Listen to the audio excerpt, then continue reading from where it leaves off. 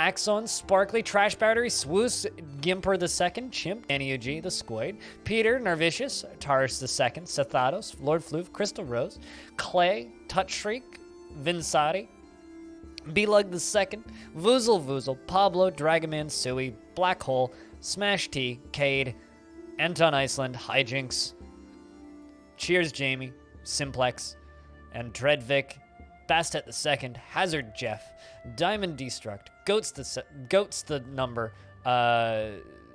Paranoid Android, Trees, Ragswolf, Abe Exendi, Demonoid, Orson Frakes, and Dark Skynet. The youngest, most recent child in the fortress. The total population of the fort is 37. And if we were getting migrants from the mountain home, we would have 54. So, to give you an idea. With our merchant workers, we're up to 44 total. I recently murdered most of my livestock, so they're all dead, which is lovely. I've done quite a bit of work in the tower area, and that's kind of what we're going to be working on today. Enjoy the lurks. Katsu. So this is going to be the thing that we're working on today. I want to get the roof of this worked on. So we're going to be mining diorite and ice and making it, and I want to get that worked on. I also kind of want to get my glass industry up and running again and get some green glass going, because if we can get some green glass, then I could actually do some things with glass in this. Get some green glass blocks built. I also need to work on this thing. I don't know where this is actually going to go here. I was just going to kind of make it kind of loop around maybe, but I'm not entirely sure what I'm going to do with that, so I don't really have a plan worked out for that yet. As for the fort, still just a giant big old fucking hole in the ground. It's not getting any bigger, but it's also certainly not shrinking. I've been doing mining around the edge of the fort. This is where I've started getting blocks from because I'm tired of like digging down in the caverns. So I think we'll be working on this area here, and thanks for the 69 cents. Cheers. Trees. And then we're going to mostly be working on that. Also, I need to spin the metal industry back up. I haven't found any silver ore in a long time, which is why the statue garden down here hasn't grown much. We still have the big old maze, which hasn't had any work done on it. The Ettins are still refusing to breed, which is very frustrating.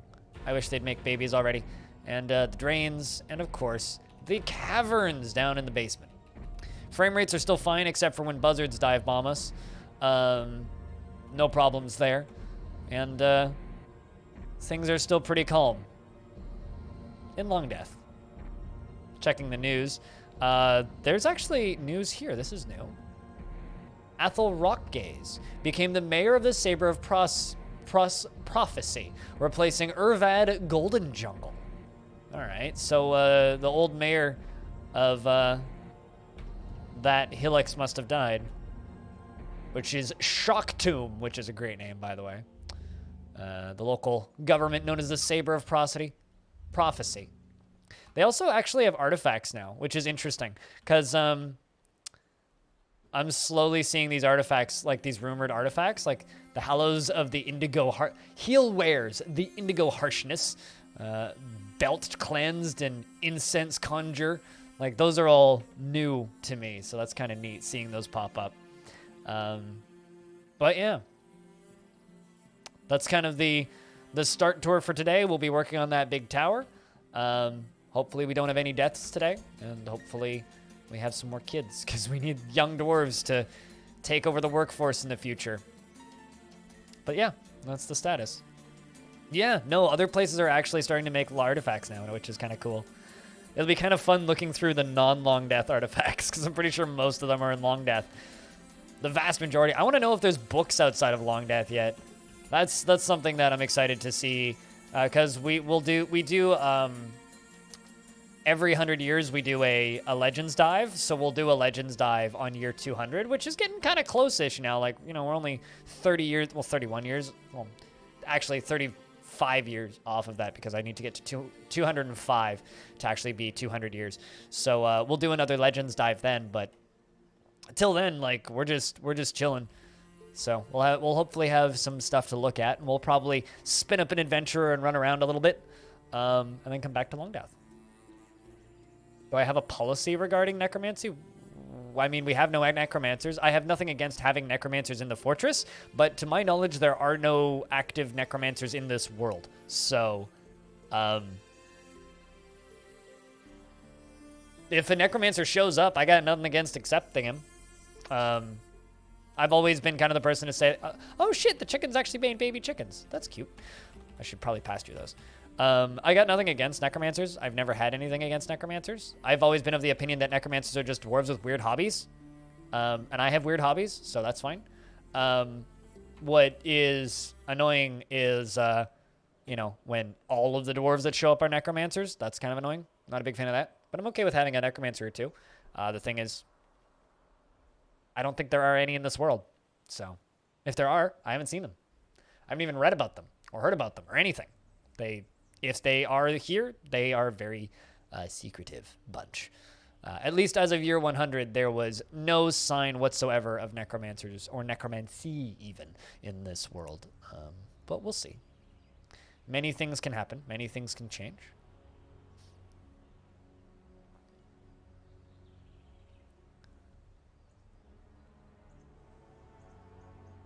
But yeah, that's kind of the status and overview of the fort. But we actually have more chicks now, which is nice. Also, I finished the weapon traps we had queued up, so I kind of want to fill the rest of that up with weapon traps in case of emergency. But I think what we'll do off the start is we'll mine at some of this. We also recently did a very big clothing re-up on all of the clothing, so we're all caught up on that. In regards to the entirety of the stream today, I don't know what the evening game will be. I think I'm going to leave that. So some of you may know I've been posting about a roguelike over on Discord that I would like to try. I don't think I'm going to make it a Patreon game. I think I'm just going to try it. But the game is this. I will show it off in a second here. I was thinking about maybe doing this today. This guy. Shadow of Worm. I was thinking about maybe doing this today. If anybody wants the link to this, let me know. But I think I should probably continue the Kingdom of Greens in War Sim, so I think plan for the evening today is probably just more War Sim. But if anybody wants a link to that, it's right there. It's one of those free roguelikes, boasts a pretty big open space, and looks interesting. I like the tile set it's got for it, so curious about that one. Whenever I stumble upon one of those, it's always like, ooh, is this going to be another Caves of Cud? So definitely going to have to try that at some point in the next week. Maybe Saturday in the evening? I don't know. We'll see. Or I'll do it on a night stream or something. It looks interesting, though. And the few people who've tried it from chat say, yo, this thing might be cool.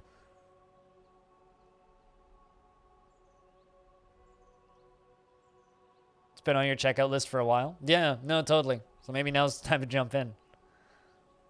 Or just wait for me to get it done. Whatever works, really.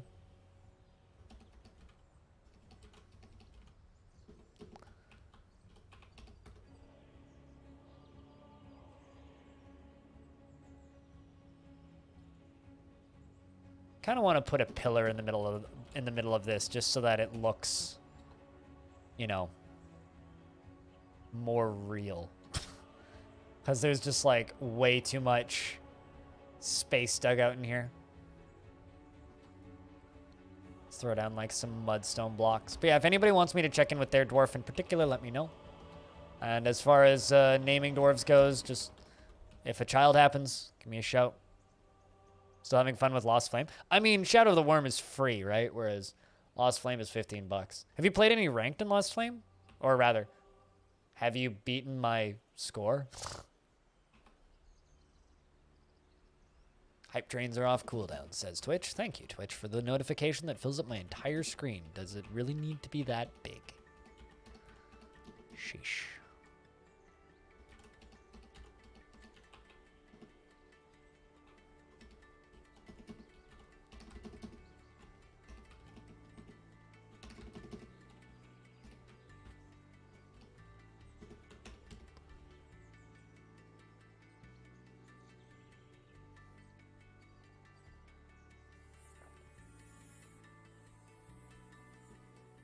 Oh, yep. Your dwarf is still alive and still seems to be working hard from what I can tell. Let's see if I can find you.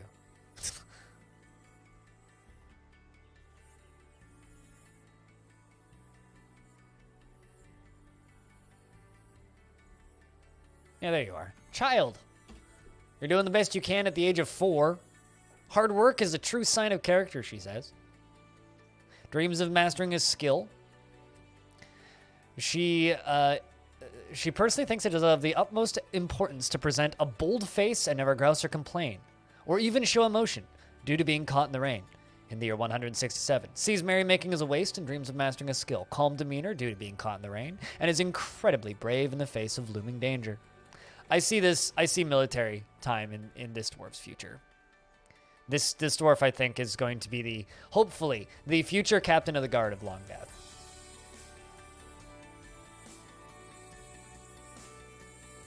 Very stoic little child. She's got like another week or so worth of streams before she'll be useful, but we'll get her up there. I want to say I already traded with these elves, but let's just quickly request a trader at the depot.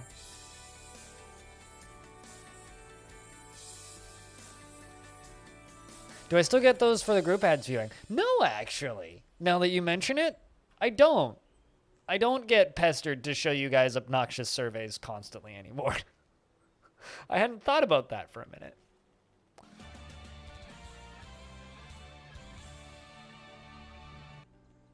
Twitch, for those of you who don't know, for a while there was trying to promote these full screen ads that are super gimmicky and obnoxious that you was abducted. That's not good. You should try and get unabducted.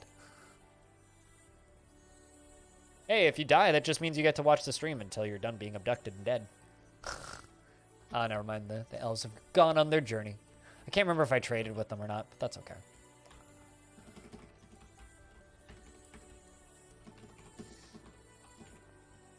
Sounds like a good time if you were brought back already. At least they're good time boys, not bad time boys. Good time boys let you keep playing. Bad time boys don't.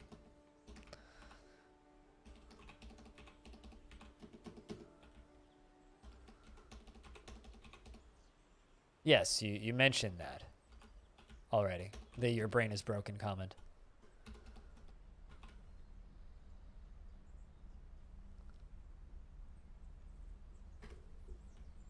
Well, then your communications would make more sense if they were in order. Because you made that comment, and then you were like, I'm getting abducted. I'm dead. And it's like, but like, if you're already back after being dead. Anyway, whatever. It's all good. It's just like, well, it's hard for us to follow.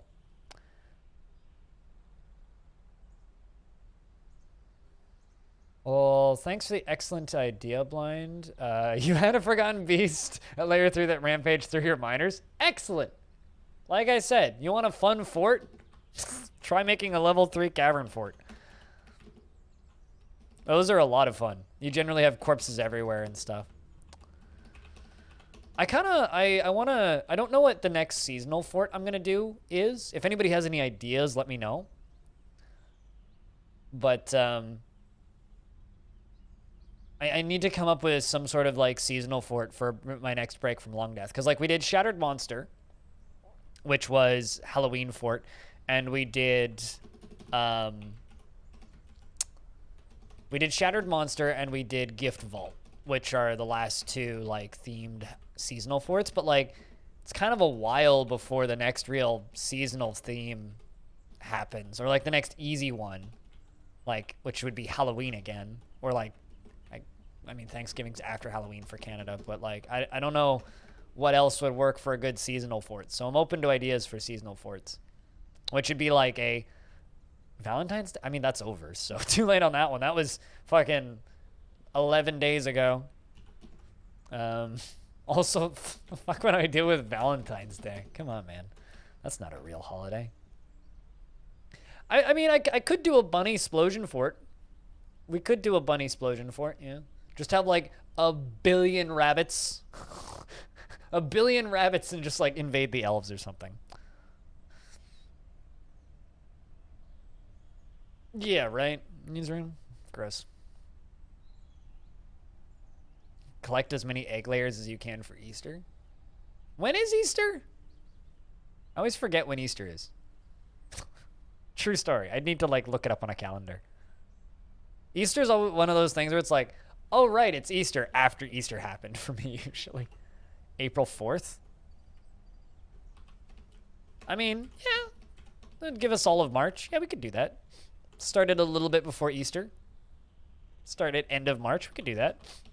I'd be down. Just like a small island full of elves or something, and just like go do the elf murder that everybody always begs me to do.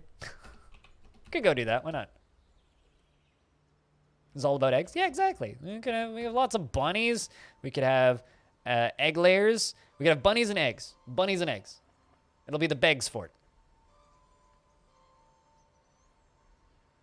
We could do that. Why not? Seems easy enough.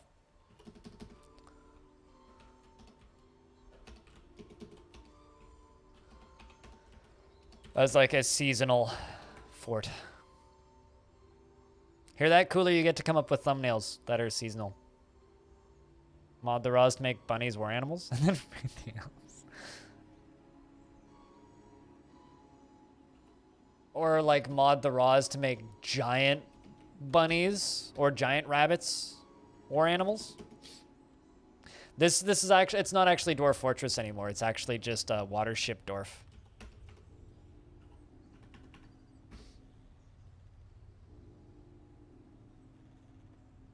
Watership Dwarf.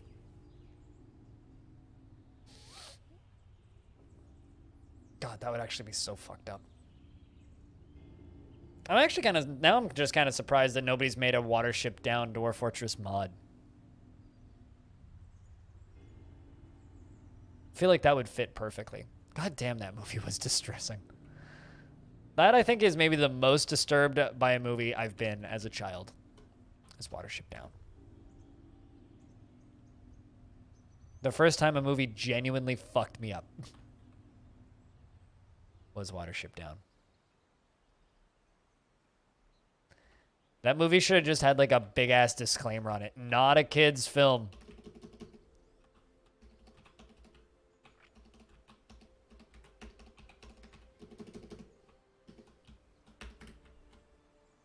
Hello. What's up, Doc? Well, cheers. Which one did you watch? The most recent one or one of the previous ones? Because I've got 3. There's also an interview with the developer of WarSim, which I recommend.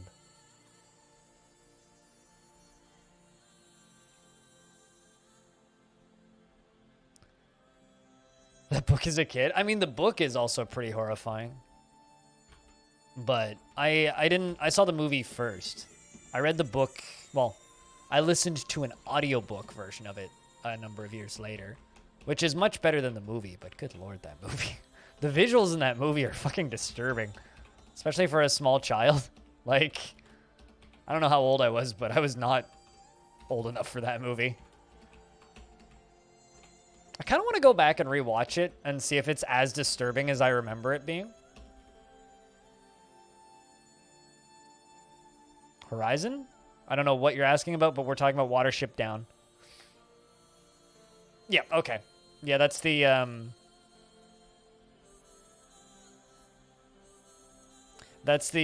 what's it called? The most recent one I did. Yeah, because I've done 3 with Tarn now. Yeah, I've done 3 with Tarn. They're all roughly the same length. I think the second one was the longest one, actually, but... The first one I did was back in June of last year. The second one I did was in October, and then I just did one. And I think, like, based on what I've seen, I'm going to try and target doing 2 to 4 a year, depending on how much information there is about DF-related things, just because they're, you know, people like listening to Tarn talk, and there aren't enough interviews with Tarn on the internet where the person doing the interviewing actually knows much about DF. I'm turning on my military because, well, the buzzards are gone, but never mind, the great horned owls are back, so. Yeah, YouTube decided to start chucking it into people's recommended recently. It's neat when that happens, because that doesn't generally happen to my YouTube channel. Watership Down is still disturbing as an adult? Fair enough. Boiling chicken, potatoes, and carrots. Creepiest thing was you watched was Paranoid Android and the music clip by Radiohead? I remember being really creeped out by Aphex Twin music videos, but I still get creeped out by Aphex Twin music videos, so... I don't remember that Radiohead clip creeping me out, but maybe it would have if I was younger when I saw it the first time.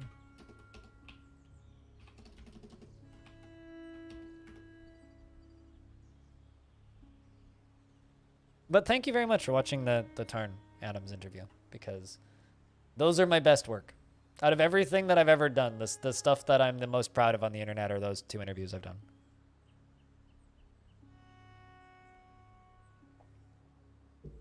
It's like those 2 videos and then a video that's on another YouTube channel that is now defunct. Tools videos, yes, with you? I find Tools videos kind of funny, but that's me as an adult talking. Cheers! Well, I'm here a lot, so do what you gotta do. Have a good day at work.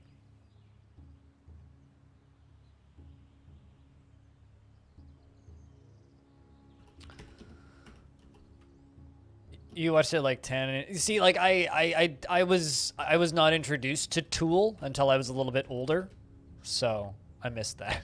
But I could totally see like a 10-year-old being like, "Holy shit, my God, this is fucked up."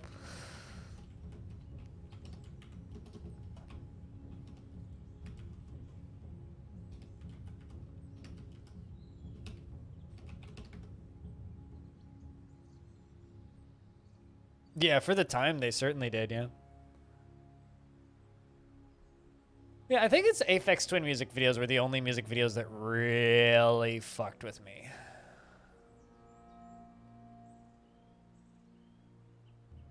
I'm pretty sure those are the only ones that ever really fucked with me.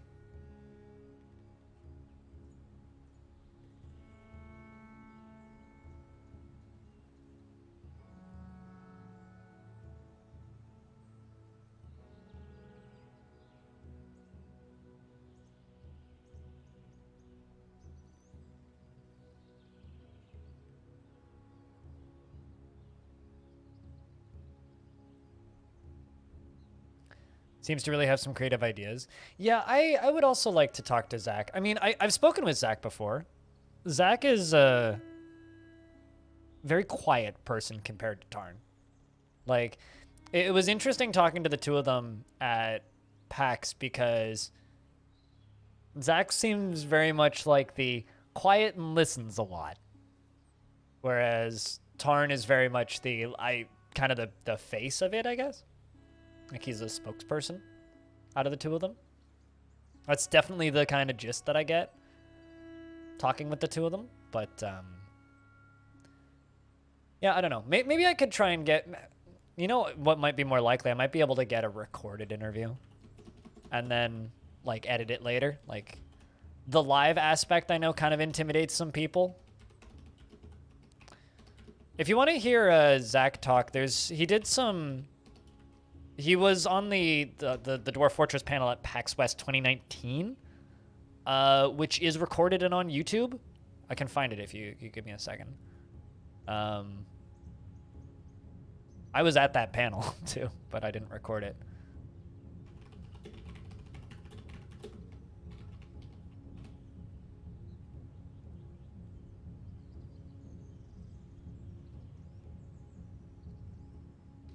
Also, apparently 4 months ago, they did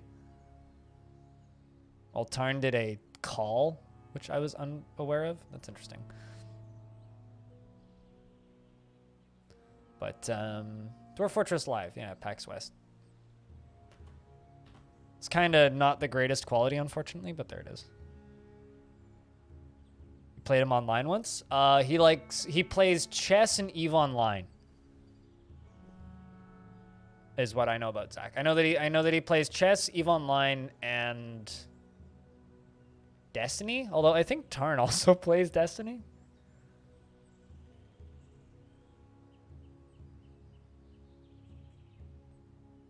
You can have animated YouTube icons? Somebody just commented on my most recent video and they have an animated YouTube icon and I'm sitting here going like, holy shit, you can have animated icons? I want an animated icon. Well, I'm going to be obnoxious and figure out how to make an animated icon.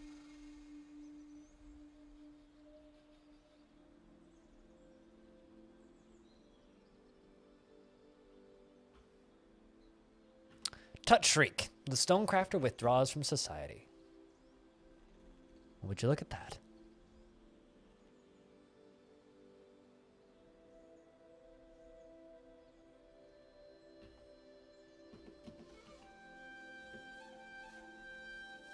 They're a very creative family, I'll put it that way. 2 blocks of mudstone, keeping it classic.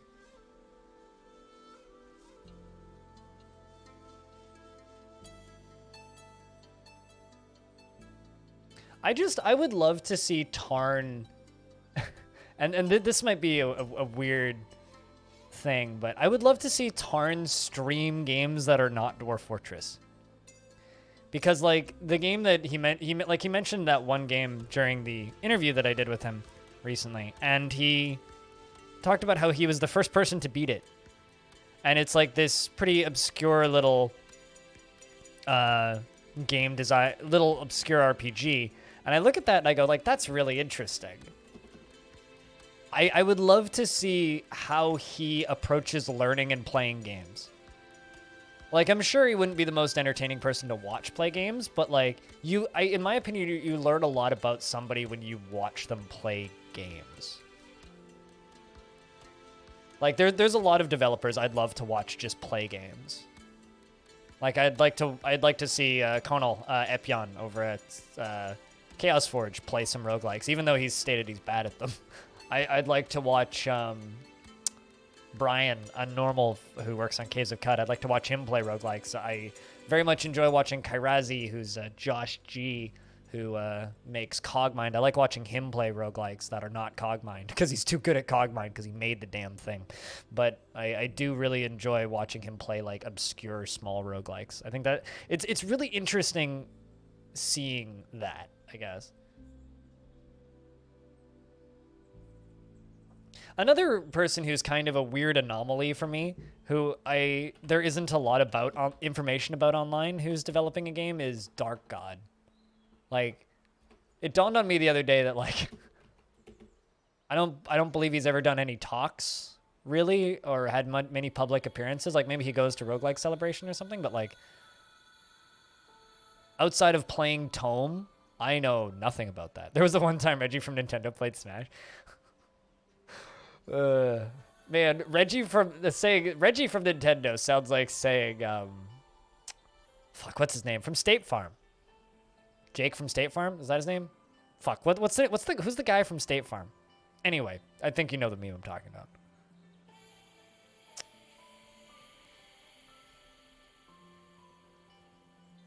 Reggie's retired now. Reggie, the guy who used to run Pizza Hut. How times change.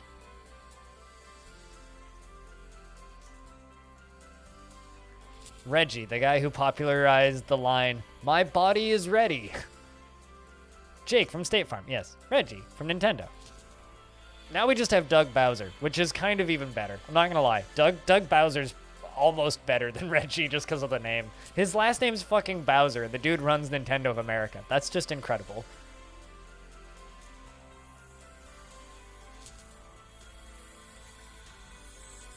Jake from State Farm or Reggie from Nintendo?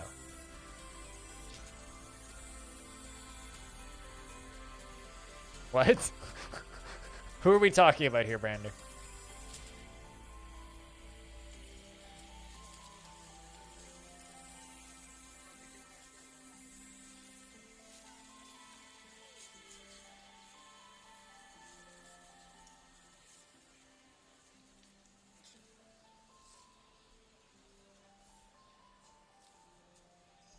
Do that sort of thing? I mean, if it's in your job description, you have to do that sort of thing.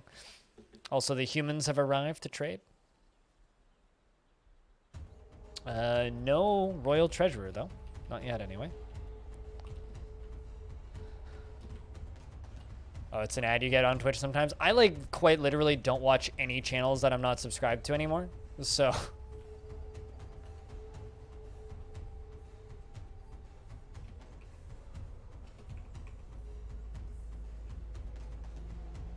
quite literally,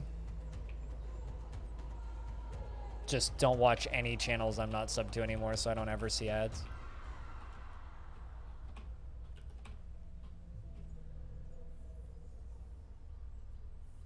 Reggie playing Escape from Tarkov? No, but I could imagine Reggie playing a mean game of Civ or Crusader Kings.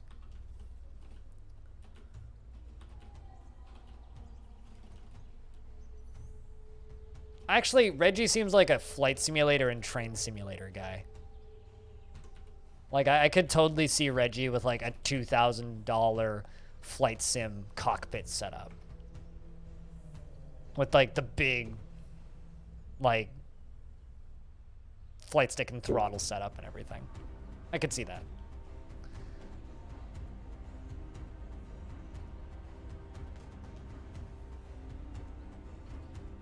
Oh. There we go. The royal treasure has arrived now. Perfect. I was a little worried. Sometimes they show up at, like, weirdly different times, and it's like, where are you guys? Wait, hold on. Ballista arrows. Let's do ring, crown, fig. Okay.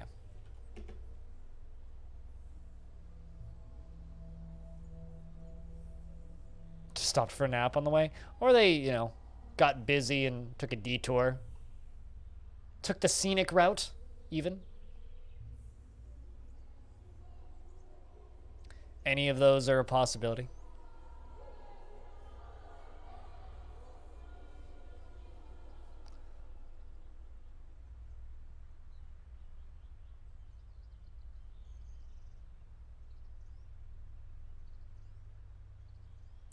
On behalf of the Mountain Home, or not the Mountain Homes, on behalf of the Merchants Guild, let me extend my greetings to your people. There is much to discuss. The world is the same as ever. What request do you have of our merchants? All of the wood, please.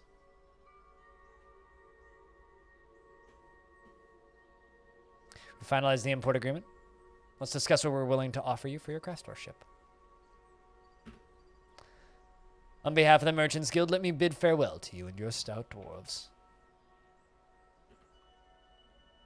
I mean, that dude knows a lot about money, so yeah, probably.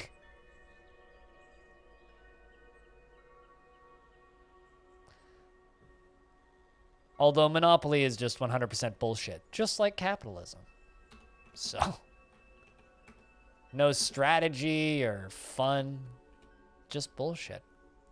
Absolute fucking bullshit. How's Anton doing? Good stuff. This dwarf seems very happy. I like this dwarf. Anton seems like a good dwarf.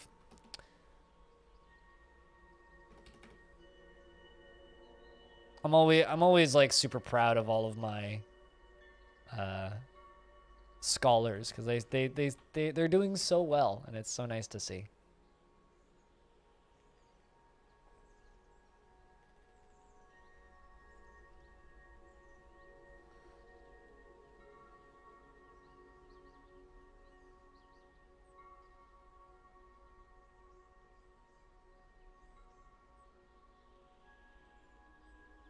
All that work, and Gimper breaks it. Hot damn. How the heck do you hit 489 instead of 429? God damn it, Gimper. 2 speedruns in a row. Stone.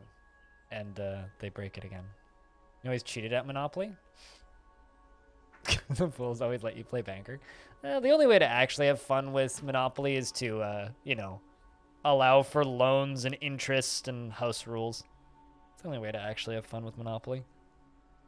Touch Shriek has finally begun a mysterious construction. Shit, I just realized I wasn't paying attention to that. 2 mudstone, 2 cable set cut sards, Wolverine leather, ram bone, 2 iron bars, and cushion sard cabochons. That's gonna be an interesting one.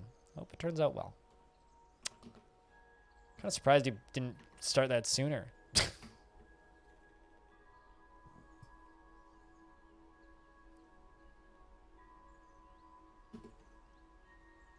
right, I need Smash T, who's currently chugging some booze. Is just winning in cannibalism. I like how I read that as cannibalism, not capitalism. I mean, yeah, I would agree.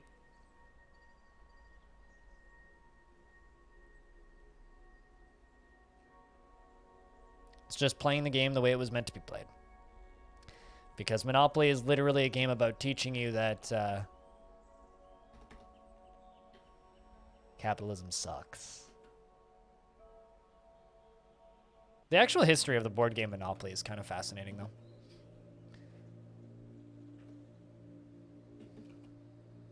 Smash T. I realize you're researching, but, like, you're requested at the depot.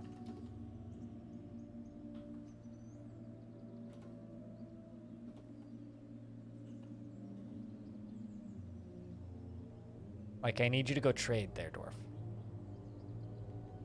Not do this.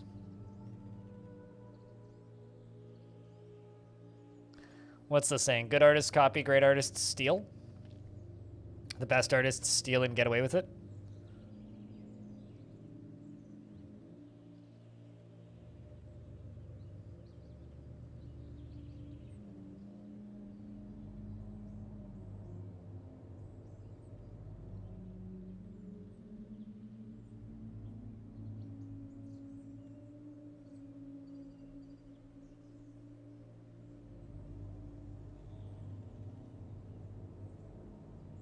I really, really hope that this trader goes and trades.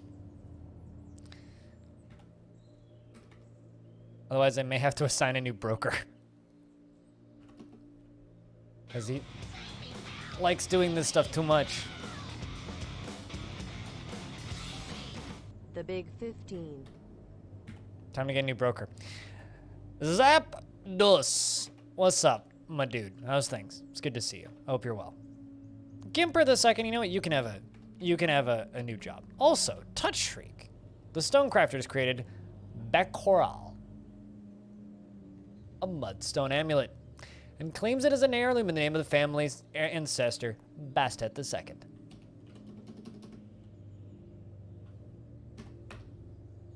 Bee coral, maybe? That's a long one. I hope you're doing well. Thank you very much for the big 15, Zapdos. It's good to see you, man. This is a mudstone amulet. All Craftsdwarf ship is of the highest quality. It is encircled with bands of cushioned mudstone cabochons and sheep bone. This object menaces with spikes of mudstone and sard. On the item is an image of Danuge, Euthocure, the dwarf in sard. Danuge,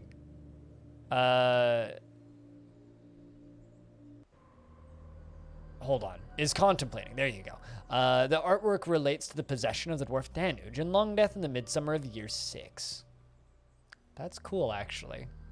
On the item is an image of Clasp-filled, the nice Rubar in Wolverine leather. On the item is an image of 3 gizzard stones in iron. On the item is an image of Esm Wild Cloistered, the dwarf in iron. On the item is an image of broad crosses in sard. I think this can go in the mayor's office up here, because that's a beautiful artifact.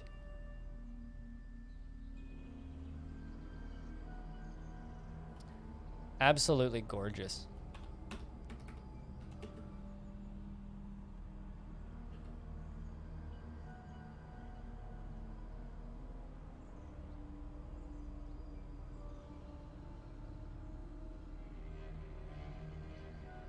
And you were just talking to the streamer? What game were you watching, Zapdos?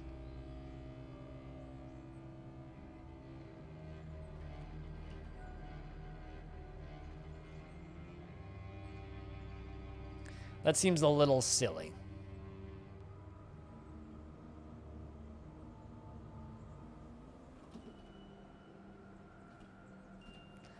Just a little bit silly.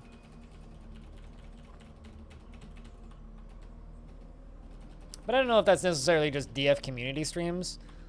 It might also just be the style of streamer, depending on what the streamer is playing. Earthbound? Gotcha. Was it a pretty big stream? Because not a lot of channels focus on talking to chat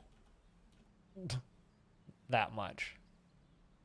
Yeah, Terracus, exactly. It's like, you know, some people get annoyed with some of the emotes and words that I don't have allowed in this chat, but in my opinion, it pushes the more conversation-based community instead of the more, as you were saying, like spamming and spoiling and yelling community. Oh, really? It was your first look at the game ever? That kind of sucks.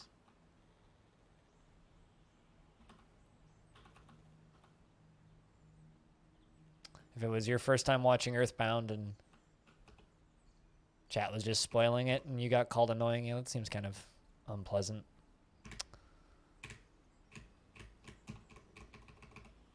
I mean, I would recommend just playing Earthbound rather than watching a stream of it. Also, hey, Tarkus, what's up?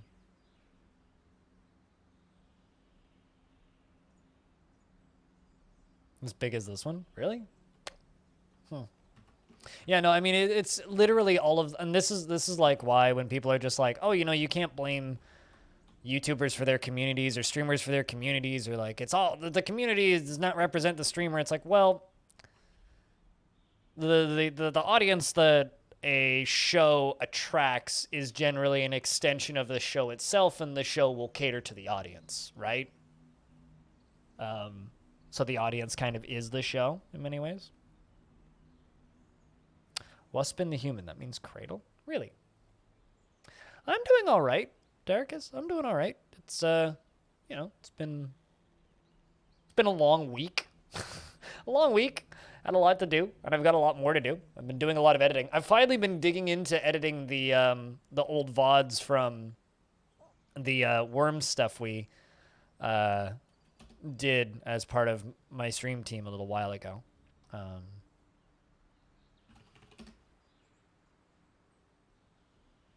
So I'm looking forward to seeing those edited.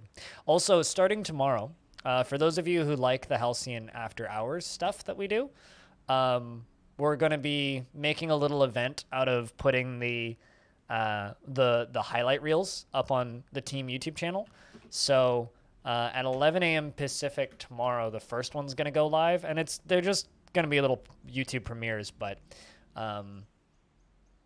we're gonna kind of have like alternating weeks. So one week we'll do an after hours stream, and then the week after we'll do a highlight premiere on YouTube. Just trying to grow the YouTube channel, but also at the same time, like, you know, get to have a little bit more fun with stuff that we've already done. So, and hopefully we'll get more eyes on the team YouTube channel because me and Jess put a lot of time into those highlight reels. And it's kind of a pity that not so many people see them right now, but you're a show model. I mean, you'll be there for the show.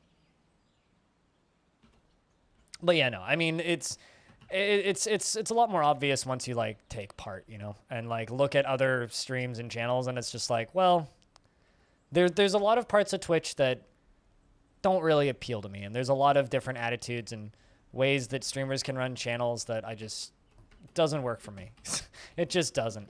And not saying that those people are necessarily running their channels incorrectly. Like, that's if it works for you, it's a totally legitimate method of running your streams. But I have a very kind of particular method of running my stream, because those are the kind I run my channel the way I would like to watch a stream. So if I see, you know, a lot of spam, or if I see a lot of just people kind of being obnoxious, I don't find that fun to watch. So I try and run my stream without those sort of things. Tygo, thank you very much for the 8th month. Welcome back. It's good to have you around. Cheers, man. Thank you for helping me do this full time and stick around here in this weird part of the internet, running a stream the way I do, different from the rest of this website. Cheers. For the 8 months.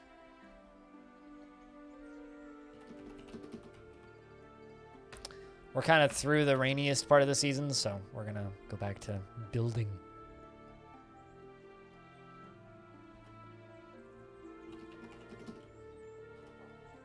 And hopefully we don't get dive bombed by any birds.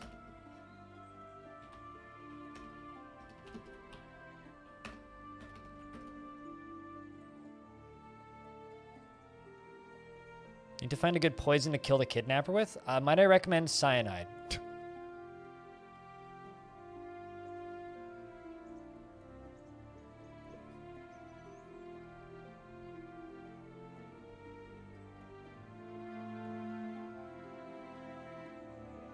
Also, chat, can I get a proper round of beers for Tygo?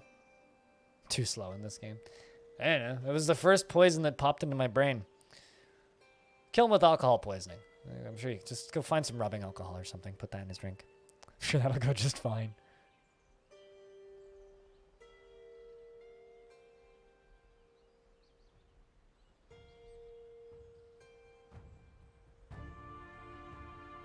I'm not a huge fan of how the dwarves themselves look. Like, I think I like the Steam Vanilla dwarves more. They have more of a kind of look that I would imagine, whereas I think that the... I think Meph's tile set that he posted, so I think his dwarves look a little goofy, Zapdos. But I'm curious to see that.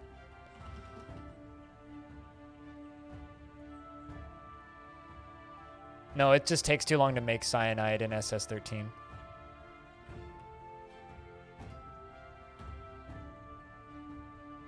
But you can do it. It works, and it'll definitely kill the person you're trying to kill in SS13.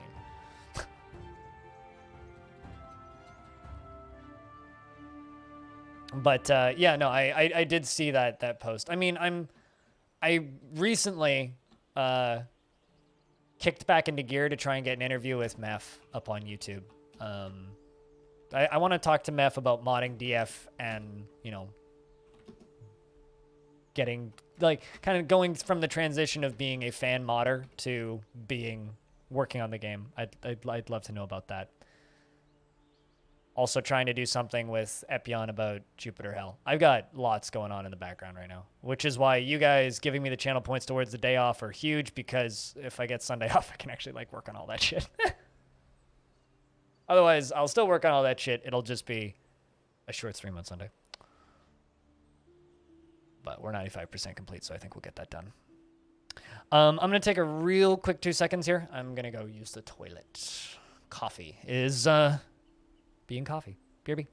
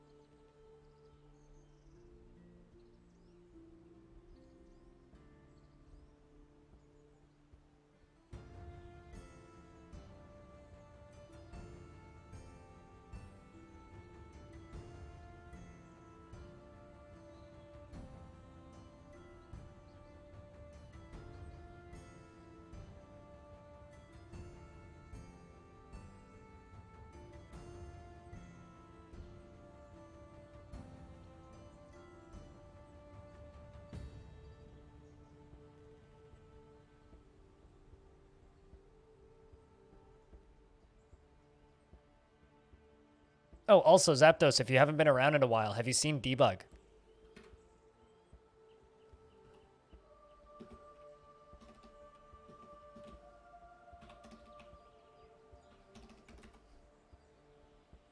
Because Debug's pretty great.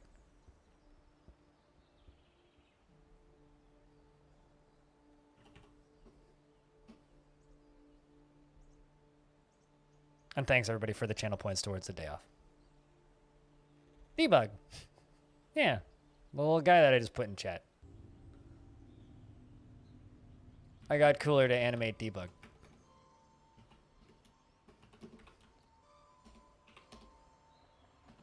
I think at some point at the end of a video, I'm just going to stick that in as a, oh, by the way, if you're on Twitch and you use Better Twitch, I got my artist to draw up Debug.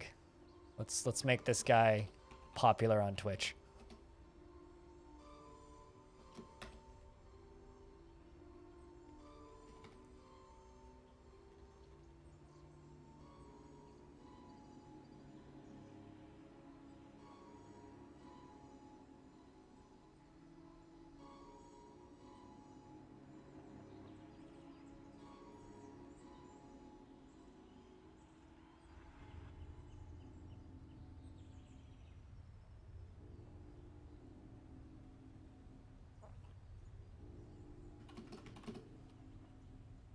You didn't realize PogChamp was that?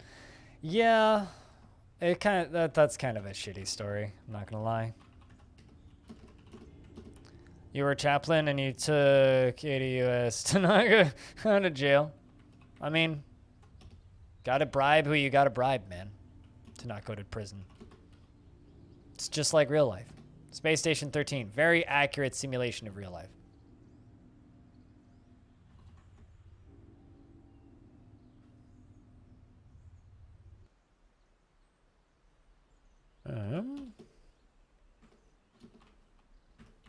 Right down to the part where there were, you know, clowns.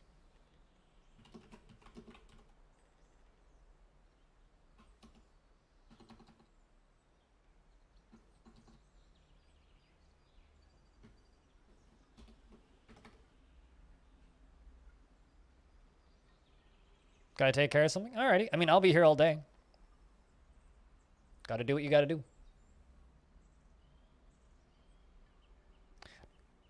Look more like little dudes. Yeah, I quite like the way the Steam tile set looks. What I want to see is I want to see this tile set adapted for the Steam version. I want to see this tile set with the multiple layers. I want to see a more old school style. Like I want somebody to basically make like a 3D ASCII or a 3D not 3D. A ASCII tile set but with the depth and variety of this Steam tile set. I want to see that. That's what I'm looking forward to. That's what I'm excited to see. That's the outcome of the Steam tile set and modding that I would like to see. Like I want to see like a Dwarf Fortress classic look for the Steam tile set, because I will probably use the Steam tile set for the initial bit and then I'm screwing this up, and then pretty quickly switch back. Like I very much see myself going that way. Like initially, yeah, I'll use the Steam tile set, but swapping over to GF with ray tracing. I'm surprised they haven't made some sort of joke about that yet in their marketing. I mean, Dwarf Fortress could have ray tracing right now, and none of us would know.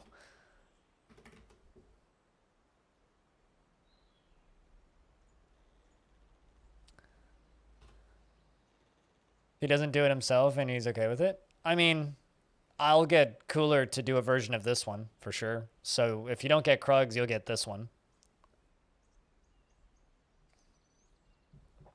If you're okay with my modified versions of Krug's tile set.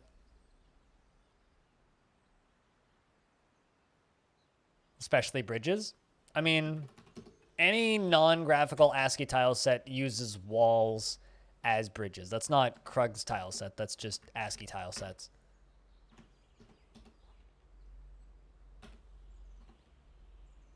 Bridges are just walls. So are trees. So that's not Krug Smash's tile set being ambiguous. That's just the way ASCII is. So whereas you need to make a graphical tile set, which is a different thing that requires more tiles in order to actually have different assets for things. It's a different process to make a tile set like that.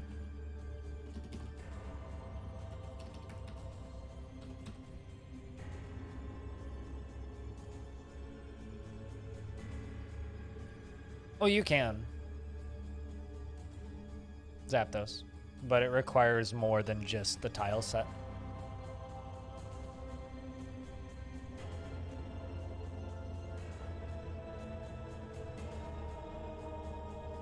Look like a stack of stumps.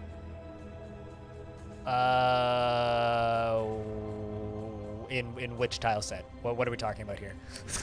Sorry, I lost the through line of the conversation, Tygo.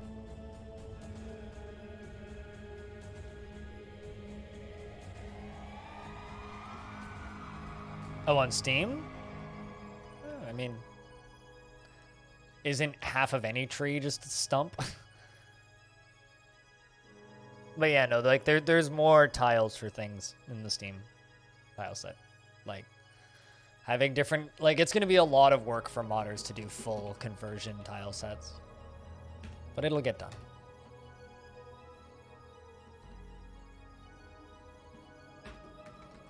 It'll get done eventually.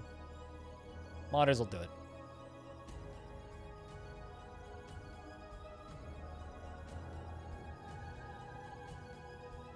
I mean, no, that's literally just like ASCII tiles, but yeah, no, it's totally fair. But I really like the way this tile set is. Yeah, I mean, I agree with you. Everything you are saying is correct, but that's just the way ASCII tile sets work.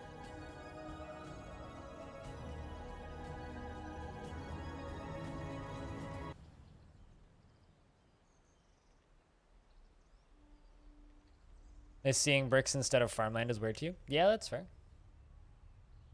I like the, I guess, ambiguous nature of this tile set. I like that because it's less complex for me.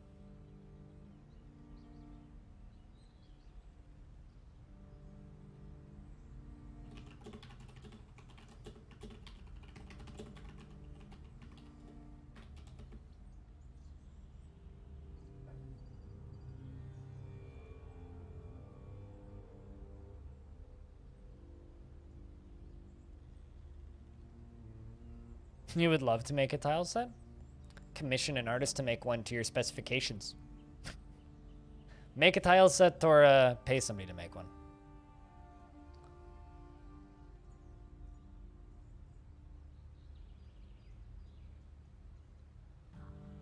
But there's a few screenshots of this tile set with text will be text running, and I think it looks beautiful, so I don't know.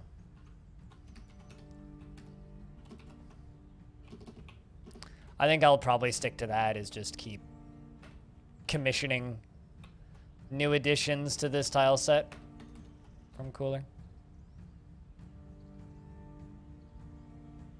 I mean, that's literally what I need, visibility. Visibility is 100% the most important thing for me. Nothing else matters.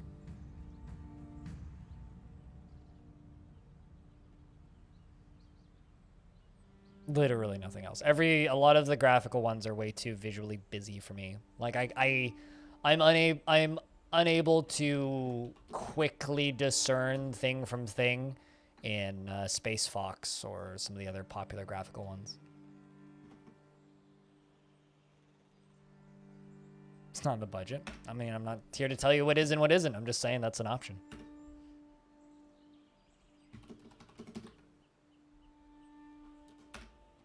This is a weird discussion. Like, I feel like we're discussing nothing.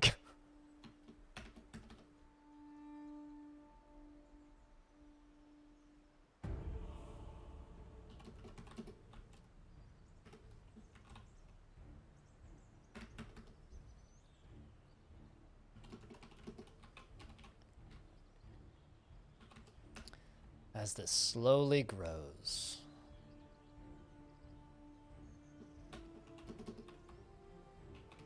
I mean, I think I prefer the humble tiles to this. But this one is more quickly recognized by new users because a lot of people find Krug Smash's stuff before they see anything else, which is the reason I use it.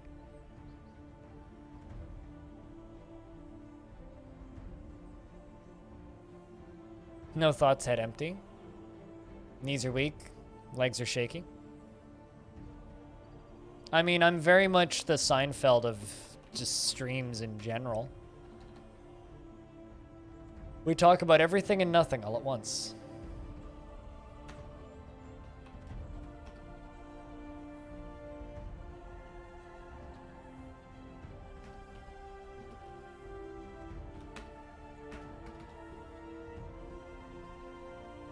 It's like the Longdeath series is a combination of Seinfeld and also soap opera. It goes on forever. We talk about literally everything and also absolutely nothing. Therese has become a peasant. Which means I need to look at you real quick and figure out what you want to do. You dream of raising a family. You're gripped by crippling shyness. Oh no. Utterly fearless when confronted by danger, to the point of lacking common sense. Well, I think you are going to make a new squad. Leather arm using armor made of metal, and you're going to be the military leader of it. Because there's a few kids that I want to kind of make a new squad to go alongside of the Eternal Guard. So iron, one. But before I actually get you training, I'm going to give you some tasks. So I'm going to check what you like. You like coal, zinc, zircon, tables, water buffaloes for their walling. All right, well, I'll give you stone working. I'll give you furnace operating. I'll give you leather and wood and bone carving and weaving. I'm gonna give you mechanics. I'm gonna give you all of the hauling and all of the other. And then I'm gonna go down here and I'm gonna get the accrue posts training. I'm gonna go into the military room and I'm going to rename this the Eternal Hammer, which is a old squad which I had previously.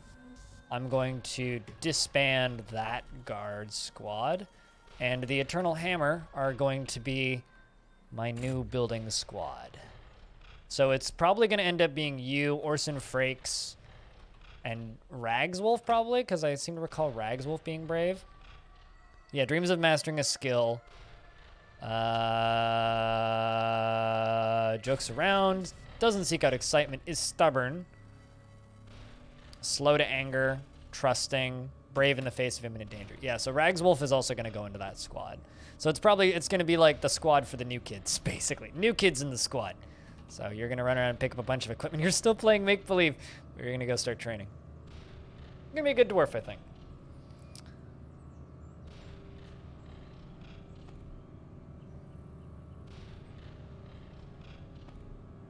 Sometimes you need to just have vomit on your plump helmets in order for it to really taste good, you know what I'm saying? It's like a mandatory thing even.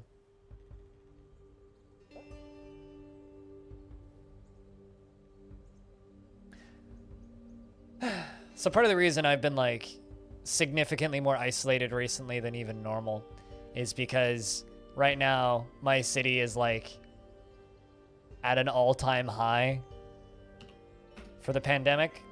Like we're actively like there was a like 1,000% increase in cases over December, January because fucking Christmas. And so like because of this, I've barely left the house at all and I'm going a little nuts. Like more so than normal. Like there's a normal amount of nuts that I think I just generally am. Look at this dwarf, Cade. 15 years old, is basically in Dwarven University, learning about everything. Diseases, creatures, animal diseases, learning about reproductive behavior, learned about the truth about animal courtship, was euphoric due to inebriation, and then just like continued learning. What a good life for a dwarf.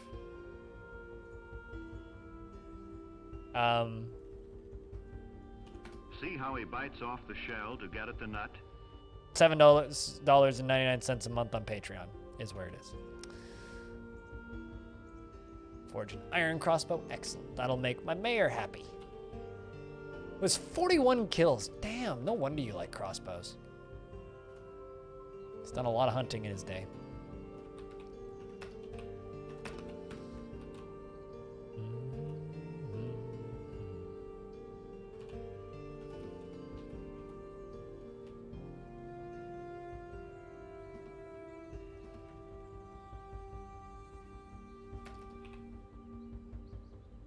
But yeah, no, I may be the Seinfeld of Twitch streams, but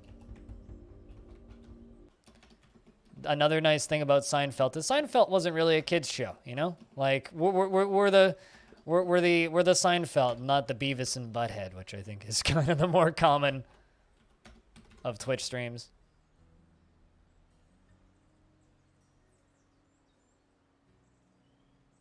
Aren't we all? Zapdos? You plan to stream DF? Well, you're gonna be my competition, are we? Stream DF. Stream it right now. If you can. If you're playing DF, mute your, like, don't stream any audio, and like let's just get like, and I know this sounds silly, but like something that like is very good for streaming communities is just having a lot of people streaming. Like a very healthy streaming community is one that has 150 streams that'll have 0 viewers.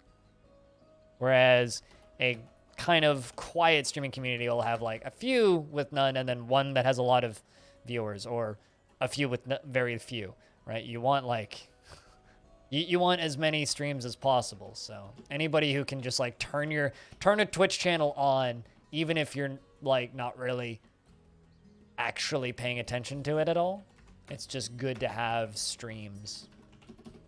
I know Diamond Destruct does that, where he'll toss the stream up and just play in the background while watching this stream or while watching other streams.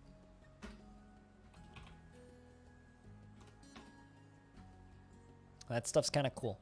We gotta have more of that. More the merrier.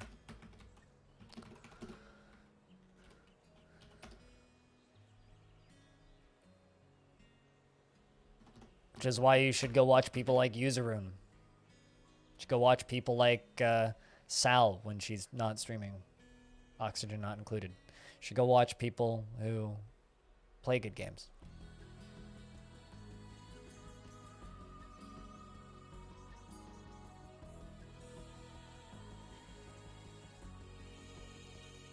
You need to bug Formal Blizzard to stream Dwarf Fortress again instead of just fucking Escape from Tarkon.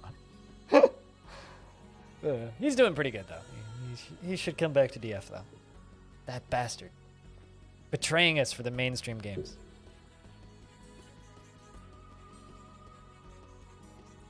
Or even do that. Yeah, that's also a thing.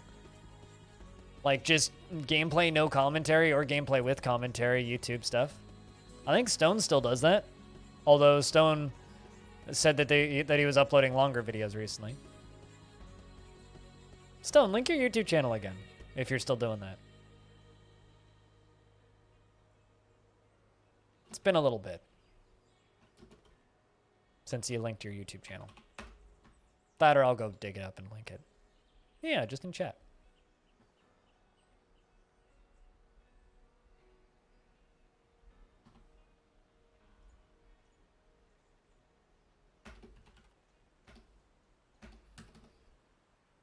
No, just in the chat. I mean, I shout out streamers all the time. I don't have a command to shout out YouTube channels.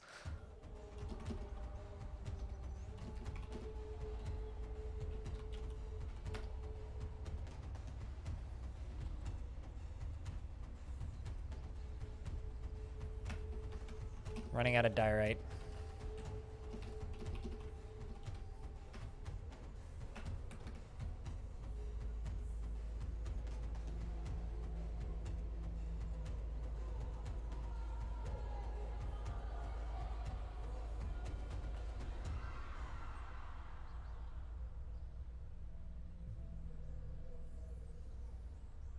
Daily 10-minute Minecraft, full day Papers, Plays.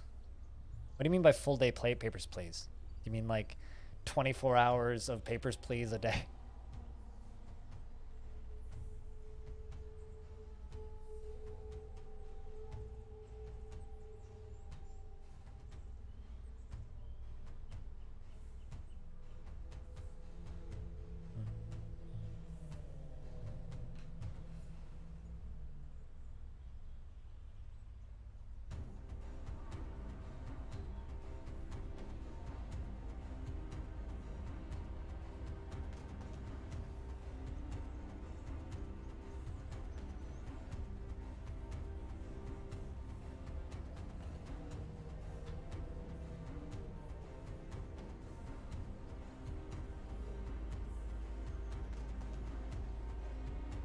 They accidentally got rid of iron spawning?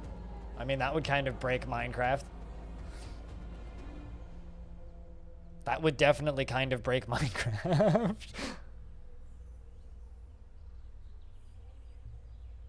Somewhere on YouTube, but no content. They're definitely here on my screen. Here, I'll try relinking it. What's up, Mind? How we doing? There you go. That should work. There's definitely videos on my screen. Seeing 2 daily.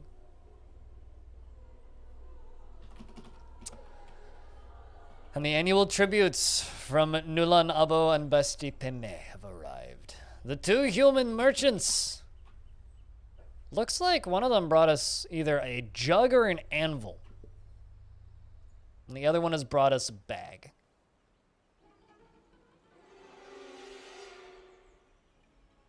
That's got to be satisfying. That worked for you? Yeah, sometimes YouTube links are a little weirdo.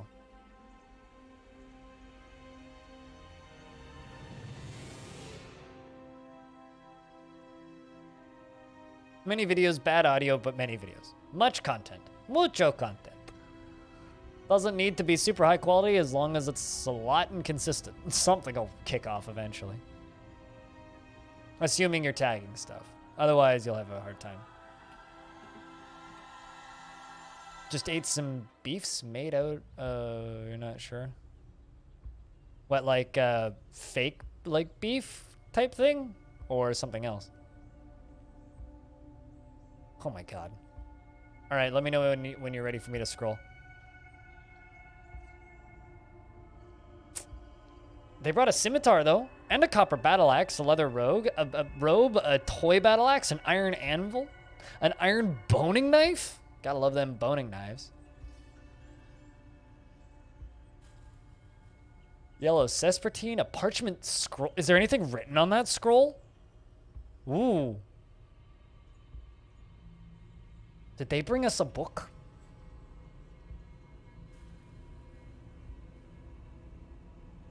Shaped like burgers? Okay, like beef patties? Yeah, maybe like language barrier there.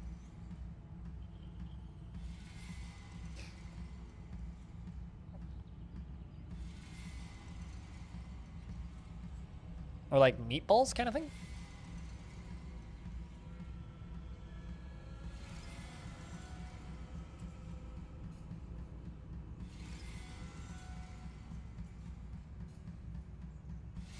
Watch TV for a YouTube video you're working on. Have a good time watching TV. Don't watch it too closely. You might get stuck. Got it? Good stuff. I need to know what's in that. What's on that scroll?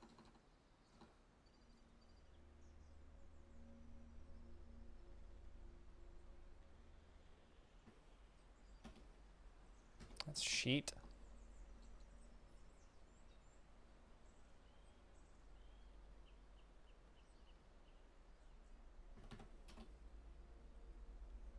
Ah. No, it's just a scroll. It's fancy, though. Emu parchment scroll. The rollers are made from orthoclase. This object is adorned with hanging rings of clear tourmaline and menaces with spikes of finely crafted hair bone.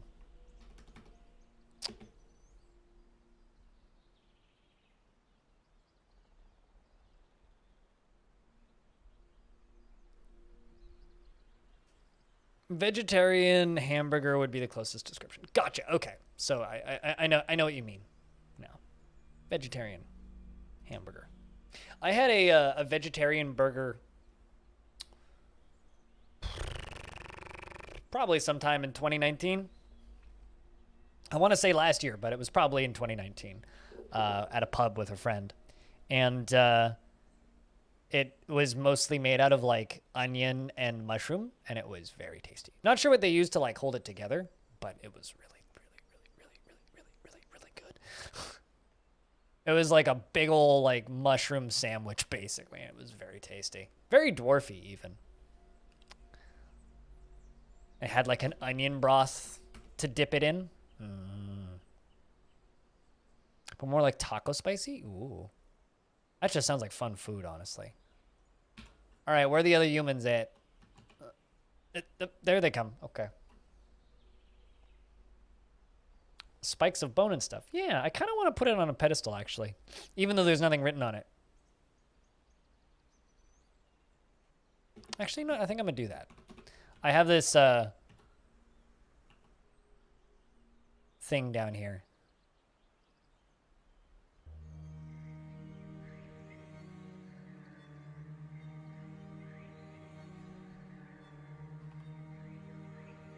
Be under There you go. Emu parchment scroll.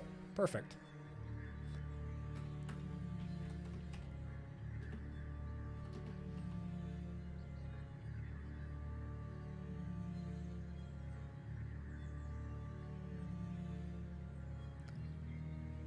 Sure that you sometimes get confused about basics like how bridges work? I mean, you can always ask me.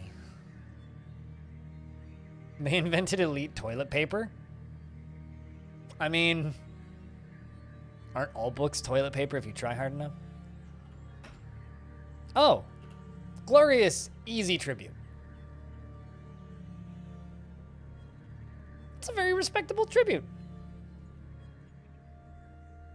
Oh, not while you're recording? Fair enough.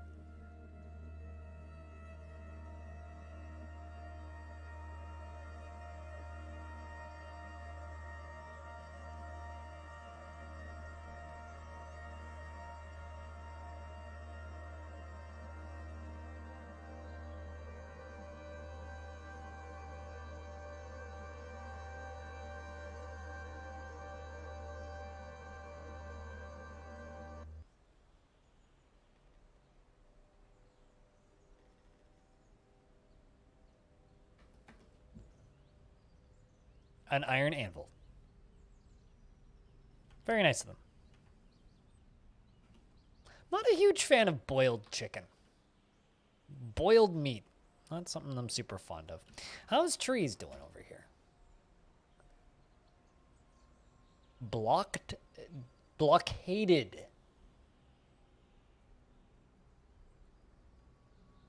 Blockade dagger. Try to focus on the practical side of the matter.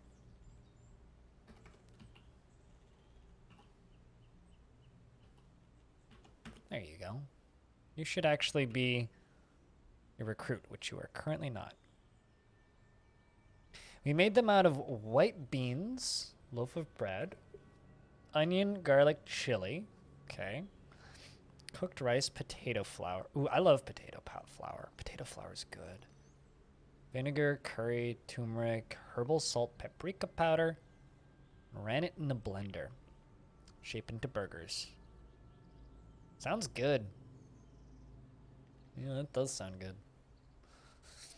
Yeah, I've never made homemade veggie burgers. I feel like that would be a fun, like, day off project. Because, like, making food is, like, a really fun project, in my opinion.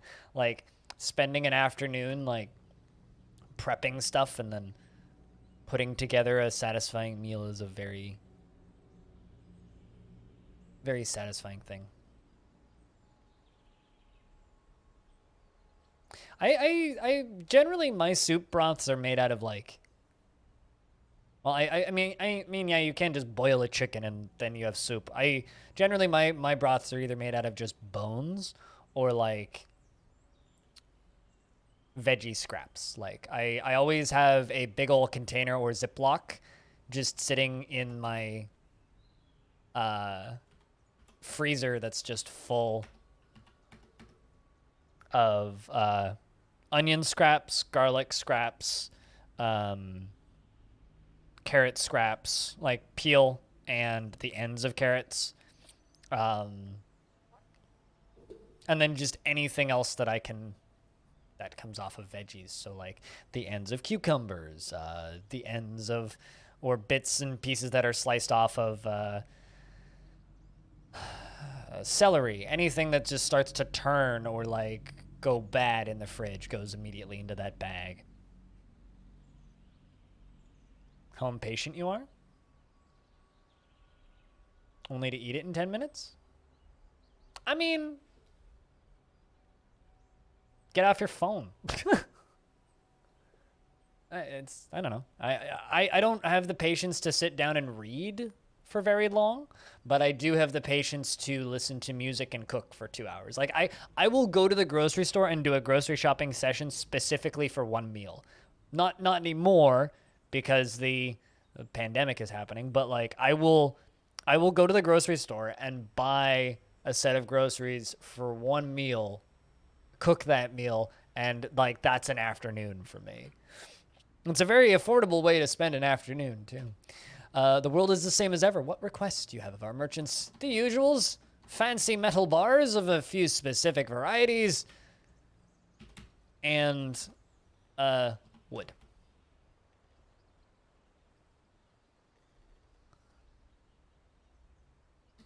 But, you know, I guess it depends on what you value in that 10 minutes or 15 minutes, you know? 15, 20 minutes of a great meal is totally worth 2 to 4 hours of time spent, in my opinion. But I also get just as much enjoyment out of the process of actually cooking the meal as I do eating said meal. But also, when you're good at cooking, you can, like, cook for 15 minutes and get a much better meal than you would ordering out, you know? I look forward to our meeting next year. Cheers, Jamie. Our fortunes rise and fall together. This, like, you'd think that, like, my mountain homes would be, like, just prospering like crazy because of all the stuff I send them.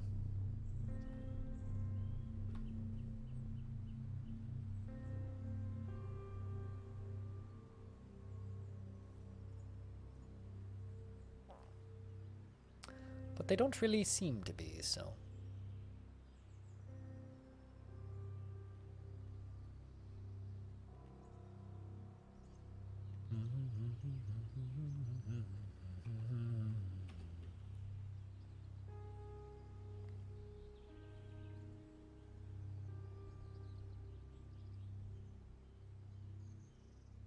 Ooh. I like this art a whole lot. This was posted on the Dwarf Fortress subreddit an hour ago. Check this out, chat. This is posted by Vordak Chief.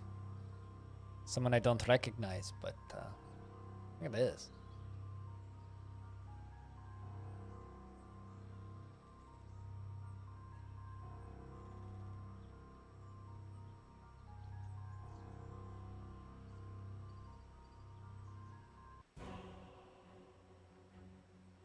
That's like a bunch of elven druids. Is Jeff having a baby?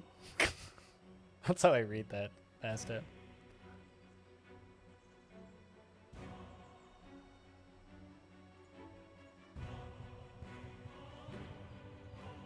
Yeah, absolutely. I mean, it's like chemistry, sort of. Like there's 2 parts of my day that I look forward to. 3 parts of my day that I look forward to every day. The 3 parts of my day are the process of making coffee and making my morning oatmeal. I always look forward to that. New King Gizzard and the Lizard's Wizard song was dropped 30 minutes ago. Heads up, chat. If anybody else likes King Giz as much as I do. I'll post it on Discord in the music section.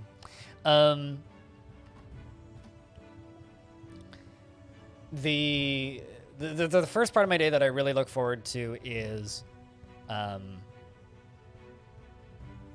making breakfast. I really, really, really enjoy making breakfast. Eating breakfast is also cool, but I really enjoy making breakfast. Second part of my day that I really look forward to is the process of like starting my stream. Like I really, really, really enjoy like the first hour or so of my stream, which is mostly just, you know, listening to records and just chatting and hanging out. And I really enjoy that portion of my stream. And then the next best part of my day for me is making dinner. It's like actually streaming DF is great, but or streaming whatever I'm streaming is great, but it's also like, it's my work day, right? So there's like elements of the work day to that. Try and sell all of them my meat barrels because some of them are actually starting to degrade, and I'm trying to like move entirely over to pots. Totally. Yeah, no, absolutely.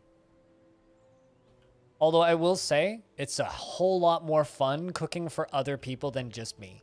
Like just making food for myself, I very much like can just do the same thing more or less every day and not really get bored.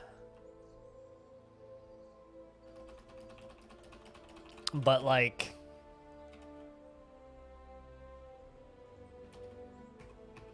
if I'm making food for other people, that's a lot more fun than just making food for me. Making food for me is great, but nowhere near as much fun as making food for other people. Like, for my lunch, I'm totally fine with just eating, like, you know, beans, rice, and some broccoli. Like, there's no skill whatsoever in making that. It's just super simple. Can taste pretty good, but, like, my lunch today is literally just black beans, some rice, a mix of black beans, rice, and some cooked broccoli I made last night. Like, that's my lunch today, which I will eat in the kitchen because I don't want to eat that at my computer. It's messy.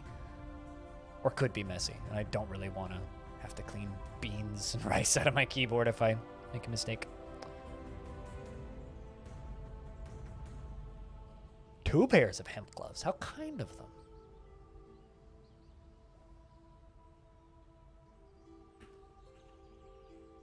Hunter is fighting a weasel. Sheep has given birth to a lamb.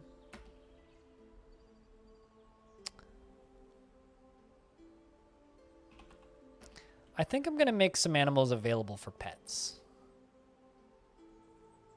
And I think that lamb, wherever it went, oh, they're there, are both going to be made available as pets. Just so I don't accidentally slaughter them. Not a lot, Picture Point. How you doing, man?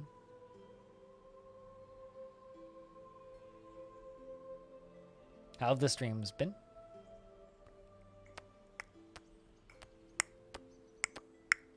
Sup, trumpet? There's something funny about the line sup, trumpet.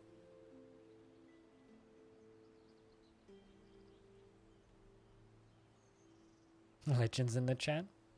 It's like the whole family's here. There's other legends lurking too.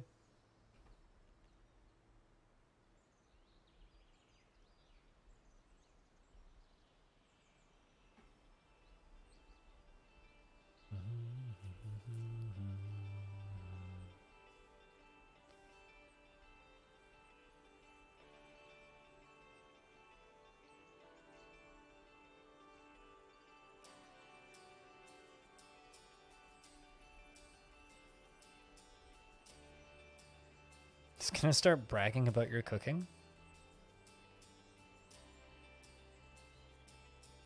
Jeff's mom brought you Tim's? I can't remember the last time I had Tim Hortons. I actually have no idea when I last had Tim Hortons. Probably before the pandemic. You've been swamped with work? I gotcha. Hey, at least it's better to be swamped with work than have no work.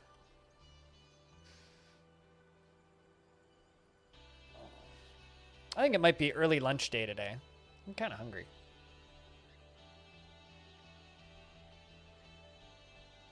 And all this talk about food is making me hungry.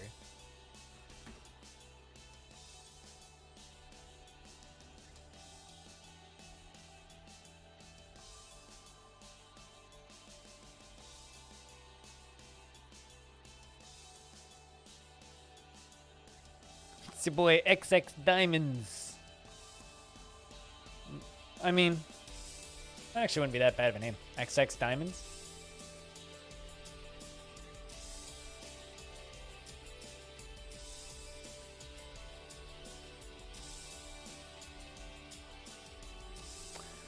I mean,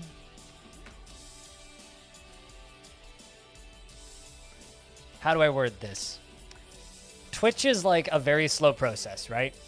You start off streaming for fun, and it's a lot of fun, and then you set a schedule, and then you stream more, and then you realize you enjoy it more than your job, and then you're like, well, crap, because it's really, really, really, really, really, really, really hard to make streaming into a job. It's really difficult to kind of find that balance between job and hobby.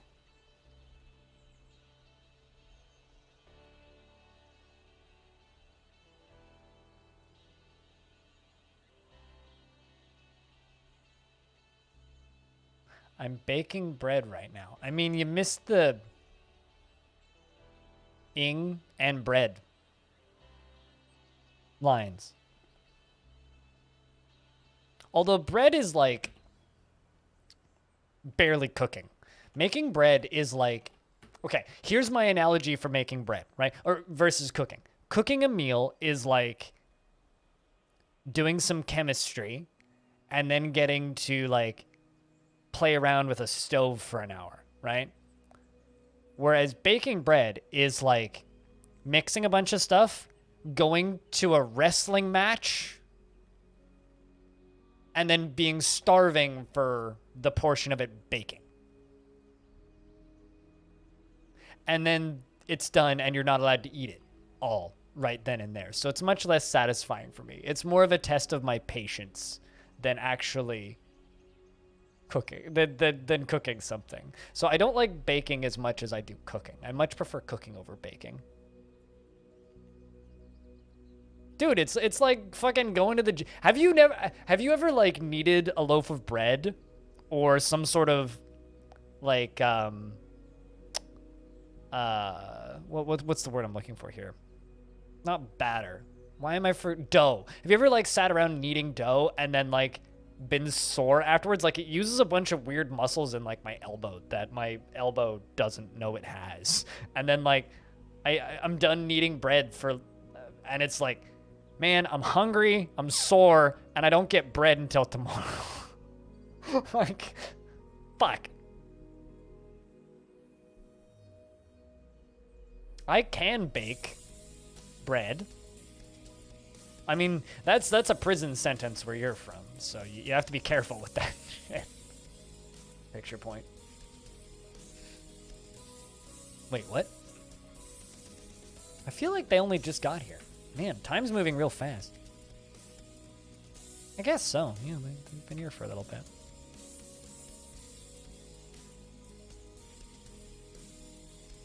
Pouring liquids in your mouth? I need to pour more coffee, so I'm right there with you. Although I might go get a cup of tea and do an early lunch. It's a $180 fine in your state? Oh, really? That's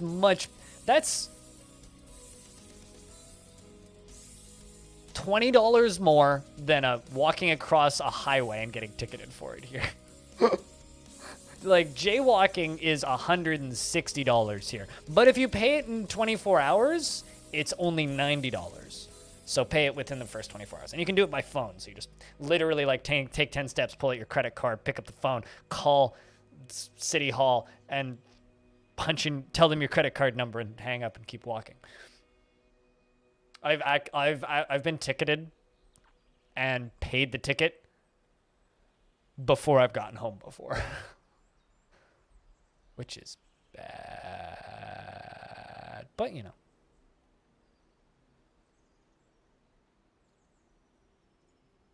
What? Taxing or giving people a $180 fine? Yeah, it's like just legalize it and tax the shit out of it and they'll make more money. And they won't have to... Well...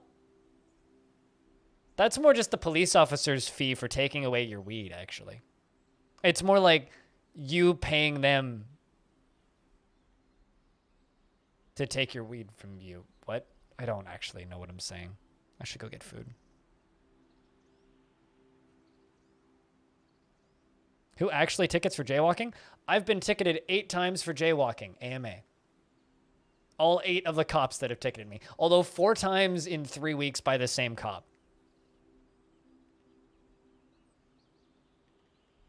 It was literally like the 3rd time it happened. I looked at the guy and he's like, really, you didn't learn your lesson after the last one? I'm like, you keep ticketing me.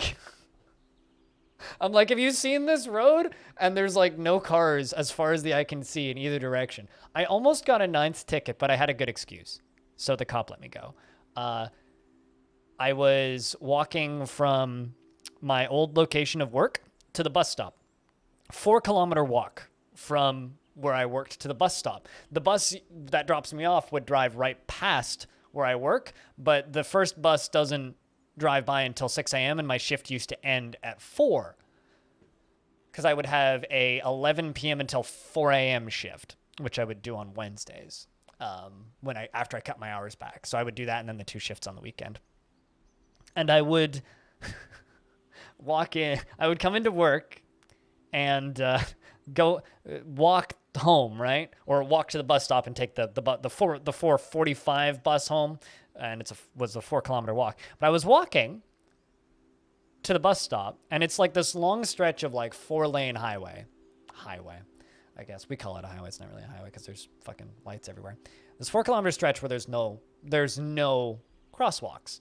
And I'm walking, and I hear a thunk, and I look up, and there's a skunk right in front of me. This guy's tail up and everything, right in the middle of the sidewalk, just staring at me. And I look at this thing, and I'm like, fuck. And I did what any normal, sane human being would do, and I fucking ran across the street. Just booked it across the street. I'm on the other side of the street now, and I'm like, whew. And I'm like looking at this skunk, and the skunk puts its tail down and starts doing skunk things again, just sniffing along the side of the sidewalk. I start walking, and I put my other headphone back in, and I see police lights. I'm like, fuck. Look over, and there's a police car pulling up next to me. And I'm like, hello, good morning, officer. And he looks at me, and he goes, you know what you just did, right? And I'm like, yep. I ran across the street. He goes, you know what that's $100+ fine, right? I looked at him, I'm like, oh, yep. Well aware. He goes, so why'd you do it? And he's grinning at me. I'm like, there's a skunk on the other side of the road, sir. You can see it. It's right there. He looks over and he goes, don't let me catch you doing that again. I don't feel like doing paperwork. And he drove off. Dude, like, fucking skunk gets right of way on sidewalk, man. Like, I'm like, there's no, like, it's 4 o'clock in the morning. You're the only car as far as the eye can see. And literally, like, you can see where I work and the bus stop. Like, it's flat for 4 kilometers. There's nothing there. It wasn't being a jerk off. He was commenting on the fact that I ran away from a skunk and was saying good morning. In reality, I don't think he actually wanted to ticket me for that. I think he just wanted to shine the light in my face because that street is constantly, and I do mean constantly, full of drug trafficking. So they probably just wanted to like look at me and be like, is this person I'm looking for or someone that we're used to seeing on this street? Which is kind of interesting because there was actually a shooting on that street not too long ago and 4 people got shot and they were all known drug traffickers. It's how we get the weed from Canada down to the US. So if you want weed from Canada in the US, not legally, for cheaper, you got to get it from the people that go along that street. Because that highway goes straight down to the border. And yes, that happens. Although they're smuggling a lot more than just weed. But I used to watch big Suburbans pull in, 2 or 3 of them in like a minivan, unmarked van, pull into the side into my parking lot in the McDonald's I worked in at like 2 o'clock in the morning, and I just watched them like pulling, like lifting, like giant containers full of definitely not Lego and putting them into the other van and then boom, driving off. But it was kind of funny when I got that job. One of the first things my manager told me is like, one of the things you're going to see when you work here is you're going to see suspicious activity happening late at night. Do not call the police. They already know. They come get our security cameras every Saturday. Okay. Yes, the police definitely knew because they would come in occasionally and use my restrooms. They always had cars across the street watching them. It's fun. Very well-known gangs and drug traffickers. Even when I've been ticketed by cops, it's like kind of rare that they're assholes. I've had 1 or 2 cops that have ticketed me in the past for things like jaywalking that have been dicks, but in general, they're fine. But I'm also a pretty standard white kid. So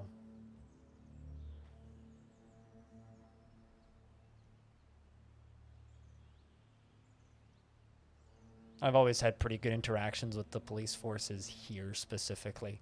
Outside of here,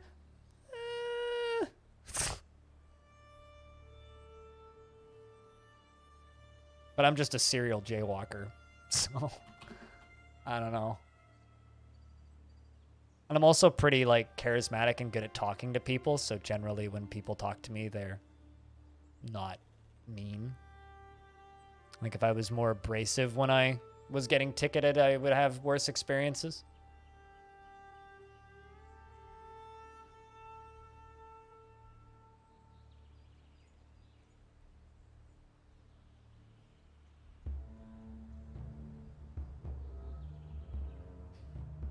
Took a duffel bag with who knows what from a dude in a white suit who hid his car in some bushes. Fun. Fun. That's way sketchier than than most of the activity I saw. Because most of the activity I saw, I wasn't on the bus.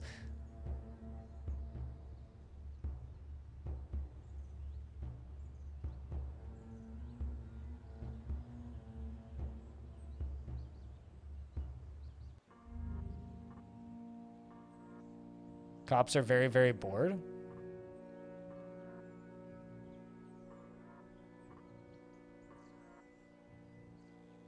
I mean, isn't that like their job? Just to go show up? Like, that's literally the job description. So if there's nothing happening, go do the thing, regardless of what it is.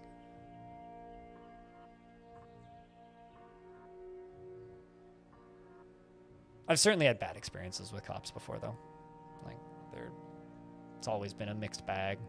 But I wouldn't say that, at least where I'm at, they're all by default assholes, because I've certainly had some pretty chill cops around here. But I also live in Canada.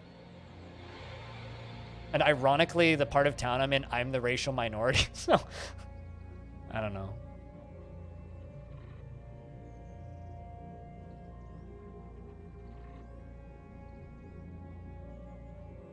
Depends on what happened, but I've never seen 25 cops around one house. I've seen like 6, but that's usually because someone got shot.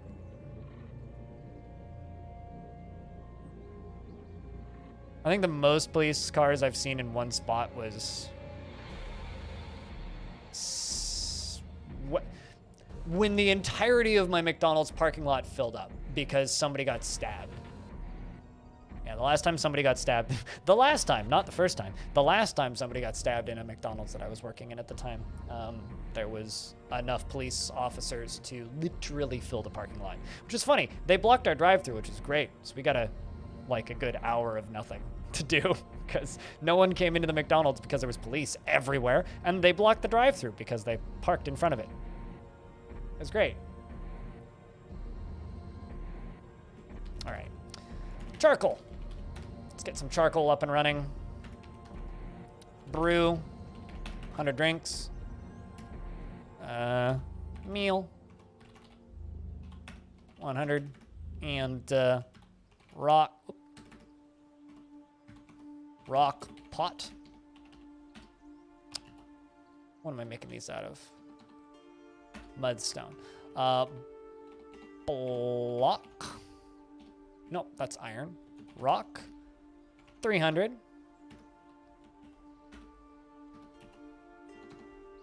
Nice. And rock. Block. No, not infinite. But diorite is what I want to do. I wanted to do 200. Rock, block, 200. Diorite. Perfect. And I need to mine some more diorite because that's only 200.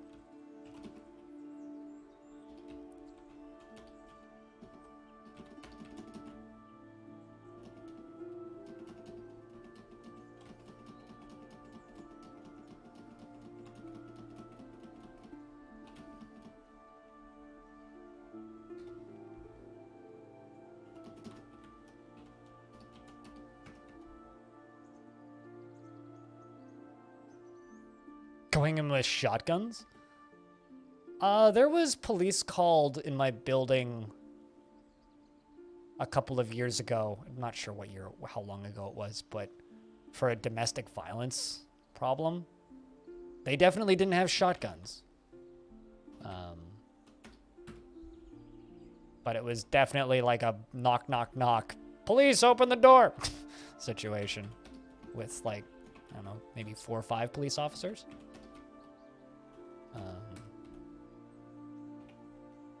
That wasn't scary or anything. It was just kind of sad.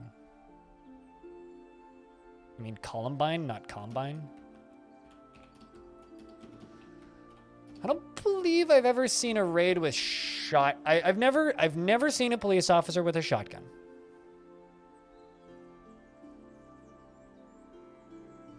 I've never actually seen that.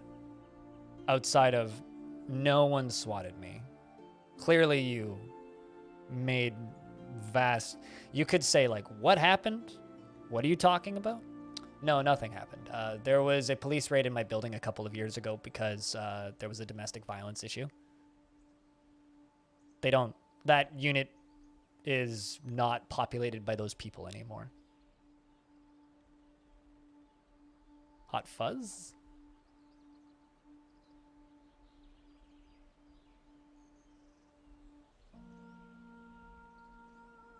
He's not where the SWAT is. I mean, I could have the bomb squad called on me, but we don't have SWAT. But if you did call, if someone did try to do that to me, what would happen is I would receive a phone call asking if I'm okay, because the local police authority has a note on my address that I am a public figure. Basically meaning that if somehow someone was able to locate my address, which they probably could if they dug, I wouldn't say that would be impossible, because a lot of my information is public due to the nature of my work. Like, my name is public. You can go find my name. That's not hard to do.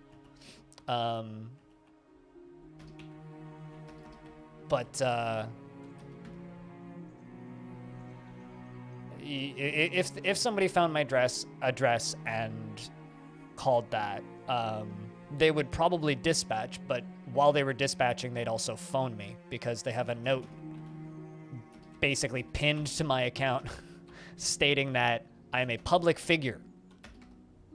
So when calls are put up against public figures, foul play can be assumed on the part of the person calling in.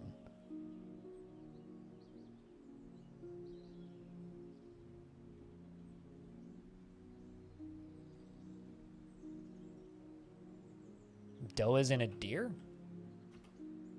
I'm assuming one that got hit? That sucks. Poor animal. Roadkill makes me so fucking sad, man.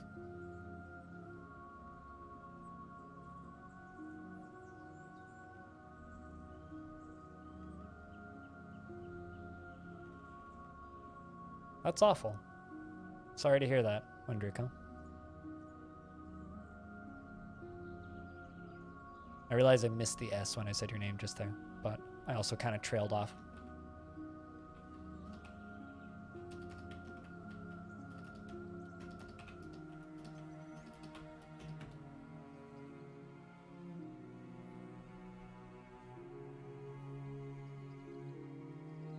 I mean, I would love to go outside, but that's not what the term public figure means.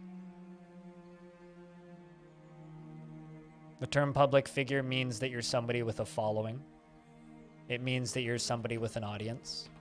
And due to the nature of the internet and people with following, if we are more likely to have false calls associated with us. I would love to go outside, and I also do go outside quite frequently, but I'm at risk for COVID-19. So because of that, I literally cannot go outside. If you knew me before the pandemic, Diamond, you'd know the era of me talking constantly about going to metal shows and spending lots of time out late at night at heavy metal bars, listening to independent metal bands and independent music.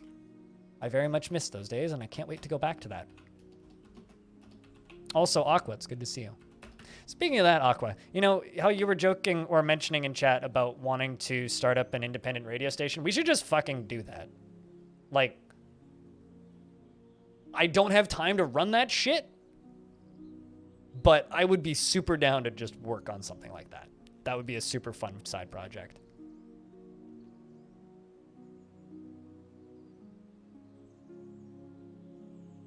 You had Secret Service show up at your door once. Someone in your house was saying very sus things, and that politician was just so happening to be coming to your area. So you had two men in suits and AR-15s show up at your door. Sounds lovely.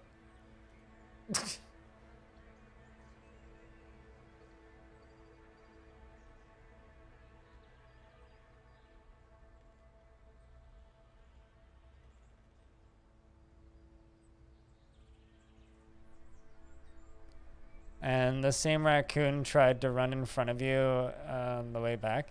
I mean, raccoons live in families, so it might be the same raccoon. It might also be like the same family of raccoons. I've seen what I'm pretty sure is the same raccoon because it's very fucking fat on my porch a couple of times. There was one time last summer when I was snacking on some chips and working on and cleaning out. Some of you might remember when I got the Nakamichi cassette deck, which I use on stream sometimes. When I initially got it, I was cleaning it out and working on it and messing with it and trying to get it functioning, which I was unable to. But when I was doing that, I had my earbuds in because I was listening to music while I was fiddling with it, and I looked up, and there was a raccoon almost all the way in my apartment, literally reaching for my bowl of chips and just like staring me down. I'm just looking at this raccoon. I'm like, what the fuck, man? And it's just sitting there staring at me. And then I just stood up really fucking fast, and it just backs out and flops back on its ass right outside of my sliding glass door. And I go up to the door, and I just close the door. And then it just picked up my watering can and started drinking water like this. Because my watering can was like right next to one of my potted plants outside, and it just like reached over, grabbed the raw watering can, and just started drinking water. I'm just like, you little fucker.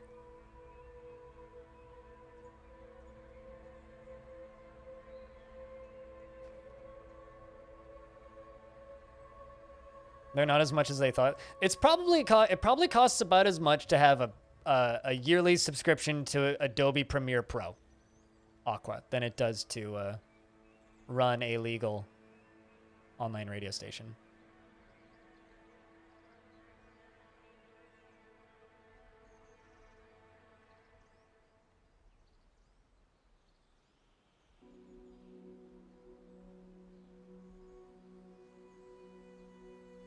How much would it cost to run with radio, Eli? Or not with radio, with video.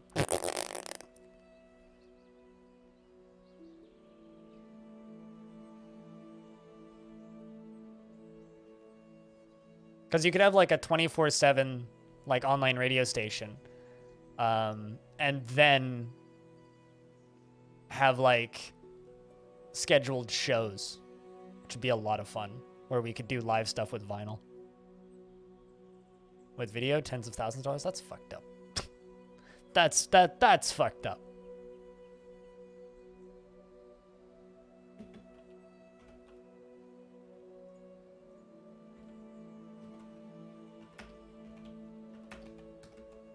Well, it's a good thing that we, have a small group of friends who normally, not during a pandemic, would all hang out in person and listen to records, but instead we just, have little Discord sessions where we listen to those records.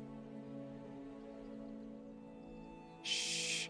Old licensing model for films. Yeah, no, I get you.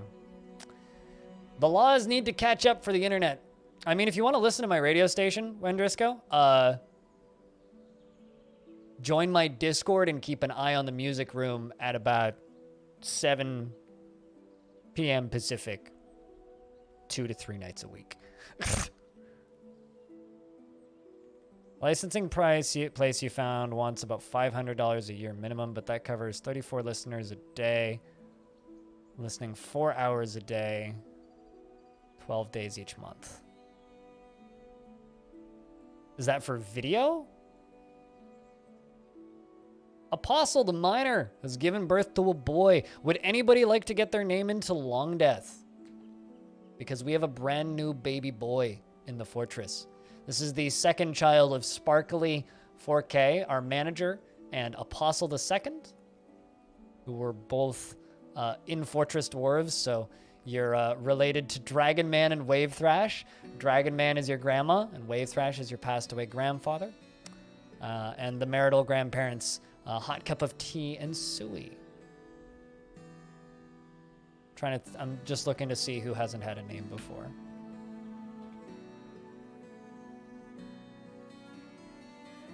Like dollars?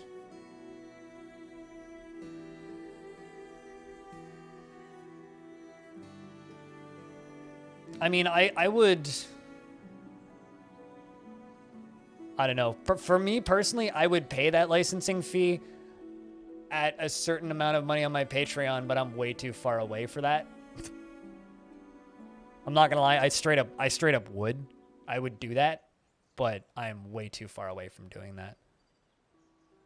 $500 a year minimum. That gets scary. But there is a point where that would be reasonable for me.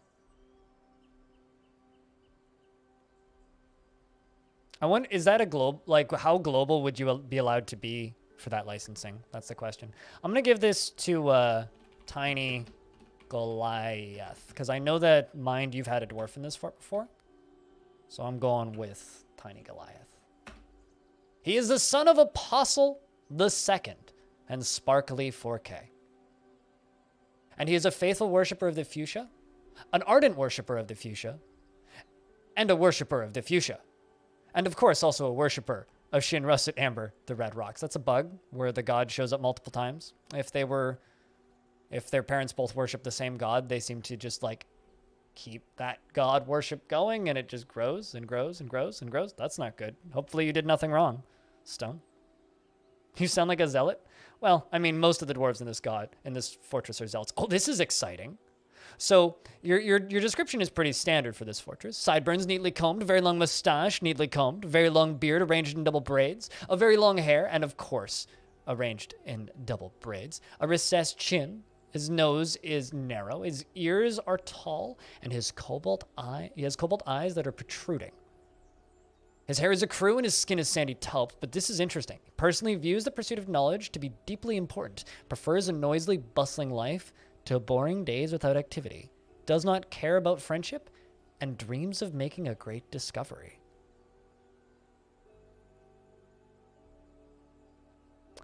He worships the fuchsia a bunch of times. Zapdos.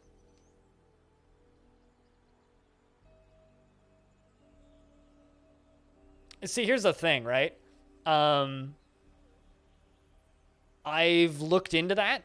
Orange, and that would be great if I did song requests and shit a lot, but it wouldn't cover me for YouTube because YouTube is a different license. It's not radio. Streaming, you can kind of get away with the radio license because the laws are pretty similar, but licensing for YouTube is completely different. So like I actually looked into that at one point. I looked into it at one point. Yeah, here's the thing. Like, you can be like, you can. Sort of. If you're not archiving anything. So if you're not archiving, you can get away with just the radio licensing for music in Canada. I've looked into it. It's okay, so there's radio licensing where you make a radio station, and then there's the equivalent, which is for live performance and public spaces, which is very similar. And the same organization, which is what you would do in Canada. It's not worth it.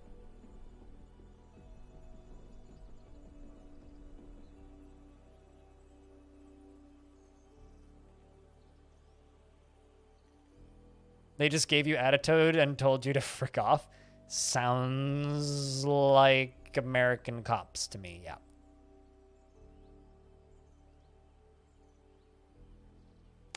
I'm sorry, man. See, I got into so a while ago, Picture Point, and by a while ago, I mean a very long time ago, my phone number got leaked. Like, my personal phone number got leaked. Due to a old Facebook account that I had my phone number on that like I kind of forgot had my phone number on it. Anyway, it was way back when I first started streaming in like 2014. Right when I first restarted streaming after my long break. And so my phone number got leaked. When that happened was when I went to the police and was like, hey, don't, like, heads up, this is me. 7 months. 7 months of Dawn of Minstrel, watching twitch.tv/Blindrill. Thank you very much for the ongoing support. Can I get a round of beers? Please and thank you. You're already on it though, chat. So it was when my phone number got leaked that I went to the police and was like, hey, I'm a public figure, and this is happening. And then they said, okay, well, call back after this is all over, and we'll get this filled out to have you noted as a public figure. That really sucks that your local police department was giving you attitude. It really fucking sucks.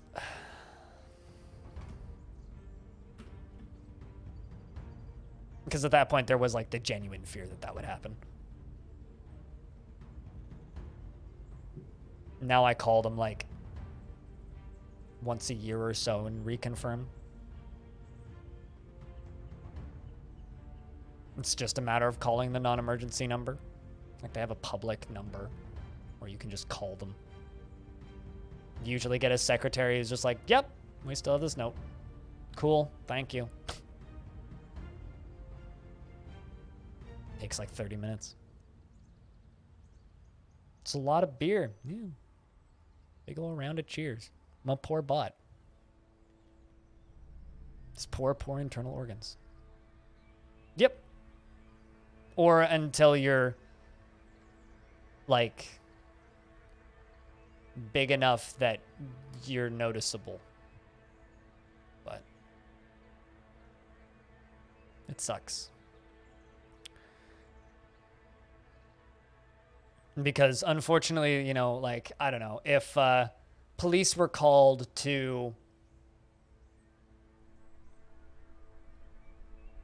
Brad Pitt's house, or by some random person phones and gives Brad Pitt's address and says, hey, this person has a bomb, they're going to react totally differently than if they, like, it's random streamer number 58,000 gets called on. So unless you're a known public figure or there's an actual threat, it's... In my case, there was an actual threat. And that was also like 2014, which was, I don't want to say like peak point when all that shit was going wild, but that was when there was a lot of swatting and a lot of... Like, it was still like a ha, this is a meme shit that was happening, and nobody had been shot yet, so it was happening pop, like, fucking every other week. It was like, oh, someone else got swatted. Cool.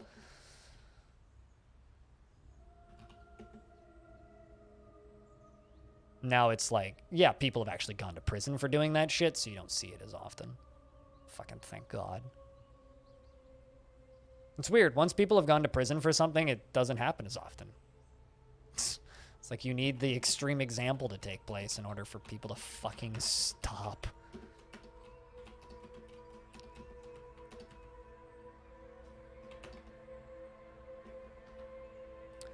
Making blocks from a big project.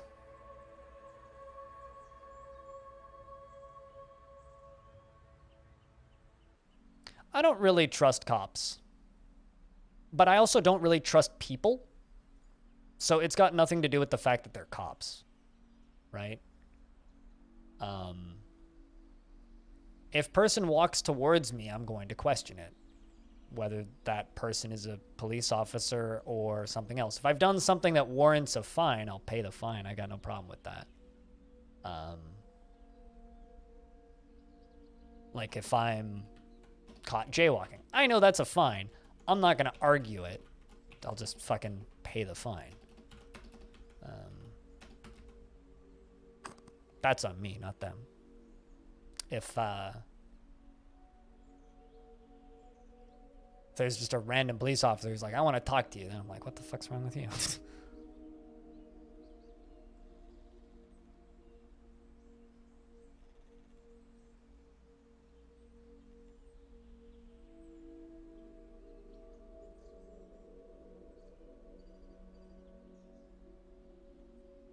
You really hope that Longdeath will be Steam compatible? You really want to see that Hall of Statues in the Steam tile set?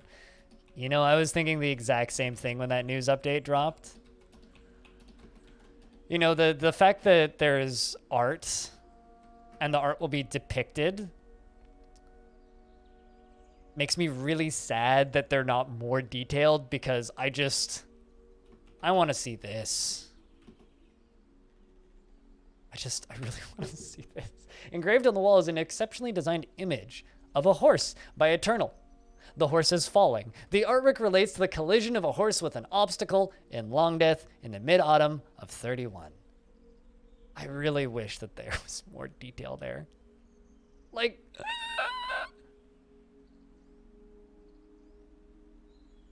just to admire the car? Hey, man, cops are people too, at that point, right? Picture point? At that point, like, that's just...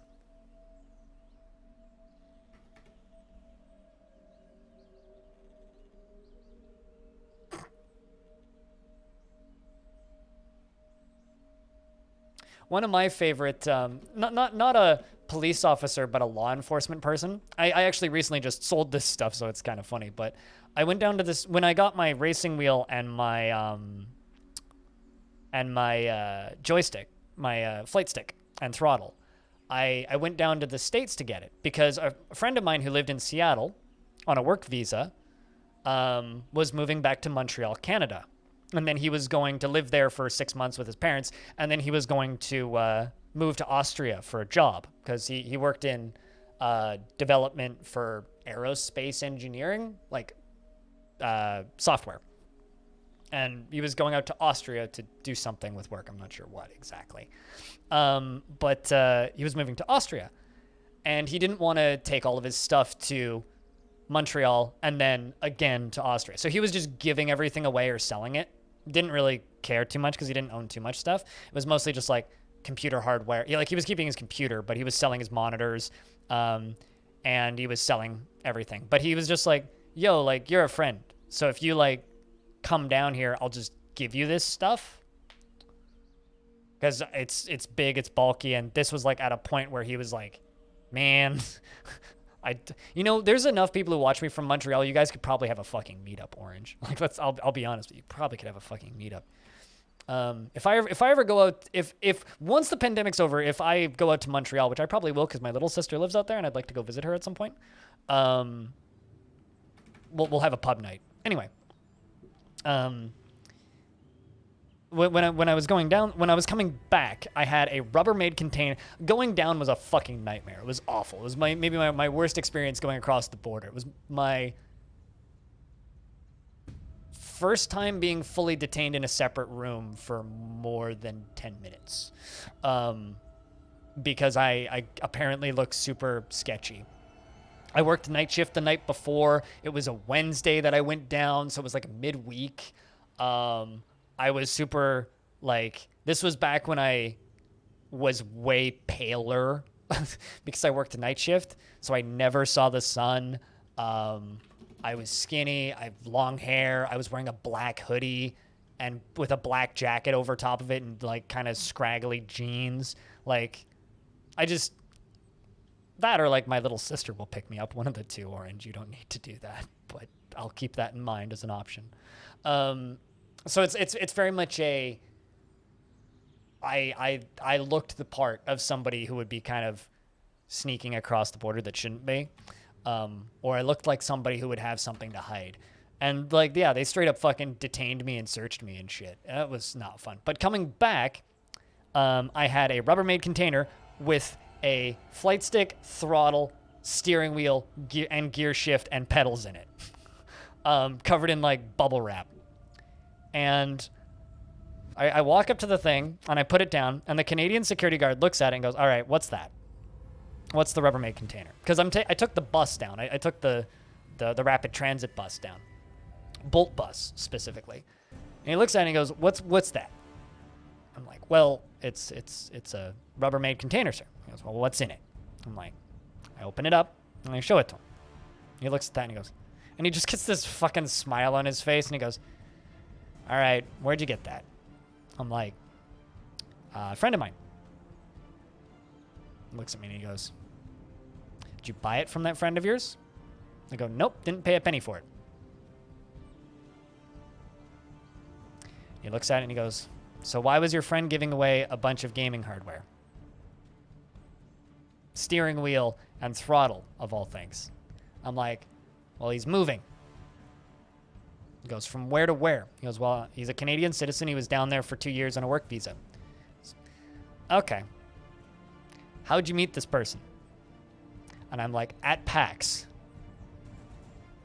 And I'm like, in person for the first time at PAX. And he goes, what do you mean in person for the first time? I'm like, well, I've known this guy online for a couple of years.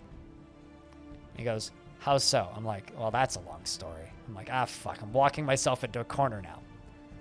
I'm thinking, like, shit, I shouldn't be talking like this. But I'm like, met him through Twitch. He mods for a friend of mine. And he goes, And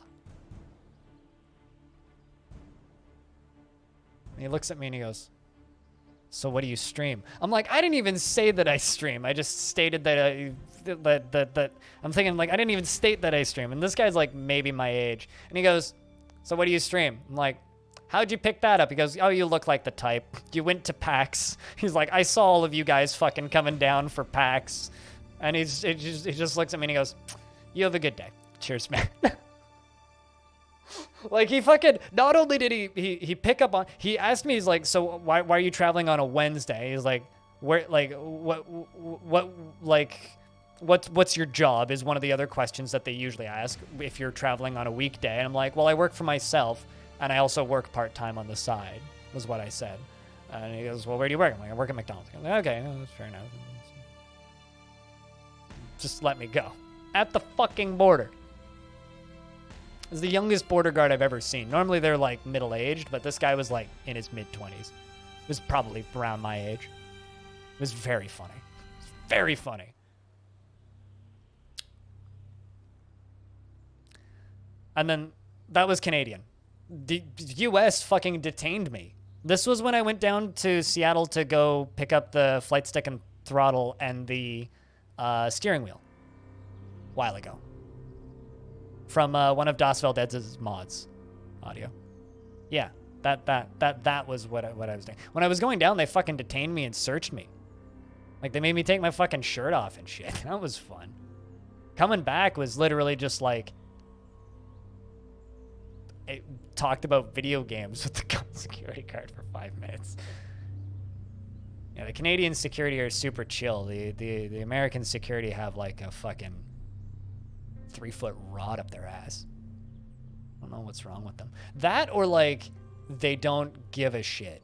Like when I went down to PAX the last time via bus, the security guards were like these 2 girls, and one of them looks at me and goes, so why are you coming down to Canada, yada yada, or why are you leaving Canada, why are you going to the States? And I said PAX, and she goes, oh, you're not bringing weed, are you? And I'm like, no. And she's like, okay. And literally said nothing else to me. She's like, you're not bringing weed with you, are you? And I'm like, no. And she goes, okay. And it's just, go. Like, literally, I said I was going to PAX, and she just took one look at me and said, you're not bringing weed, are you? Like, I probably had problems with that. What the fuck is a Mountie? The Royal Canadian Mounted Police is the term for our Canadian forces, and a Mountie is a Canadian police officer in dress uniform. Dress uniform is their big fancy red suit with the hat, because that's what our Canadian dress uniform looks like. It's like referring to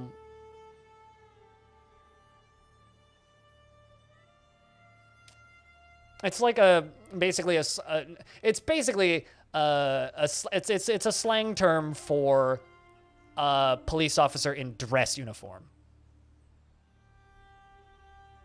is a Mountie. Because when Yeah, to the Queen. When they were, when the police force was formed here,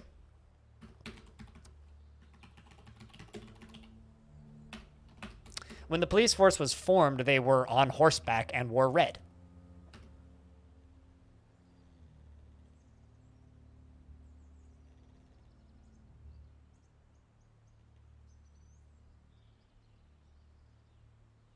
Yeah, no, totally. And like you'll see them, like you'll see them in dress uniform at like fancy functions and things. You know,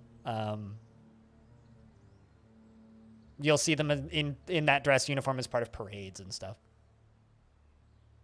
We stopped at an airport in Paris once because you bought a travel hygiene kit and you didn't realize that a small can of shaving cream. Yeah. Oh no. Yeah.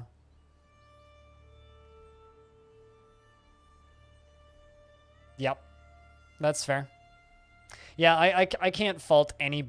If I accidentally fuck up and bring something, try and bring something on a plane that I'm not supposed to, like, yeah, no, that's all on me. Like, I realize their airport security are kind of assholes about that, but it's literally their job to be assholes, so I can't fault them for anything. Like, literally, like, it's all on me. I'm sorry.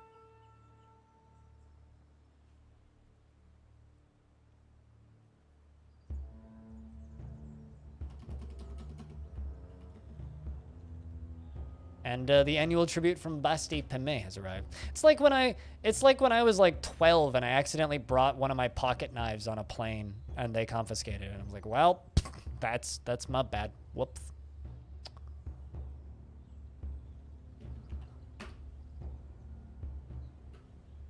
Let me know when you got it, Stone.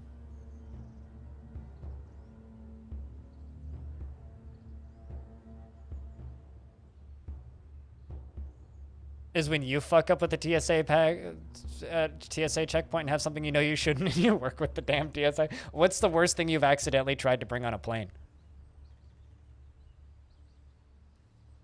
It's always amusing.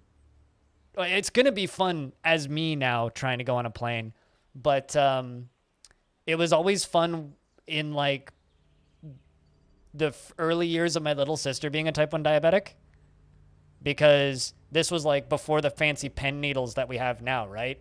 The pen needles have only really become a thing in the last like 15 years. And so when my little sister was first diagnosed in 07, we didn't have pen needles for the first like 4 or 5 years. She was using syringes. So going on an airplane with syringes with food and candy for a type 1 diabetic and juice in case they go low, because we also didn't have access to dextrose back then. Also with weird vials of clear liquid, also with like all of that shit and a doctor's note explaining it. Now try and explain that to someone who doesn't speak English natively. Getting out of Quebec with a type 1 diabetic was a fucking trip. Jesus.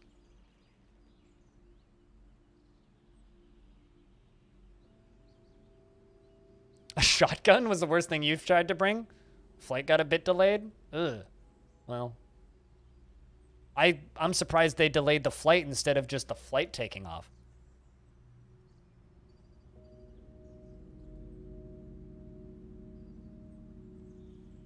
I once delayed a flight because I had to use the toilet. Like, I was late getting to my flight and didn't realize it. The flight was leaving on time, and I was under the opinion that the flight was late. I recall hearing something about the flight being late, and I was in the restroom, and then I hear, calling Gregory, and I'm like, ah, shit.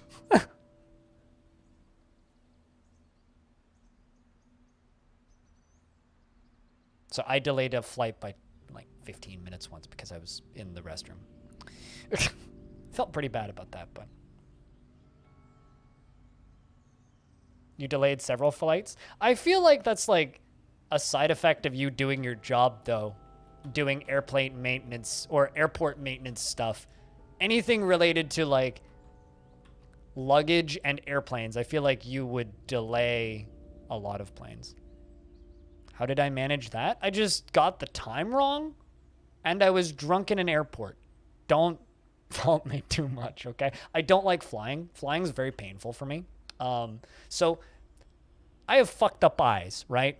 The reason I have fucked up eyes is because I have birth defects in my head, which also leads to me having abnormally small nose.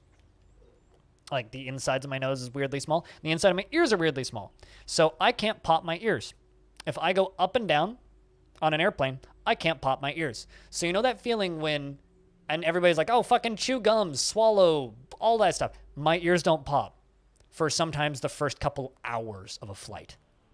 So if it's a short flight, my ears won't pop. The pressure will build and it'll stay for the entirety of the flight. It's very unpleasant. Sometimes I'll be able to pop them after a bit, but it's very difficult. So usually my way of getting through airplanes is go to the bar and get fucking drunk and then fall asleep on the plane. That's usually what I do. So I had to pee.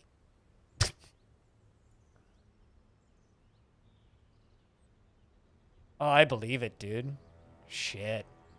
Yeah, no, so like there's part of me where like I'm afraid, like the longest flight I've been on was 8 hours, and that was the longest 8 hours of my life. I like flying because I like going places, but fuck, I hate flying. Like I've got no problem with the G-forces. I've got no problem with like the altitude, the height. I got no issues with like the air in the planes, the noises in the planes, nothing. The other people in the planes don't bother me. What bothers me is the fucking air pressure.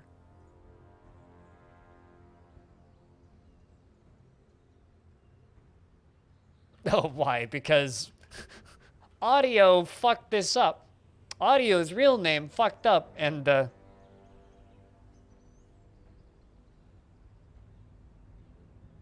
I can do freediving.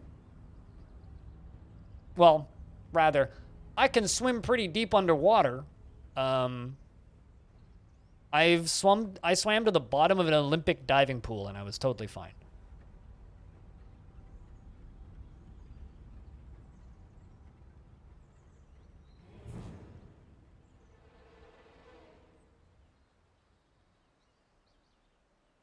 But I mean, like, there's pressure, but I can deal with that because, like, I have a feeling probably like proper diving I would have a hard time with, but free diving is no problem because you have to go back up for air. So like going down and going back up, my ears pop. That's fine. It's going up and staying up. Like if I went down and stayed down, that would be tough. But like the pressure goes down when you go back up, or if you stay in the shallows, that's fine.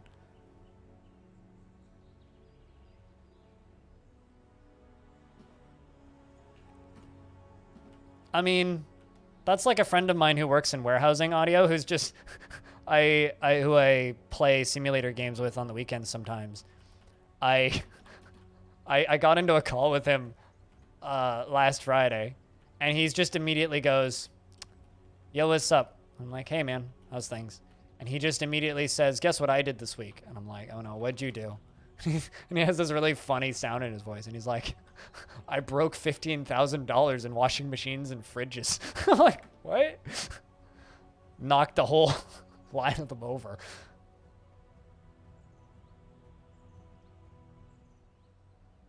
He's the forklift driver. Accidents happen.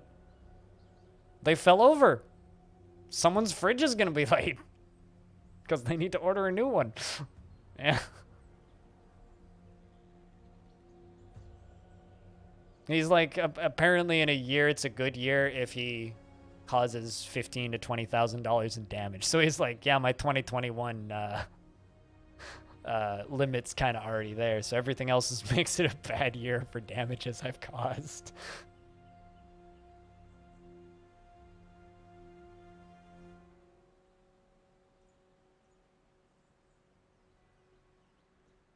The first time you went on the high platform and hit the you hit the bottom of the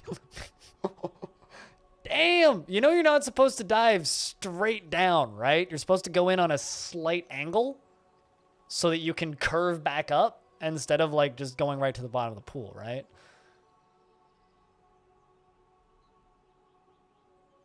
Sounds like a good punchline to a bad joke. I mean, it's a good punchline to driving real fast on a forklift. Brought a wolf, barn owl, donkey. No more unicorns. Check for sunberries, apricots, plums, pecans, ginkgo seeds. Oh well, trade for a cotton hood. Thank you, elves, for your business. Please bring us more unicorns. Tapioca, what up? Say hi, hello.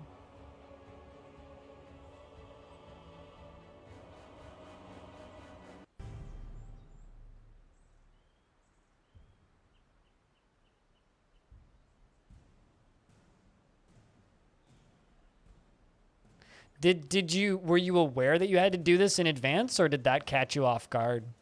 Freskins. Also, I feel like that's something that's much more acceptable to do accidentally in Europe than it would be in North America. It's like in Europe, you guys are much more accustomed to just kind of roaming. Whereas in North America, flying across the border is kind of a big deal because there's like 2 borders in North America. There's US into Canada, and then there's US into Mexico, basically. So me like going across the border is kind of a big deal because I'm going into the States.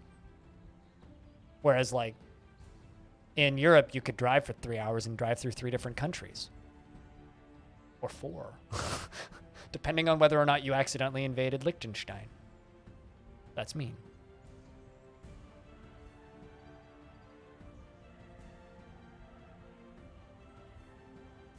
So I feel like it would be much easier to accidentally bring something like a firearm and be shocked with a bunch of paperwork versus Canada and the States.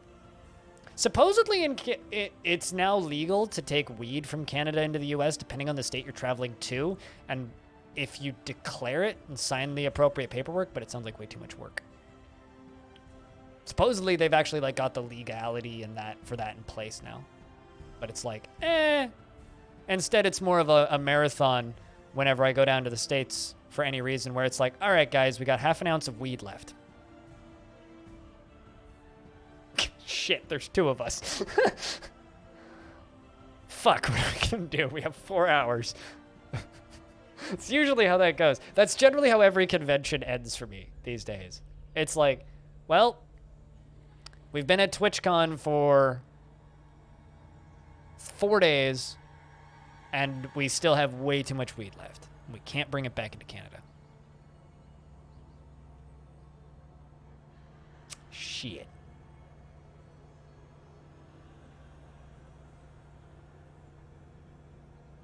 I mean, you could drive for 8 hours and not leave my province. Like, it takes 3 hours to get up to the other end of the valley, dude. Like, the length of the country that Stone is from is shorter than me to the Rocky Mountains, which is like the halfway point. High-speed trains? You think we have high-speed trains? What? Canada doesn't have high-speed trains. We ain't Japan. I don't think there's any high-speed rail in Canada. We have rail, but it's way fucking slower than driving. Way fucking slower. And it's more like a tourist thing. You don't really take the trains, no. We have trains, but they're slow as fuck. Why don't you have high-speed in trains in Canada? Have you seen our mountains? Do you want to build high-speed train through that? Like, the problem would be like, high-speed trains have to be a straight line. All right, if you have the money to dig under the Rocky Mountains, be my guest. But it's a 3-hour drive across the Rocky Mountains right now. Those are big mountains. There's a lot of them. And that's not just the Rocky Mountains. The Swiss make some ridiculous tunnels, yes, but all they have is mountain, right? So if all Canada had was the mountain range, you bet your ass we'd probably have a tunnel going under them. But, like, Canada's a little bit bigger than the Alps. Like, we have the Alps times like 12. We have the Alps and then the rest of the mountain ranges. Right? Like, the Rockies is a big mountain range. That's just one of our mountain ranges. Then we have the rest of Canada. And then there's also the parts of Canada that are below sea level that flood constantly and are like marshlands. Yeah, the prairies, we could probably build a high-speed rail across, but there's nothing in the prairies. So what the fuck is the point? Right? Like, you just get in an airplane and fly. In order for high-speed rail to be like logical in, like, the only reason high-speed rail works in Europe is because everything's so fucking close together, it actually makes sense to do it that way. But like, I wouldn't ever need high-speed rail because, like, why would I get on a train for like 3 hours from here to Edmonton, which is what you could do. We could do that. It's like, hello, Holland here, you called. But like, you know, you could get, like, you could do it for certain things, but like, it would be completely unreasonable. Like, there's been a pitch for years. There's like this one fucking millionaire mogul guy who wants to raise like $1 billion, and I'm not even exaggerating, to flatten from here to Seattle and make a high-speed rail from Vancouver to Seattle. The amount of terraforming, digging, and like landscaping they would need to do to flatten it enough to be able to make a straight line high-speed rail from Vancouver to Seattle would take like 40 years. Like, it's just not a thing you can do. I mean, he's a dude with a lot of money who has a dream, and like, that's fair, but like, exactly. Like, you'd have to destroy so much natural habitat. Also, you guys want to see something that's fucking scary? Hold on. I want to show you guys something that's fucking scary. On the top, because I was just thinking, I'm like, yeah, in the future, like, we need to just, like, travel less in order to be, like, in order for it to be, like, okay for the environment. But look at this. You guys want to say something terrifying? This has nothing to do really with anything. So, this is the company that made my chair and my desk, okay? Shut up, honey. This is the company that made my chair and my desk, right? They make great chairs and great desks, and they have fucking like influencer stuff, which I was looking at the other night, which is why I stumbled upon this, because yeah, but you need 30,000 followers on a platform. So guys, follow me on Twitch so I can get 30,000 followers so I can get free shit from these people. Anyway, yeah, no, if you want a good chair, like, I'm literally, this is one of their chairs, and this desk is one of their desks, and it's great. You push one button and it does this. Anyway, so this isn't a sponsored thing. I'm not getting paid to say this. I'm actually going to say that this is terrifying because I want to show you guys something terrifying. So they have other smart things that they make. They make a variety of different chairs and things. They make a variety of different desks in different shapes and sizes. They also make like various other like doohickeys and doodads, like mats to stand on and monitor arms. But they also make this thing. This thing. This is a iPad stand, basically, a tablet stand with a speaker and an app that the person on the other end can drive. So that you can have virtual teleconferences with friends, family, and business people. It's also like $2,799, but like, this is scary as shit. I'm not ready for this. Wait until they give them guns. You use those in your last part. This is the scariest shit I've ever seen in my life. I'm not ready for this future. Like, we need to travel less, so I agree. But we need to not give the iPads wheels. That is the scariest fucking shit I've ever seen. It's like Discord, but expensive. It's like Discord, but expensive, and I'll bet you that we could jury rig that to work. I could probably do that with Lego Mindstorms, but like, why is it so cheap?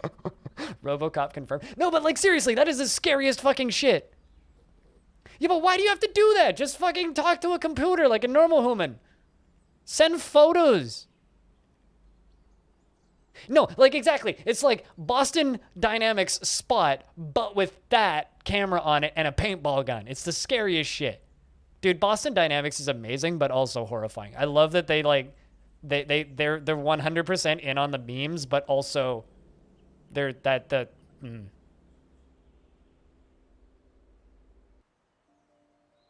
So wait till they add AI to it. Here's the thing, like it has a camera where it'll follow you. Like like I was watching their videos the other night and I was freaking out over this because like they have several different options, right? You can send the person on the other end an app so they can drive it on their phone.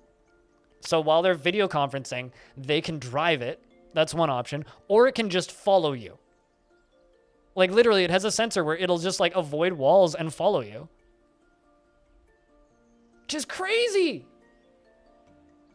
And the person can like point the camera in different directions. It's like, it's the future of designer porn.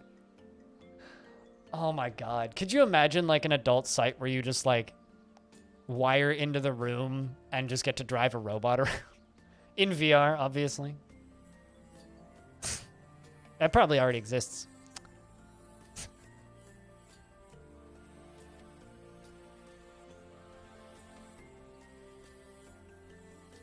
Just drive around. Drive this little virtual go-kart around.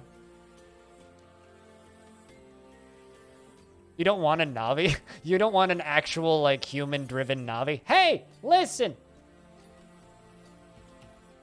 There's tons of diary. What do you want about, game?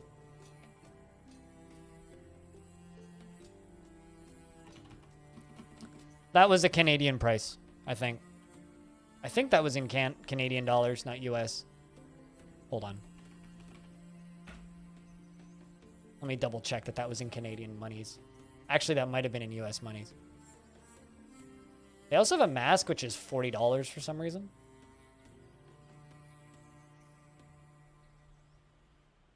Okay, yeah, no, that was US. Yeah. They actually don't ship them to Canada. So you have to buy it from the US side. That's kind of funny.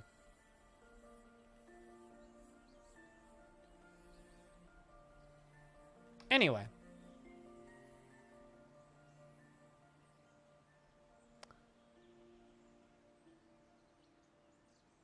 If you buy one, use my affiliate link. Better sing to you. I mean, if you buy one, you use this link and then I get credit towards buying more shit from them.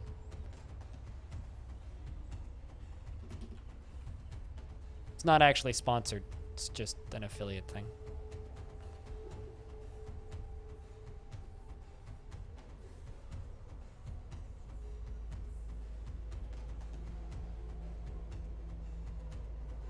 When everyone becomes realistic enough, people will be able to make out the dolls made like living loved ones, and it will be popular models designed for after popular streamers.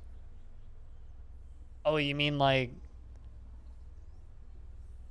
people will just use really, really expensive, fully functioning face rigs, basically?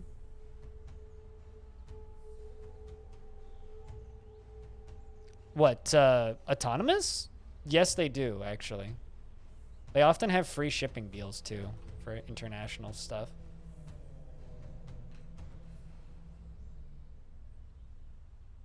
Like phone sex, but realistic. I mean, they already have that.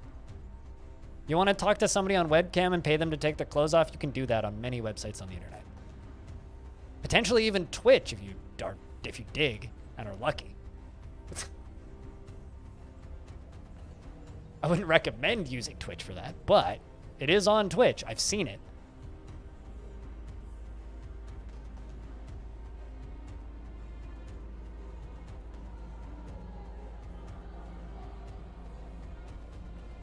I mean, not necessarily streamers, but just celebrities in general. Because streamers are celebrities. I'm just like an F minus tier celebrity. Whereas like Ninja is like a D minus tier celebrity. Actually, I don't know. Ninja's probably close. Ninja and like Lyric and like the top of Twitch people are and Lupo are all probably closer to like B- list celebrity now. I'd put them on par with like a one-hit wonder musician. You know? Like, chat, who's a higher tier celebrity in the current year? Dr. Lupo or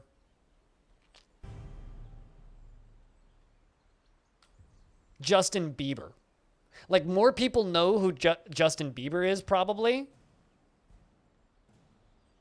But, like, general fame-wise, who and who? Okay, come on, you've heard of Justin Bieber. Like, if you haven't heard of, you've heard Justin Bieber's music if you haven't heard of Justin Bieber. And if you've been on Twitch, you know who Dr. Lupo is, even if you don't know who Dr. Lupo is, because I guarantee you've seen at least one of the 50 bajillion Gillette ads he's been in.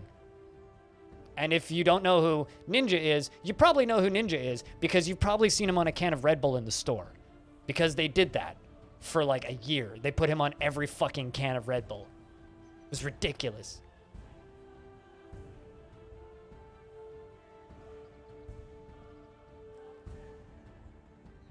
I mean, Ninja played fucking Fortnite with Drake? Was it Drake?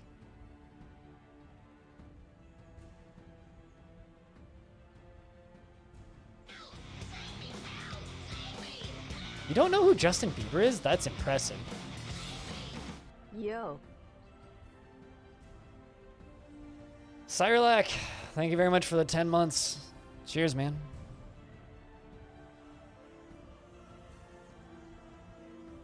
I mean, you've seen them. That's the thing, right, Kalaya? Might not know them by name, but you've definitely seen them. It's like you might not know who Nickelback is, but you've definitely heard, "Look at this photograph" meme. You don't drink Red Bull? Neither do I, but I've seen Red Bull cans with his face on them because I've walked up that aisle in the grocery store. I mean, we make jokes about Justin Bieber literally everywhere in the world, Tapioca.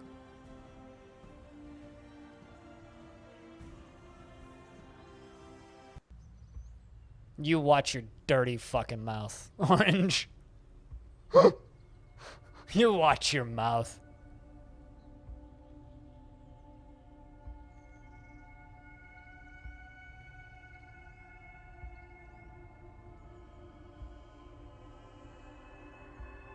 I mean, if you've heard Despacito, you know who Justin Bieber is.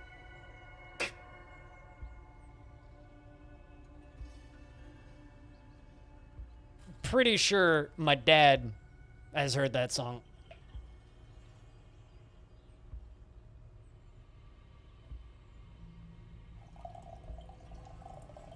About him canceling a concert in Norway? Fucking cool. That's funny.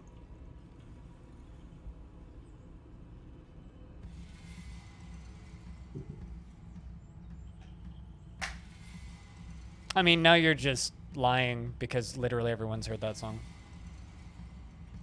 It's impossible to be a human being that's been alive for the last 5 years and not have heard that song.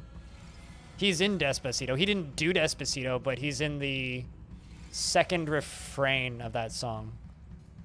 Because that song was played every single day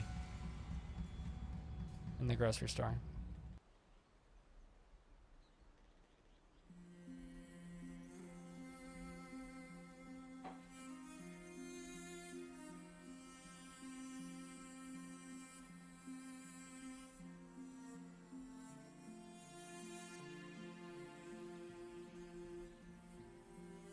The guy who was off pitch? I mean, the person singing English in that song is Justin Bieber. Isn't like 90% of pop music about sex? Because like the only thing that pop music can figure out to sing about that's interesting is boobies, ass, sex, breakups, bad relationships, abuse against women, and alcohol. And weed. It's the only thing that they can figure out how to sing about.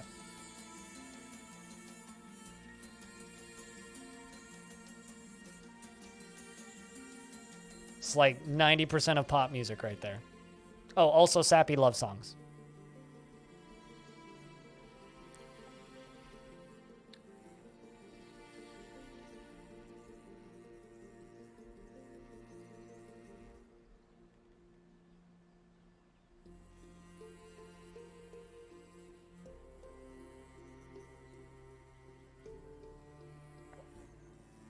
You should have just linked Rick Roll.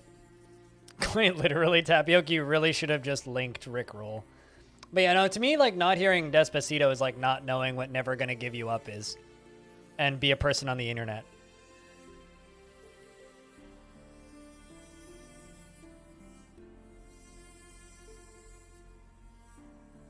Like, Kesha. Kesha. I like Kesha. I respect Kesha.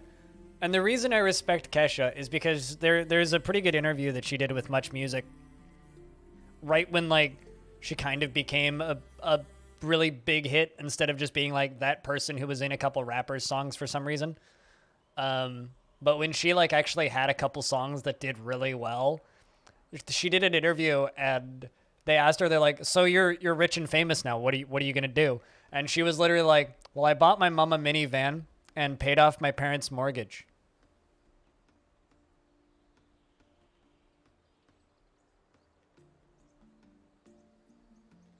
I mean, fair enough. I mean, like, here's the thing. Tiny Goliath, regardless of what you say, you've heard those songs. Like, it's... regardless of how heavily you shut them out and ignore them, you've heard them. If you've spoken to another person in public, it's been playing in the background, regardless of whether or not you know it by name. You know this song. Everybody does. Unless you live in... like, a completely different... well, unless you don't live in a Western country and don't speak English, you've heard those songs.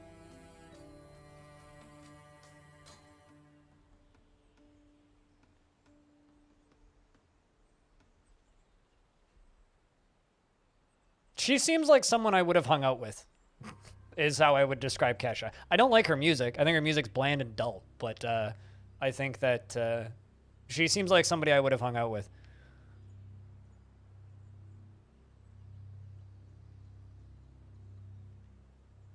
You know who also seems like legit cool people, and I've actually met them, so I kind of have like a basis for comparison, is like the entirety of Mariana's Trench. Those guys all seem really fucking cool.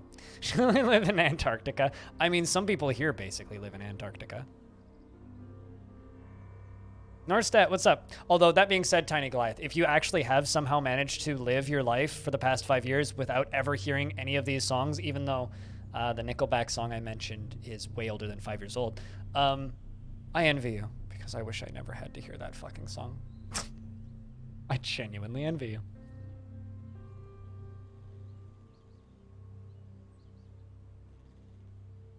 You know who can't sing? Fucking Katy Perry. Actually, what the fuck's Katy Perry been up to the past few years? Haven't heard about her in a while. Is it IKEA Day? Have you praised and thanked the holy god Odin for gifting you the glorious wonders of the beautiful world of IKEA? Because if you haven't, Nanowar of Steel has some words for you. Here's a video proving that Nickelback isn't that bad. Fuck off. They're bad. Here's a video proving that they're not bad. As somebody who almost went to university for composition and music theory, they ain't bad, but they're really fucking boring. So if you want to argue to me that Nickelback ain't that bad, you can do that. But I will counter-argue with they're really fucking boring. Simple as that. The world is the same as ever. What request do you have of our merchants? Says the humans. I will ask them to bring me wood. It was Rickroll. You were half expecting that? I mean, I did tell them to do that. Then you must be lucky then. If you've heard of them, you've probably been blackout drunk, to be fair. Totally fair. I mean, like, if you've been in a public space without headphones in, you've heard one of those songs. If you live in the Western world and you've been in a public space, you've heard that song. If you don't live in the Western world and you've been in a public space, you've probably still heard that song. Because I've seen videos on the internet of like, but when Despacito memes were like the hottest shit, I've seen memes from around the entire world of people singing that song. So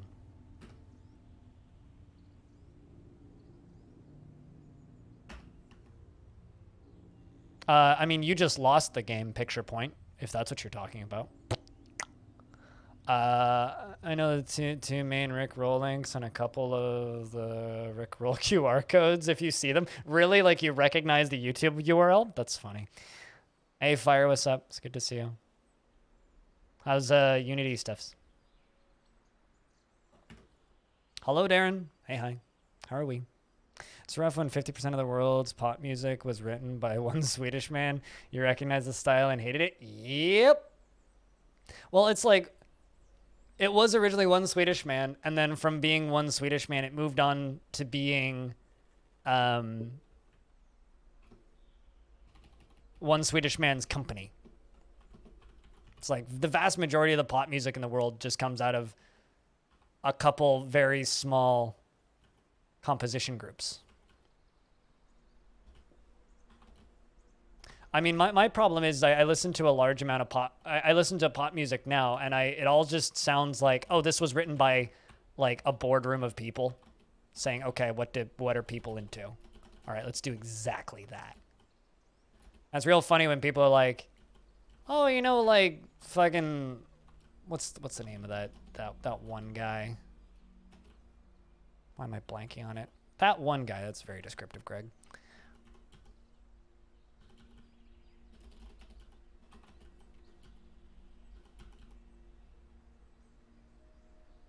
I don't know what his name was. You're welcome, Badger. It's 2007 and y'all just fucking lost the game. Max Martin. No idea who that is.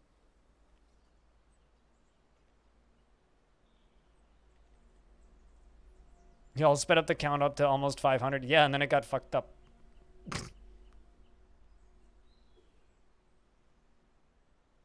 Gimper borked it. All that work for nothing.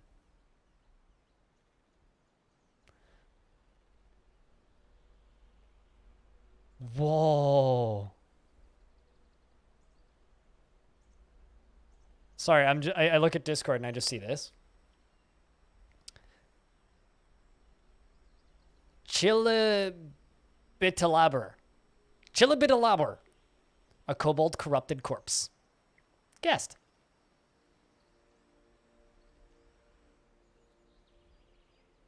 Good shit.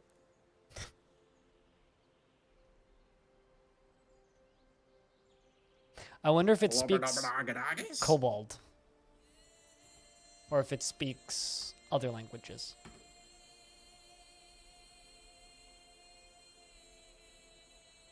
Also, you're breathing on manual. Your tongue feels weird in your mouth, and you're reading this in mine.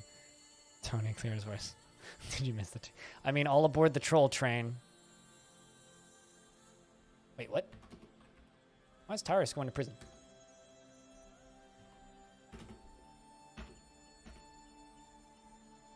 I fucked up a mandate, I think. Sorry about that. Well, Diamond Destruct is putting Tyrus in prison. And the other humans have arrived. What?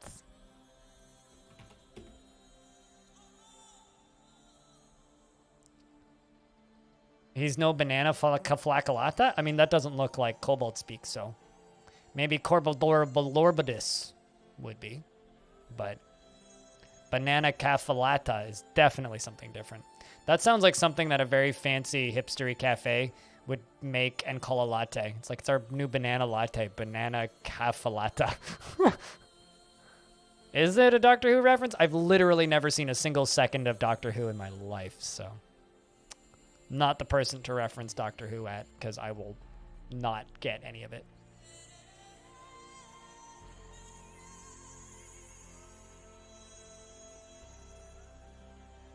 good, as they damn well should be. If they weren't, it would mean they weren't on my body, and I will be in trouble.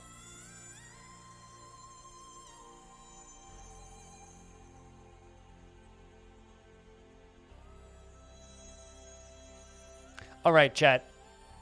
You guys all reference Doctor Who and other things I don't understand for the next 5 or so minutes.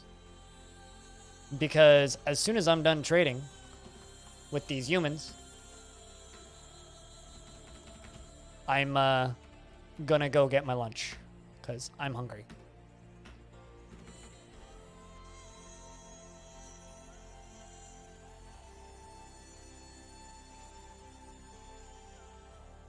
See how he bites off the shell to get at I the mean, nut? I'm gonna go out on a limb here and say, Diamond, you probably don't want to fuck a garbage can with a toilet plunger.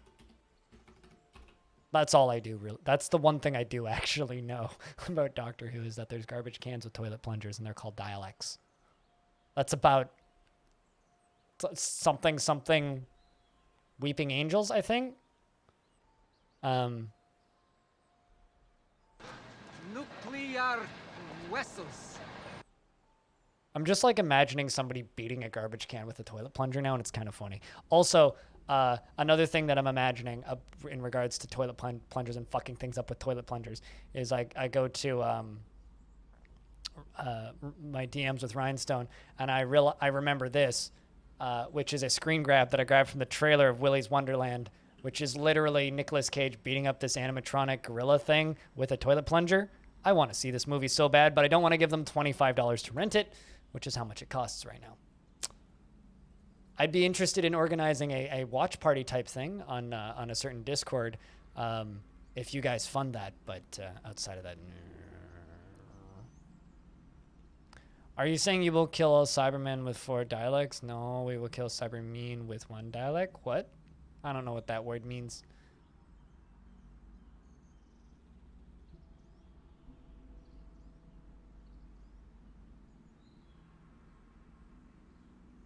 Also, if you want Sins of a Solar Empire Rebellion, you can get it for $1 on Humble right now. Great modding sandbox. There's a bundle with it.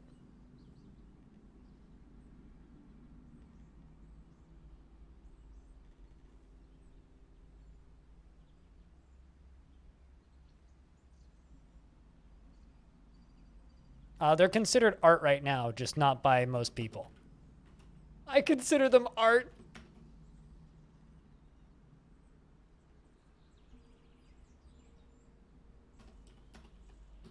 No, it's a great RTS in vanilla. It's just most people have played it in vanilla.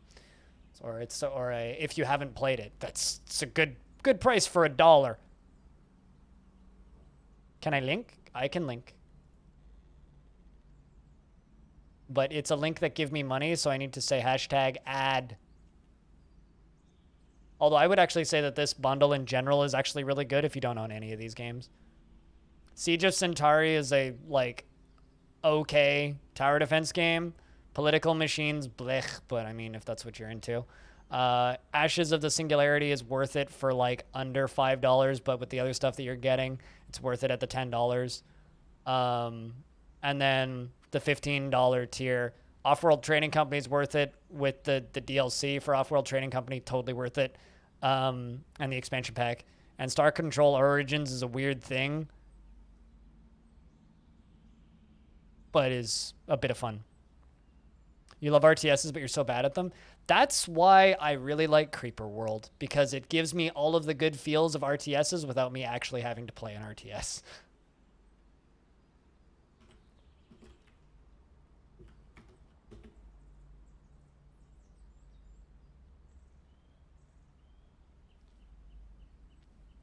That's why I said it's a weird thing. I didn't say it's good. It's a weird thing. The weird thing that I think about Star Control Origins is the game comes out. Games received mixed. Games taken off of sale because they're sued by the people who originally made the IP, and apparently they didn't actually license the IP to the people who published it. Lawsuit goes on for a bit and game's not on sale, and there's a bunch of people going, "Oi, can you patch this game? It's really buggy." But they're not patching it because they can't. Then game comes back onto sale because apparently they're working it out but lawsuits still going on, but now game's on sale, but they're not patching it because they can't, because they're still in the lawsuit. And then lawsuit finishes and it's all hunky-dory and they can patch it again? Also, people don't really like the game. Anyway, very weird fucking thing. Weird fucking thing. How's Taurus doing in prison? Feels repentant after being confined. Feels pleasure near a fine restraint. Giddy after remembering performing. So you like prison. Good stuff. We should throw you in prison more often.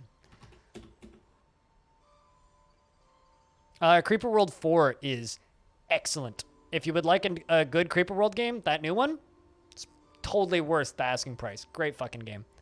Very much enjoyed playing through that.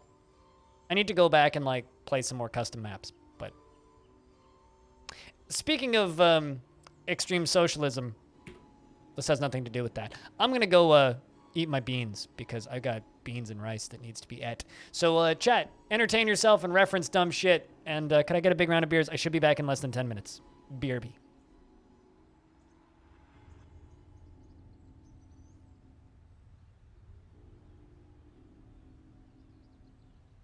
Let's take a lovely fruit, the tomato, remove everything that's good from it, the seeds, the vitamins, the nutrients, everything that's good about it, and just jam it full of shit garbage shit sugar, and put it in a shit bottle that sounds like shit when you put it on your shit. It's shit! Stop eating ketchup!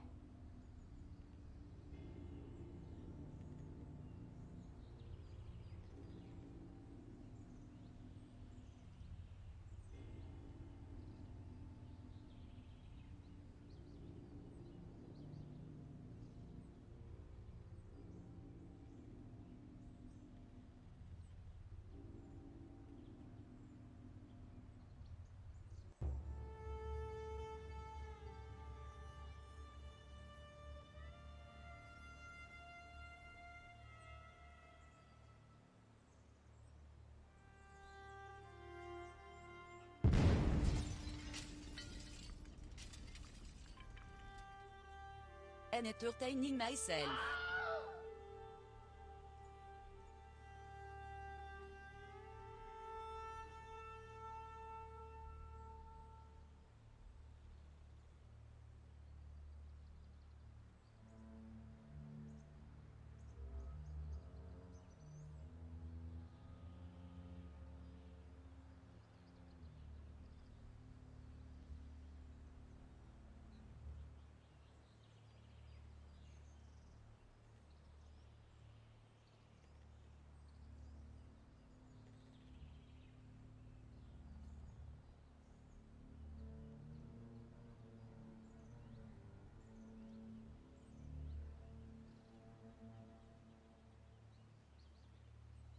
Flobberdobberdoggadoggies?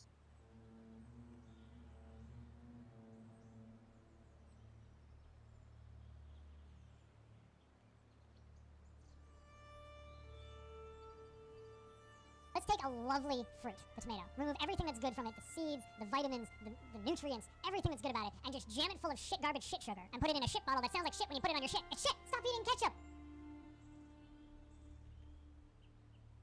Cheese for everyone!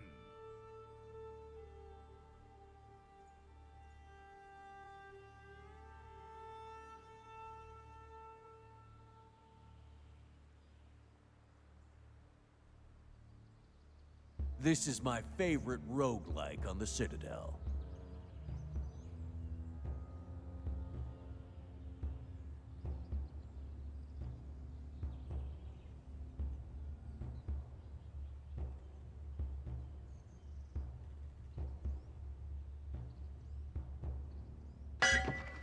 Bring out your dead!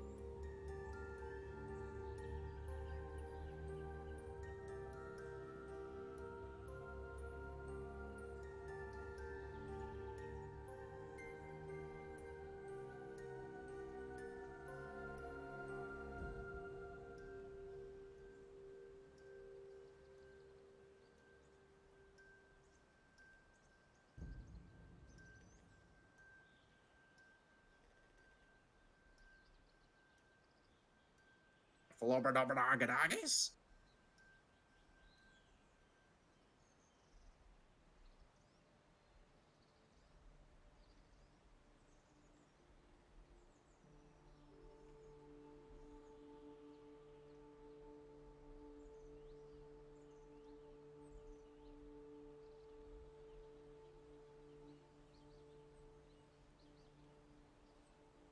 You fucking donkey!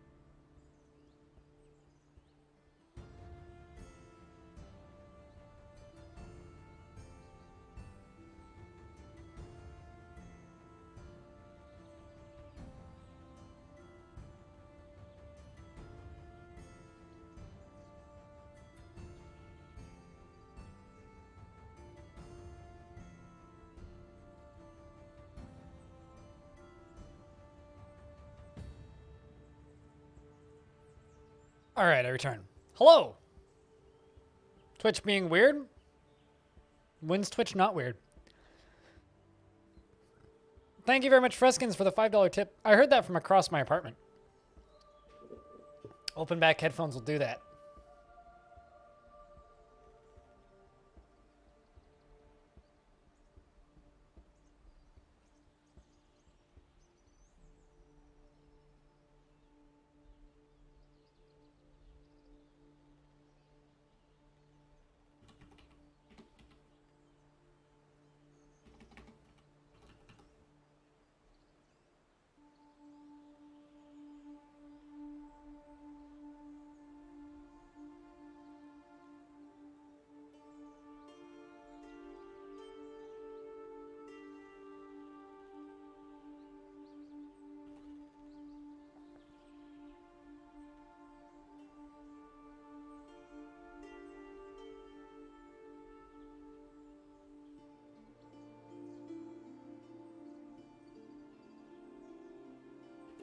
All right.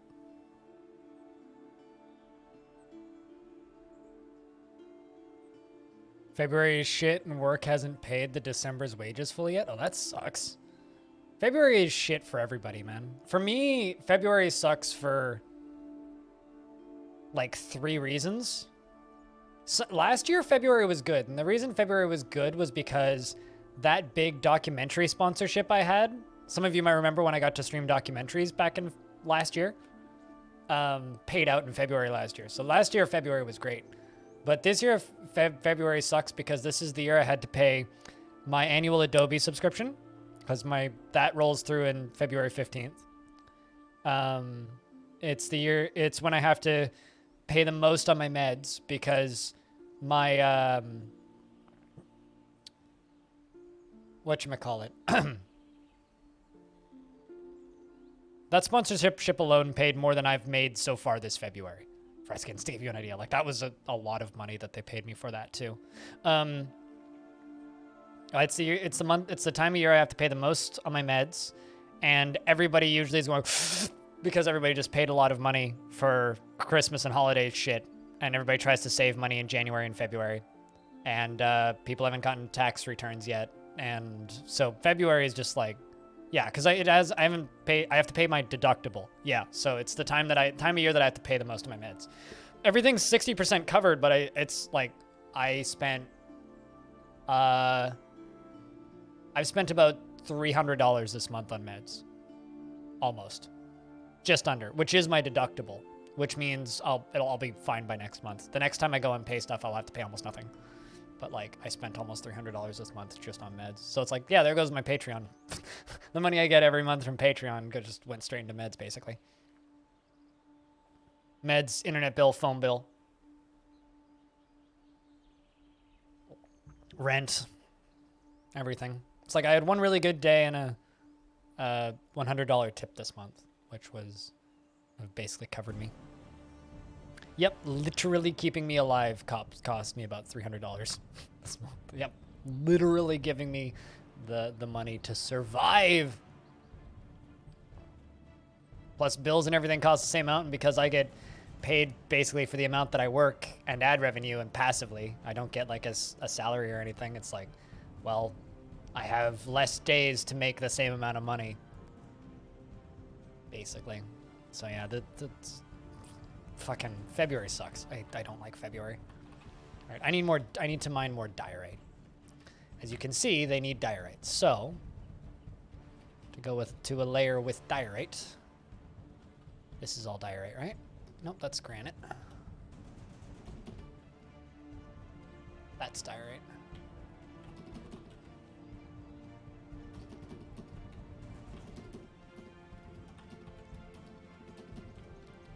Let's just not cut that out.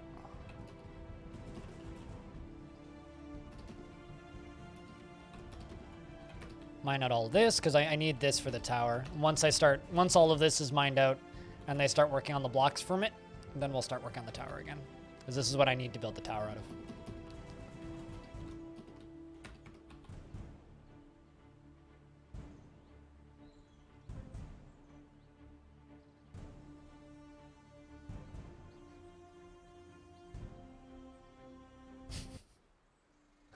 I mean, I hope the girlfriend doesn't question the Twitch expenses regardless. Because I'd feel terrible if you got in trouble with a significant other because of the money that you spent on my stream.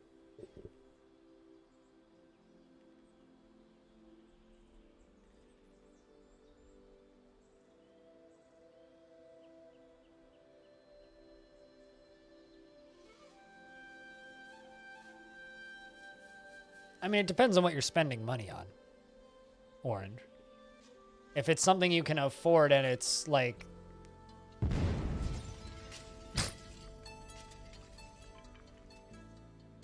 Your message here. My massage is here? Well, that's fantastic. I could really, really use somebody to untighten the muscles in my back. That'd be great. Thank you very much for the 20 bucks. Cheers, Cyrilic. Cheers, man. Big thank you.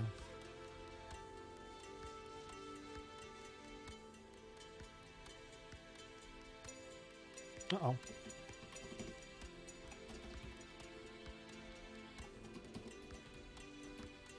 Why is that? Okay, there you go.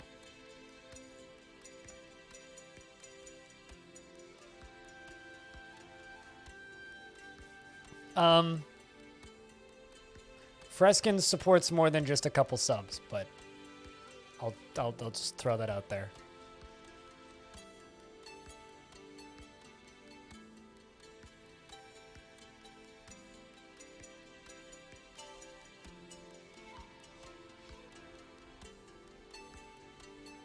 Instead of eating out today? What was for dinner? Oh, so was that the extra eating out money? I was actually thinking about it the other day. It's like, I haven't been to a restaurant since July. It's one way to save money.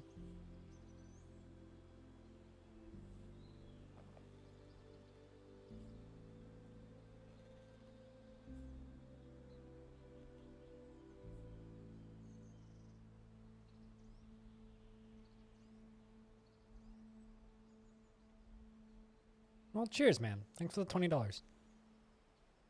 Thanks a ton.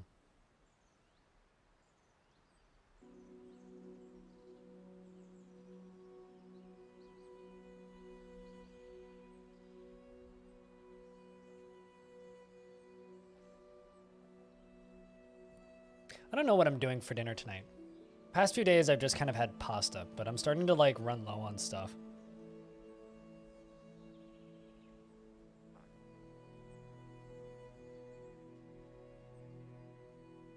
I need to go grocery shopping soon, but I've been putting it off because, like I was saying earlier, there's more COVID-19 infections where I live right now than ever. So, good job, guys. Fucking shit up for the rest of us. Although, boys squad, we winning. There's been more boys that have gotten infected than girls in my province. So, fuck yeah. We're winning that battle of the sexes. Something like 2% more guys have been infected than girls. The longer you go without eating at a restaurant, the less you miss takeout food, restaurant food in general. You never buy from a restaurant. You always feel like you can make better at home. I mean, I know I can make better at home, but there's different food that I can get in restaurants that I can't really make at home. That I either don't really have the skills to make or don't have the kitchen size to make. So I don't... I won't like go to a restaurant and buy a burger, really, because I can make a burger at home. I don't have a deep fryer at home, so I can't really make like deep fried pickles or something easily anyway.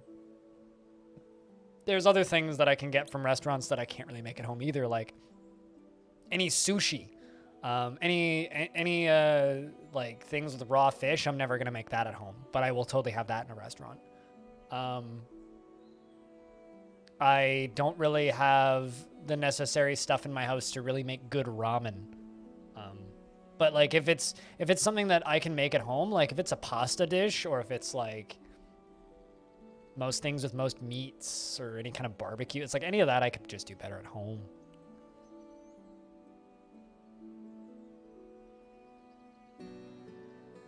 And what? Yes!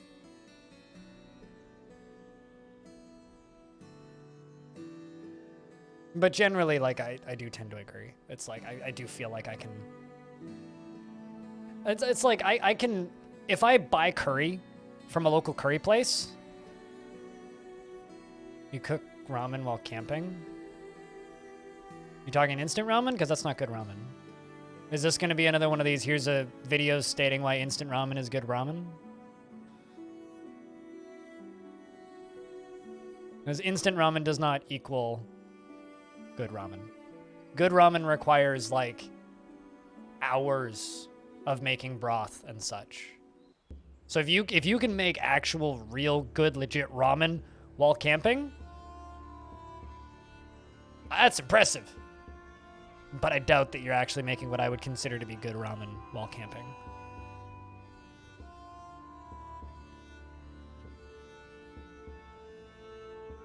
I doubt you're making, like, soft-boiled, marinated eggs while camping, for example.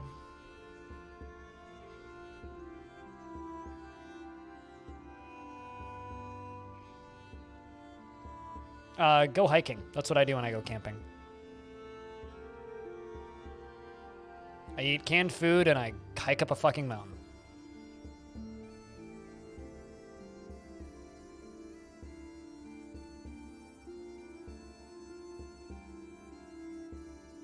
That's not real ramen. I'm just gonna throw that out there, Orange.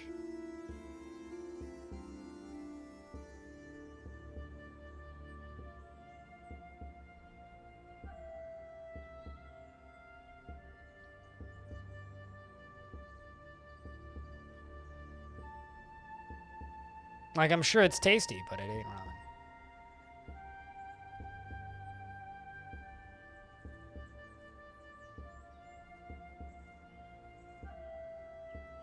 Yes. But I'm not going to have this argument anymore because this is just one of those discussions that I can feel myself losing brain cells the more we talk about it. So we should change the subject. Because this discussion is literally this. I will buy this thing from restaurants because I don't have the thing to make it at home. Person in chat says, I make that thing while camping. It's super easy. My statement still stands. I'm impressed that you can do it while camping, but who fucking cares? It's not the point of the discussion.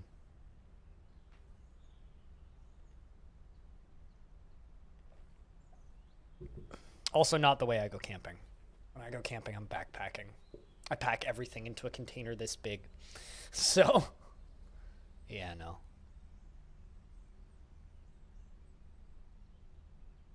I bring a pot that's this big. So, good luck with that.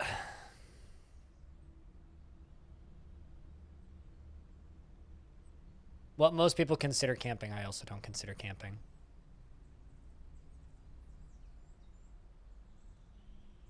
With the helicopter when you go camping? Yeah, that ain't fucking camping, my dude. That's going on a trip into the middle of the forest.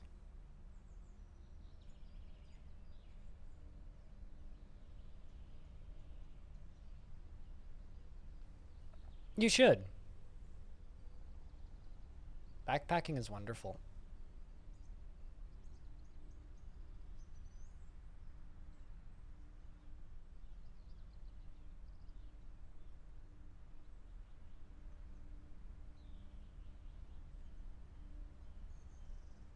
I mean, you don't have to be a homeless person in Texas to know what camping is.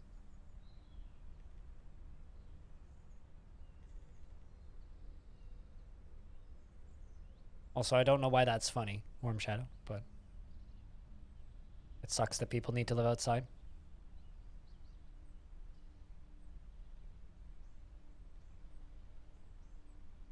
In less than an hour, most people like don't get out of their camper when they're camping, dude.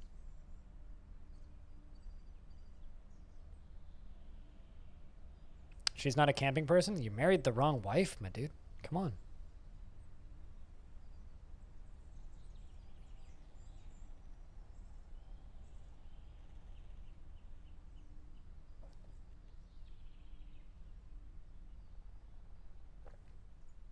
I'm sorry, but like you messed up there.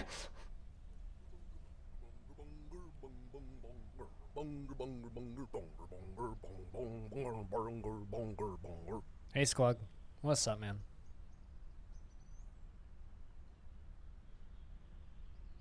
Home from work early? What's the occasion?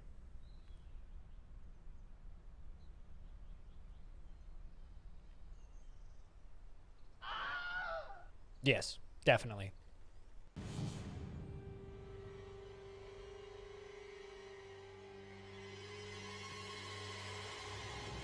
Makes great pancakes, but doesn't go camping, man. Yeah, I mean, I'm sure you married the right person, Donna Minstrel. I'm just like throwing shade and talking shit. Don't mind me.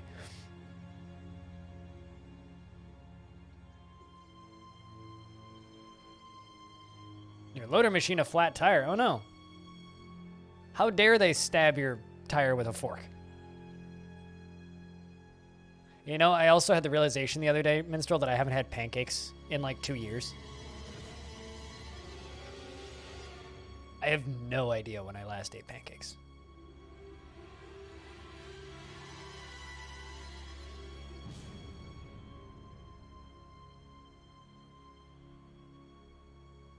How did Blind know it was a fork? Well...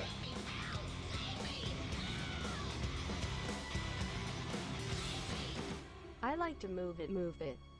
Do you like to move it? RSG, thank you very much for the 39th month. Cheers, man. Welcome back. What you moving today? The tires are old. I getcha.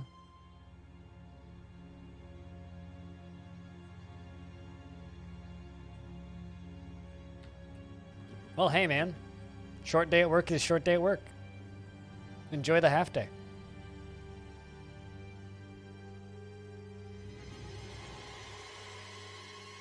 You're going to help me out with that. I'm not sure how that helps me out, but it'll certainly help you with your pancake deficit. Also, the annual tributes from Nolan Abo and Basti Pime have arrived.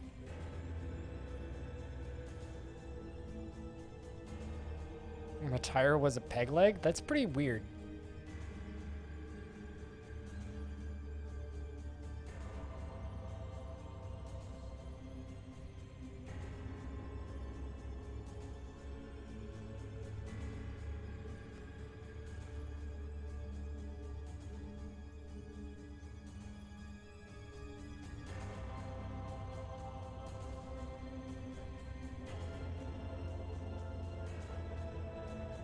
Stuck between two tires on a truck?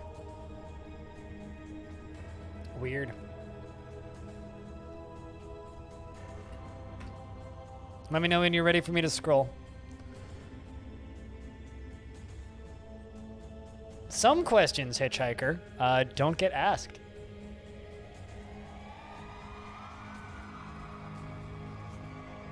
It kind of reminds me of, and I don't know why, but just what happened to the owner of just reminds me of when I was at the local fair and I got hit by a falling shoe that came off of a ride. And I still to this day never did figure out whose shoe that was or what ride it came from for that matter.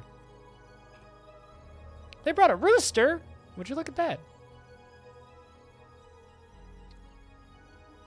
Trading spear. Bunch of corkscrews. 5 piggy cheese.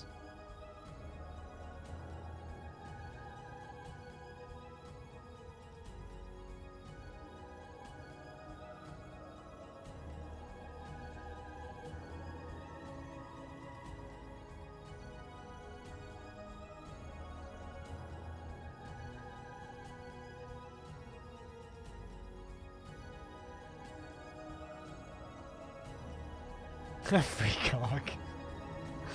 Gotta love a good dangling free cock.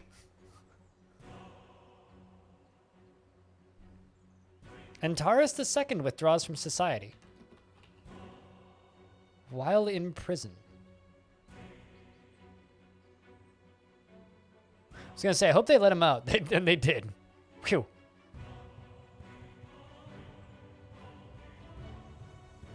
I wonder how you enjoyed your time in prison. You loved it. It was a good vacation. Claims a clothes shop. Ooh. Cloth. More cloth. Even more cloth. Any bets on what this dwarf makes? It's a clothes shop.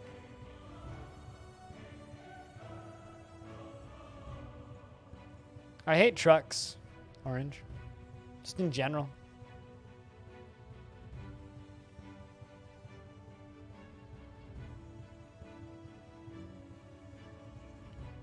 Never mind whether or not they have, testicles. Ugh.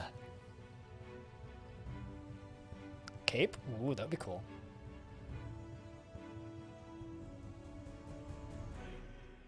See a lot of those in your town? Yeah.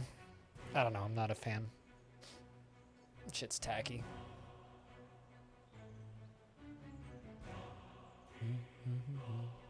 Okay, there's the other tribute. Now that one's a little bit better than just an anvil.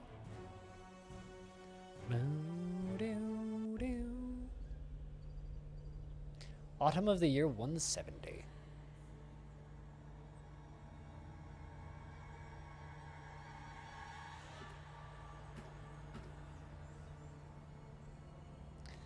Dwarf is grabbing iron ore.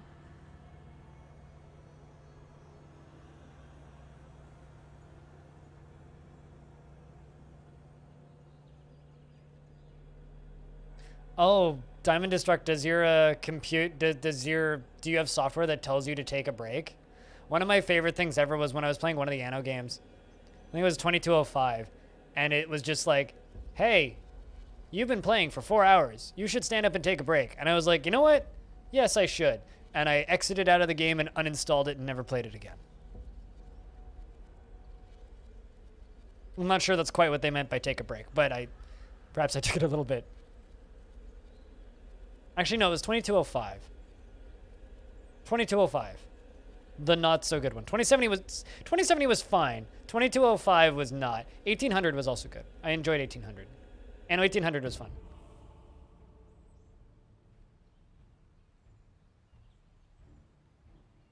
You nearly spit out your drink.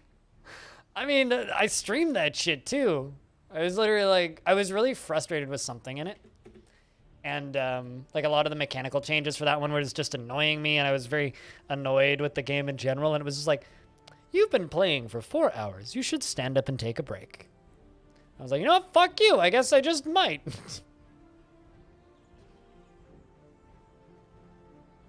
Anno 1800 does. And it was very funny. The last time I was watching a stream of Anno 1800 was Bellinar, and the voice popped up and it was like, "You've been playing for a very long time. Are you sure it's not time to get a cup of coffee?" And he didn't say anything, and I looked at the thing, and it's like, "You've been streaming for 14 hours. I was like, "Yep, that's a very long time, Bellinar." It's like, "Are you still alive? Are you sure you're not dead? If we don't send help for you soon, blood clots are going to get to your heart, and you're going to explode. And no, we won't send anybody to clean up the piles of vomit that you will leave behind." Also, the dwarves have arrived in time to trade.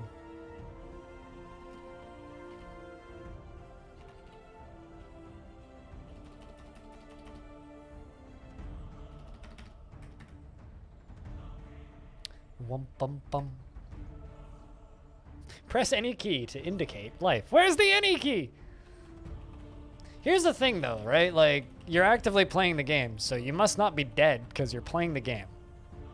It's if the game's running and nobody's playing that you have to be concerned.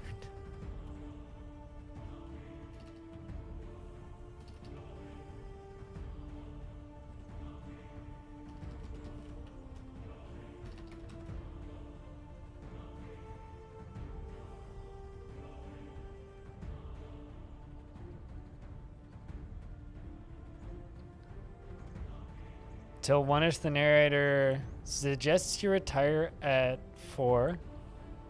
The narrator demands you go to bed. Really? I don't remember that, but... Taurus II, the Craftsdwarf, has created Enor Cestil Negathic. A Negathic Forgotten Beast Silk Bag. Really? That's awesome. And claims it as a family heirloom in the name of the family ancestor, Bastet II. Clasp sack. That is fucking awesome, actually. And it's dedicated to his mum.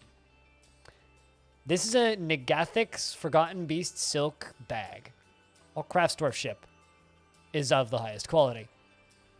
It is encrusted with round praise opal cabochons and round lemonite cabochons, and decorated with giant cave spider silk, and encircled with bands of pig iron. It's made from Negathic's Forgotten Beast silk.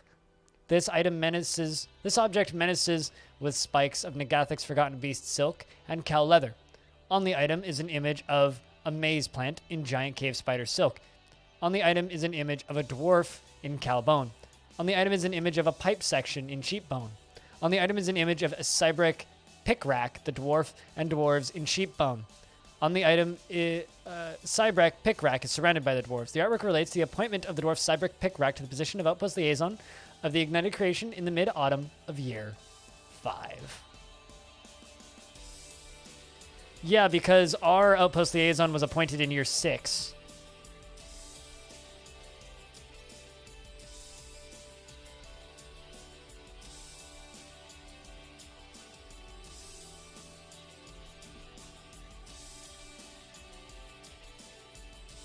That is really fucking cool.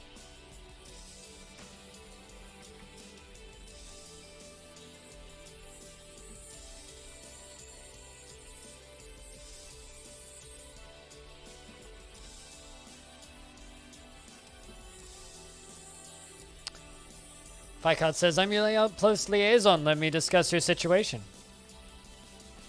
What requests do you have of our merchants?" Wood. Yep. No, I don't believe we got... I mean, you'd have to go back to VOD number 1, but don't remember if we ever saw that one. I look forward to our meeting next year. Our fortunes rise and fall together. That or Dwarf is lying. I wonder if that's possible.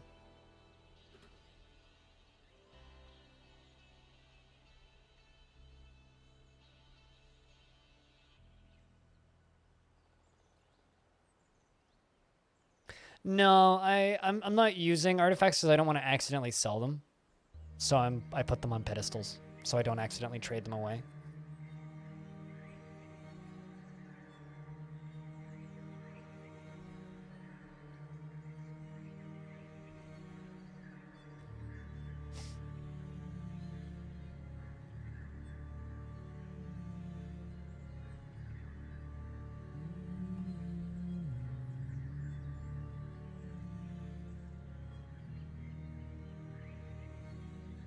Was General Mistem Gushefeb before she was liaison? Yeah, no, the first one was General back when there was another person. Because I remember when we looked through Legends, when we did that big Legends dive at year 105, there was a day where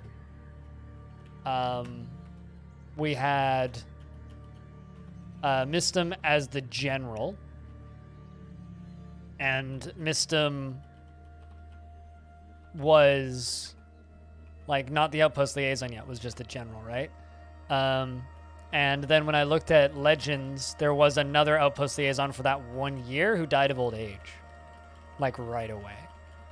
And then Mistem was appointed to that position.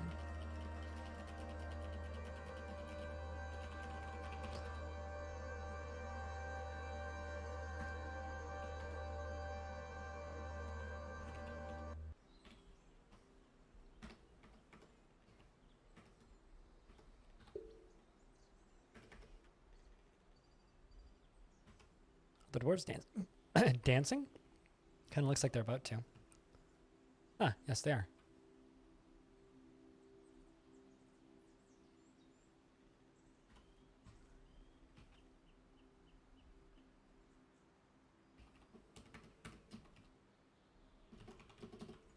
I see hunting going on.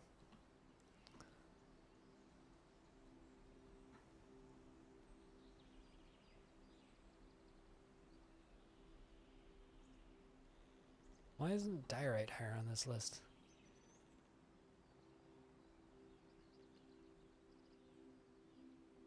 There they are.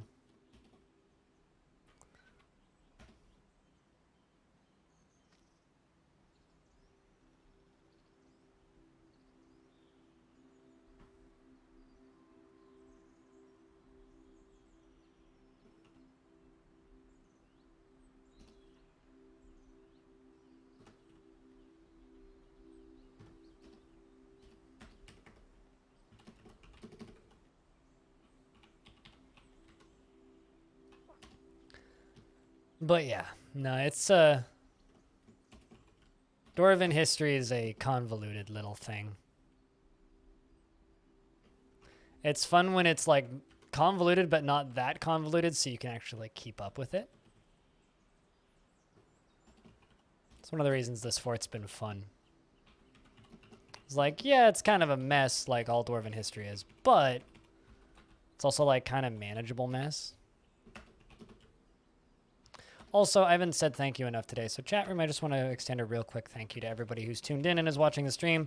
A couple new faces popped over from the worlds of YouTube today, but big thank you to anybody who's just tuned into the stream in general, regardless of how you ended up here.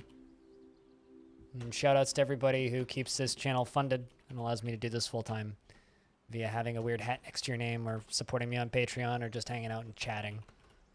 Because I get to do this full time and play Dwarf Fortress and other games like that for a humble audience. You guys hang out and get entertainment. So thank you very much for helping me do this.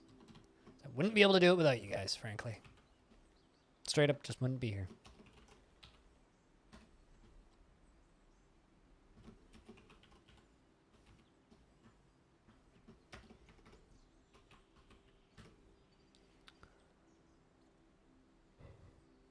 It's kind of hard for your Skelly to take a hat off because he's dead. But, you know, eventually we'll get to hats off. Many things occur all the time, and most of it doesn't matter. Ha!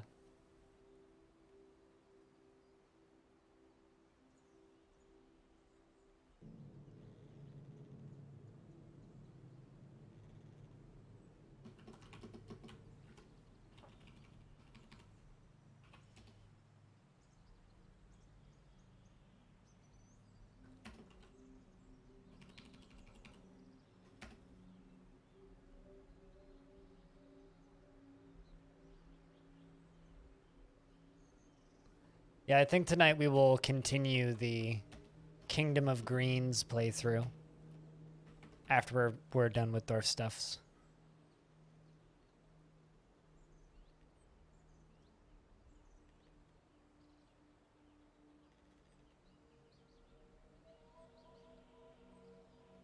And then raise their corpses. Good stuff. So now you have a bunch of unfriendly zombies walking around, yeah? Or are they friendly zombies? Because friendly zombies can be pretty chill. Unfriendly zombies, not so much.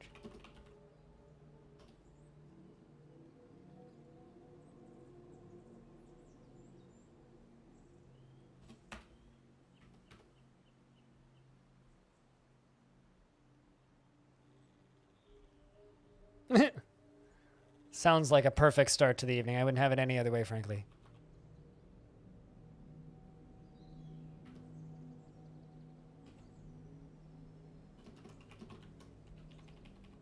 Good job, Vin. You used to be rich. Since you used to be rich, would you like to make a speech?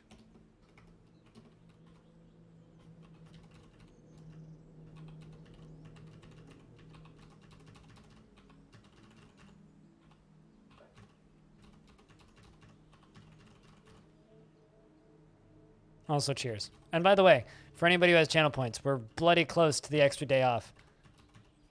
Which I'm going to take on Sunday probably, because we're going to hit that if not by the end of today, then Saturday for sure.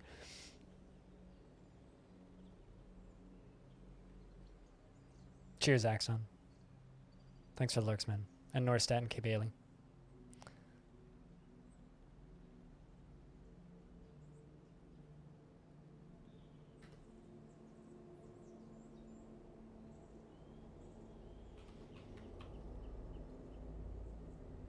I think we're going to work on this central bit.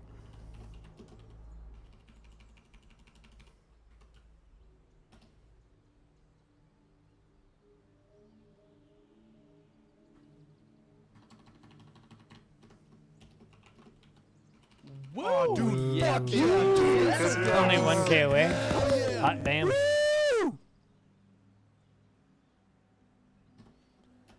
Yeah, I'll take it on Sunday. So I'll stream Saturday, do the day fort stuff, and then I'll take Sunday off. But I'm going to spend the whole day actually just doing YouTube stuff, so it's not really a day off. You're brain dead right now? I mean, it is what it is, man. No, no, no, no, no, no, no! No! No! I mean, I'm going to be doing 1, potentially 2 interviews, hopefully. There we go. Cheers, mind. Streamer has raised a day off. Ish.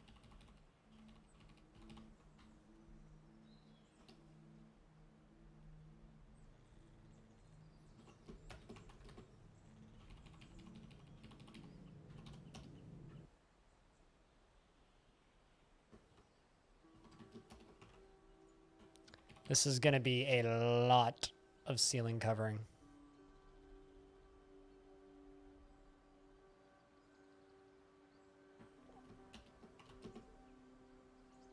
But thank you very much, everybody. Cheers, guys.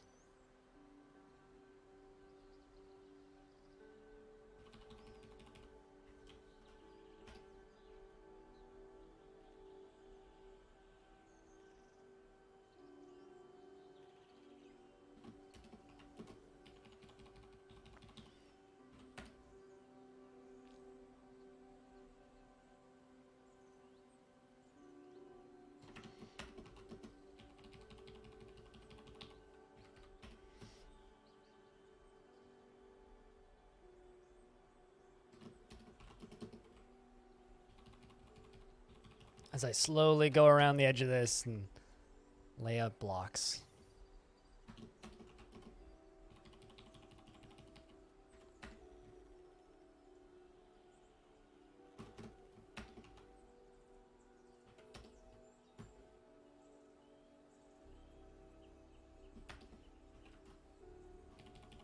This is going to be a lot of construction for the dwarves.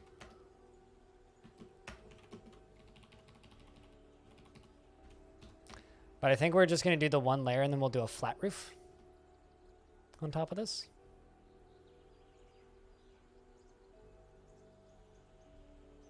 Yep. I'm going to take Sunday.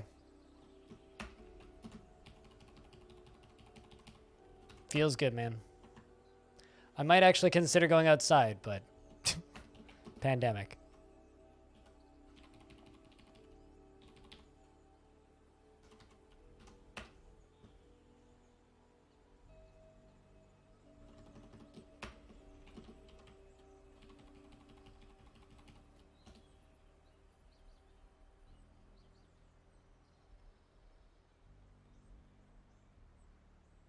You can read. Okay, Bailey. And RimWorld is a harder game. So yes, you're smart enough for this game.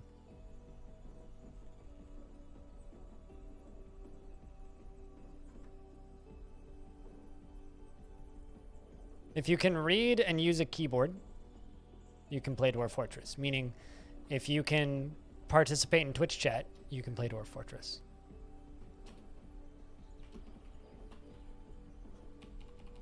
Good question. I don't have an answer for you there. Enjoy your lurks, Nitri.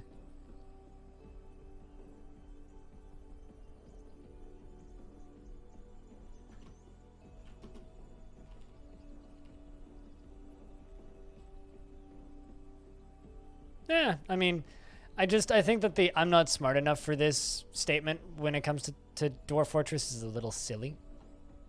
Because it's not exactly a game about being smart. It's just a matter of putting the time into playing it. If you don't want to put the time in, then don't. But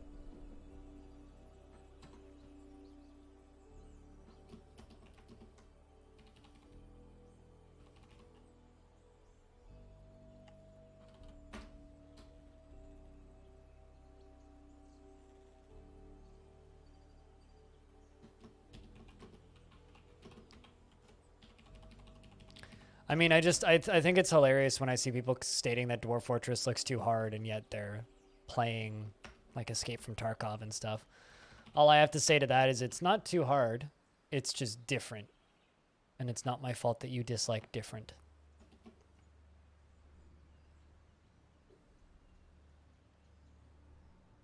Yeah, see, that's totally fair. Like wishing like you had a higher attention level to be able to spend as much time building stuff. Like, that's totally fair, but it's very much a, you know, part of the thing. We should put a pattern on this roof. Thinking about doing something in gold.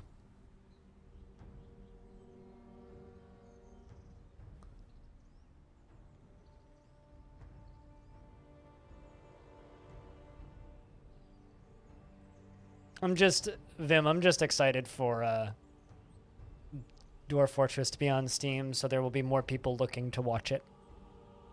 The amount that we'll be able to share is going to go up so much. I can't wait.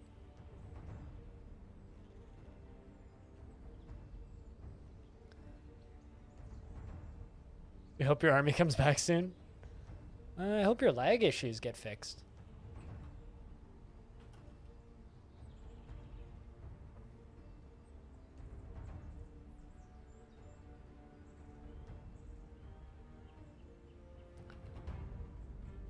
But once we get all of this done,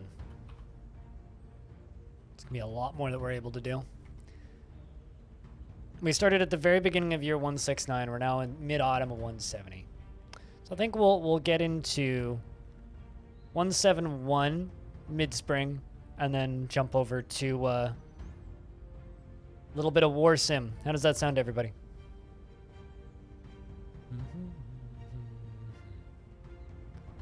So I open up Steam, and you know how it like recommends games based on games that you recently viewed?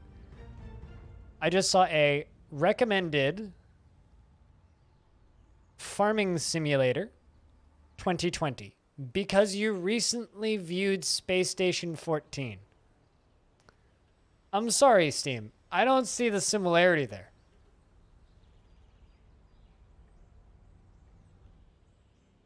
I don't get it. Space farming, yes. Yeah, actually, yeah, they probably both have the simulation tag. That's probably what it is, actually. Also, what the fuck is Outriders? Squeenix? People can fly. Excuse me? This just looks like Destiny. You know, okay, chat.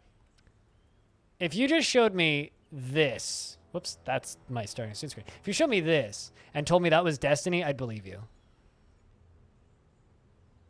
I like People Can Fly, though. Although it's probably a loot game.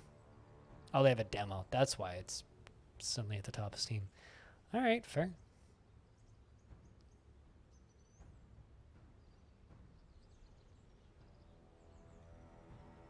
Hold on a second. I see big robots. Oh, never mind. Online PvP only. Disappoint. There's a mech. Oh, it's third person. Never mind. Significantly less interested. Not actually. Who's first person? I like big robot games, but this probably isn't a big robot game for me. Hey, Peter, what's up? I actually don't think investments have been started. Saw Peter in here, and I'm like, I'm missing something. You have no mayor? Oh, no.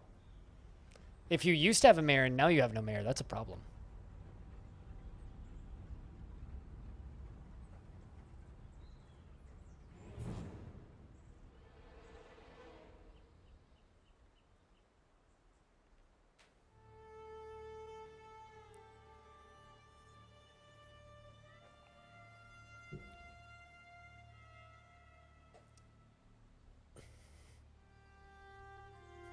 Same with farming. Fair enough. Yeah. Astronauts are indeed paid by the government. Chrome Hounds? Why does Chrome Hounds make you sad? But I've never played Chrome Hounds, but I know what it is, yeah.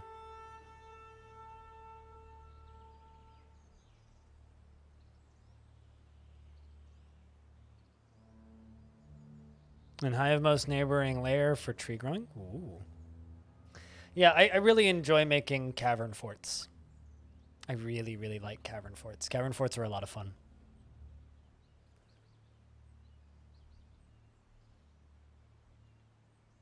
I mean, if you have over 50 dwarves, the dwarves should just elect a mayor. That should happen really quick. If you don't have more than 50 dwarves, you won't. They usually elect them in the springtime.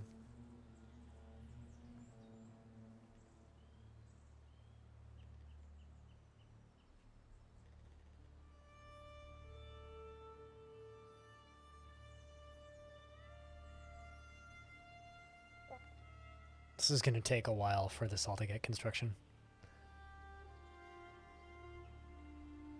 Dude, that lag sounds pretty brutal. I don't know what you've done to that poor fort, but Jesus.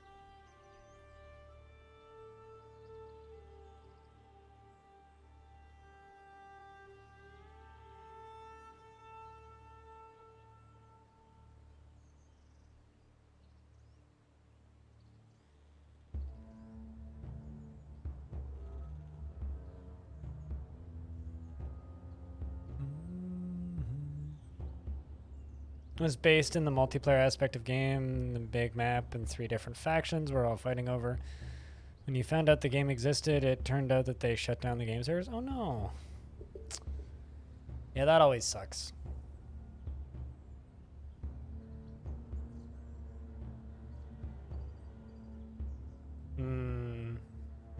Yeah, I've never played Chrome Hounds, and I've only seen like minimal amounts of footage of it.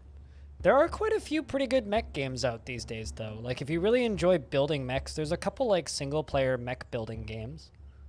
Well, not, like, just mech. I mean, I think there's literally Mech Mechanic Simulator, but I'm more talking about, like, games that have very heavy customization. There's one game that... There's a few games that are, like, probably should be sued by the people who make Gundam games. And then there's a few other, like, pretty heavy mech building games, like games with a lot of customization on your mechs. So if you're really into that sort of stuff, there's actually quite a lot of options for that sort of stuff right now.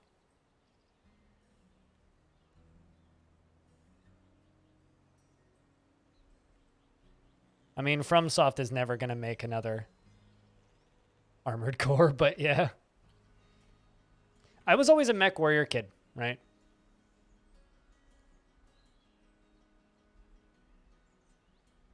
I was always a Mech Warrior kid. I never got into Armored Core or Chrome Hounds or any of those. I was always familiar with them, but I never played them. Because I never had the consoles for them. I was always a PC kid, so I would play what could be played on PC. And Mech Warrior was my shit.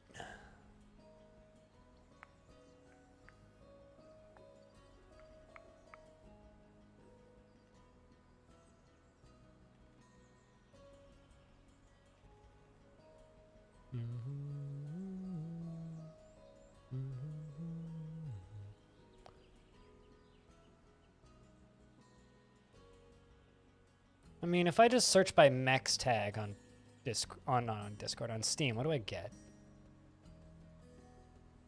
Bunch of VR shit.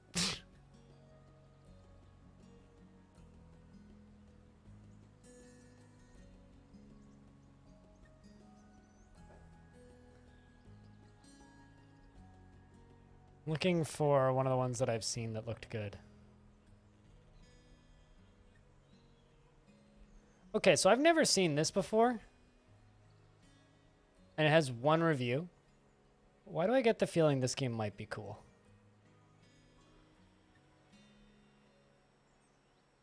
Why do I get the feeling... Like, they literally wrote none as their publisher, so they have no idea how to publish a game on Steam either. This looks like it would be a bit of fun to make. Like, it looks kind of shit, but... Also, that looks like it would be a bit of fun. Probably would actually just prefer playing old school Mech Warrior, though. They should really remaster that shit.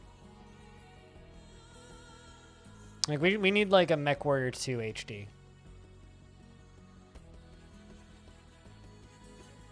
A Mech Warrior 3 HD. 4K. Reminds you of Heavy Gear. Yeah. Oh, you know what's a good mech game? If you want, like, the more Asian-style mech games? Like, that's a good mech game. It's expensive, though. But that thing's got a hell of a ton of customization and shit.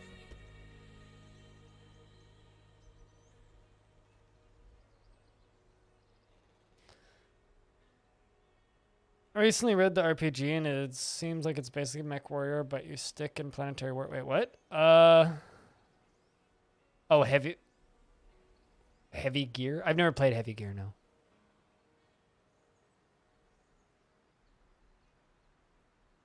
I've never played Heavy Gear. Not familiar with it. I mean, I know the name. That's about it. Also, when you say made by the studio that made the Mech Warrior games, but then they lost the license, are we talking video games? Are we talking tabletop? Like, what are we talking here?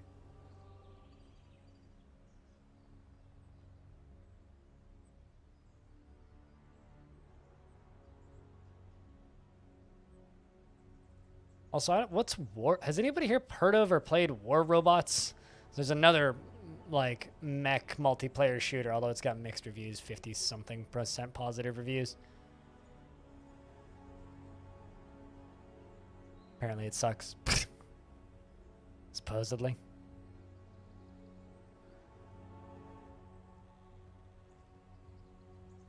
Yeah, I don't know. People who like mechs are kind of a starved fan base. Like, I always... Did anybody here ever play Air Mech back in the day? That game that was kind of like a mix of like an RTS tower defense with also like some MOBA elements. Because apparently it still exists. I wonder if anybody's actually playing it. I'm looking at it on Steam right now. It's this thing. Air Mech Strike. This thing. I wonder if this thing, like... if anybody still plays that thing. These dwarves are doing so much construction. Apparently they made a single-player game, what? Called Air Mech Wastelands? And another thing called Air Mech... Oh, a VR game called Air Mech Command. Weird. Huh.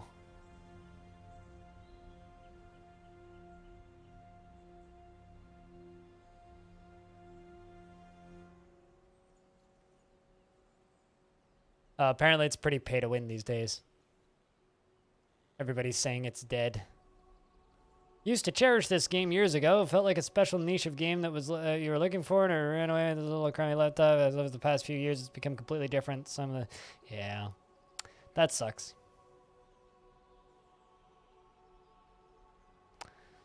It reads like a studio that like was having trouble funding shit.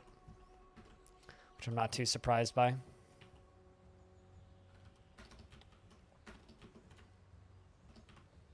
Which is generally the case for that sort of stuff.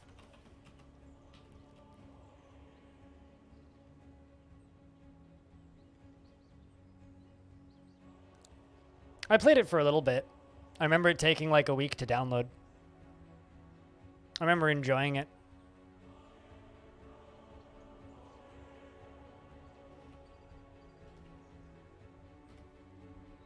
Kind of amazed no one's been knocked off by a buzzard yet, because there's a bunch of buzzards just flying around down here.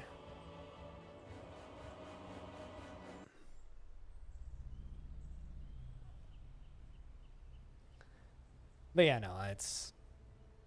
People who like mechs are kind of, don't really have the best options.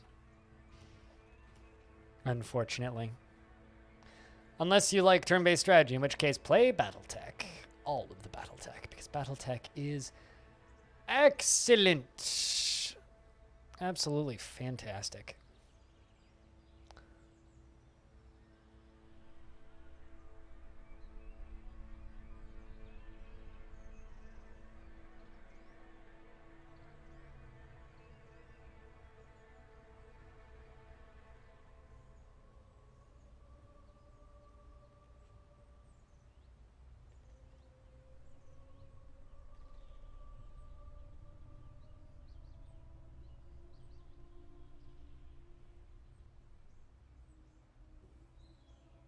$54 dwarves, no mayor? I mean, if shit's bad. Bill will elect one eventually. I wouldn't worry about it too much, Nitri. Let's keep an eye out. I have absolutely no interest in tabletop war games. So no, not really.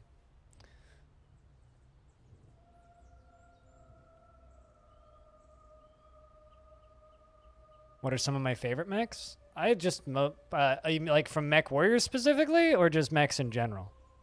So my knee-jerk response is always Shadowhawk.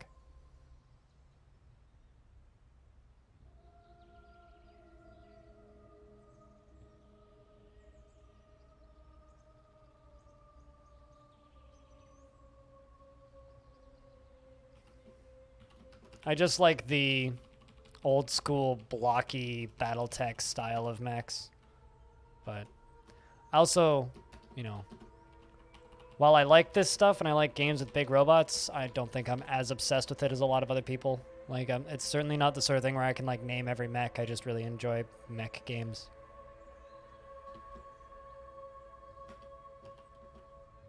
You have not prepped for your D&D session? You should try and do that. It's like doing your homework, but you actually care about it.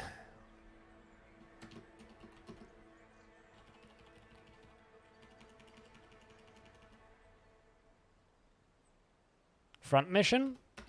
Wasn't the like most recent front mission game absolute dog shit? It was called like Left Alive or something.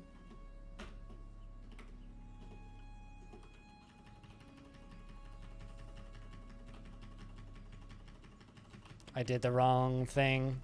It's fortifications instead of 4, capital F, and instead of lowercase f. Just get to go through and delete all of these.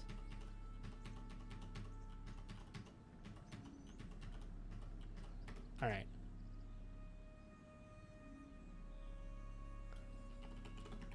What was the name of that thing? Yeah, it was Left Alive. This thing.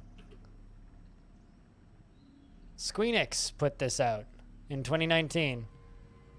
And it has big robots. Yeah, this was a front mission game, or like in the same universe as front mission, if I'm not mistaken. But yeah, mostly negative reviews, 23% positive for the few people who did buy it. Like, they just shat this thing out and then just like vanished.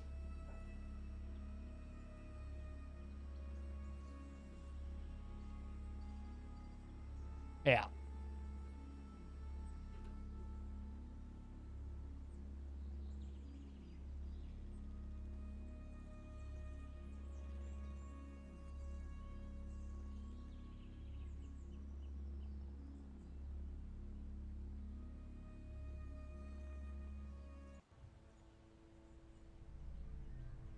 And you actually play as a non-foot commando, which I'd be super down to play. That seems like a really cool shtick, but yeah, no. Supposedly that game is garbage. Completely missing the fucking point. I was actually like kind of curious about that game. I wasn't going to spend the money on it, but I was kind of looking forward to watching streams of it because visually, like the pitch of that game seems neat. But then like the actual game and execution is like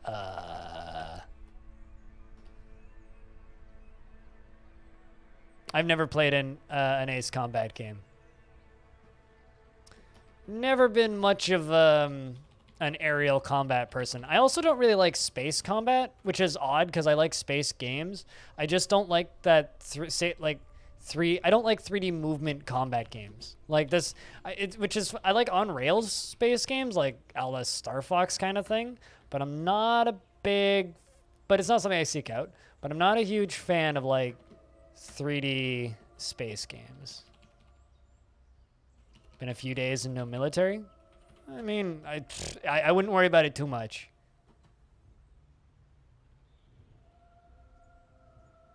I wouldn't worry about it too much. I've had them go away for like 6 months before. I don't know how far you sent them or how big your world is.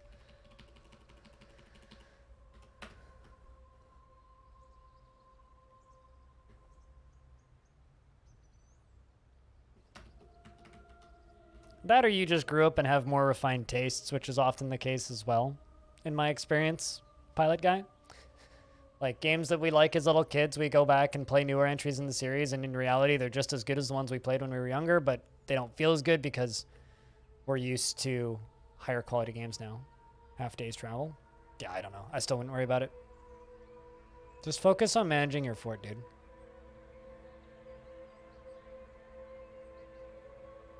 I played TIE Fighter, I never played X-Wing. It's terrible at it, though.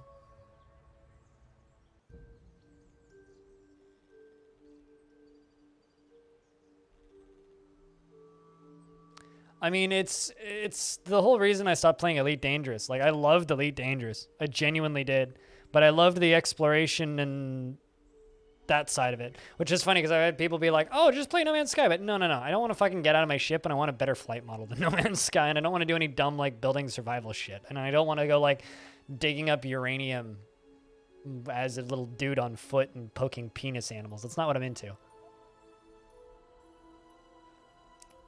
If that's what gets you all hot and bothered in space games, then be my guest, have fun. But no, I couldn't be asked to play that shit. Absolutely not.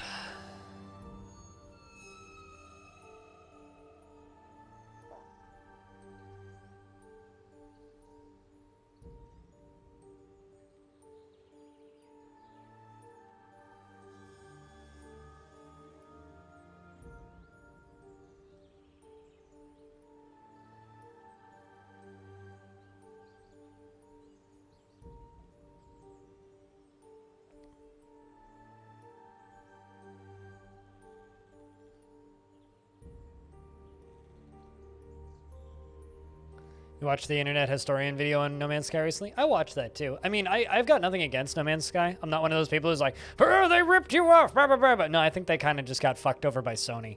But like,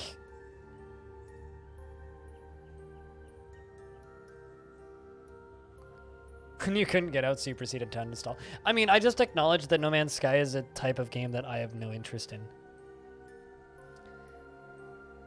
Like, I've got nothing against the game, nothing personal against it. It's just not a game for me. Which is a perfectly acceptable thing that I really wish more people who played games agreed with. There's a big difference between a game that is bad and a game that is just simply not for me.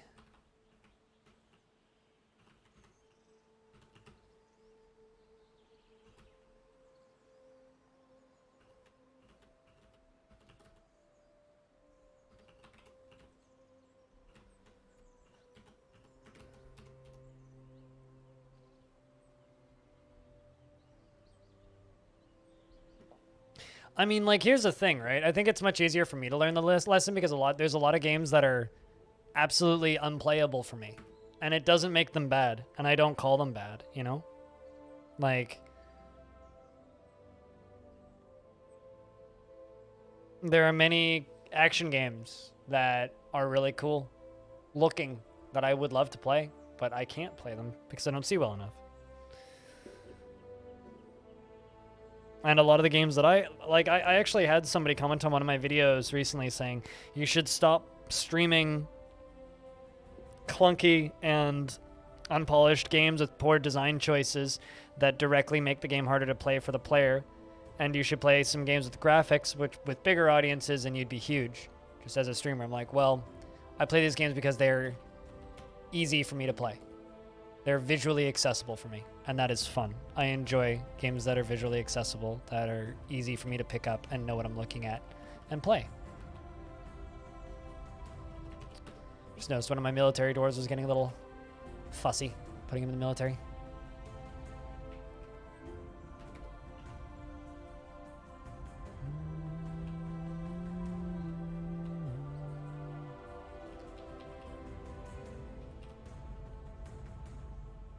It's like, I personally think that Overwatch is bad. I don't think it's bad because it's a bad game. I think it's bad because it abuses its fan base and its business model, and I blame it for popularizing what I consider to be gambling as a main form of keeping it funded, and it basically normalized the use of gambling mechanics as a way of keeping themselves funded, which I think is awful. Is the game itself bad? The game looks fine. But I think that Overwatch is bad because of the business model that they choose to use.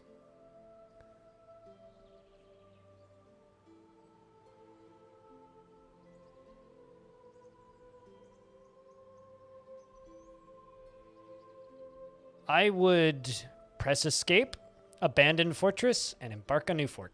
That's what I would do. Same faction close by, and hope your dwarves come over. Because fuck that shit. You've broken something, and I don't know what it is, but wherefore it shouldn't be running that bad. Something's stuck somewhere. If it's moving that slowly, something is stuck somewhere. If you can't figure it out, so I would just make a new fort.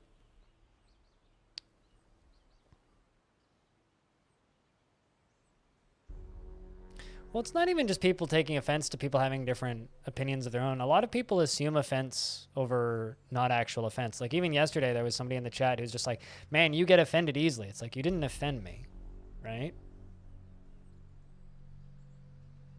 People assume offense at everything. I don't know why we've become this way, but just as a society and as people, we just assume that everybody's offended over everything now, and it's very much been perplexing me for a while. I don't get it.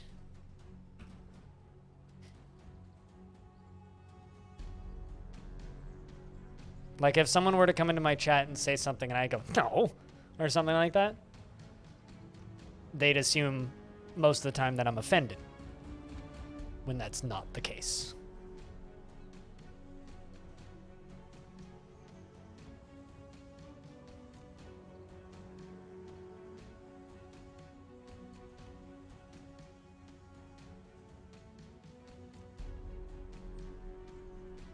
I wish I could still eat bananas. I don't fucking care how you eat them.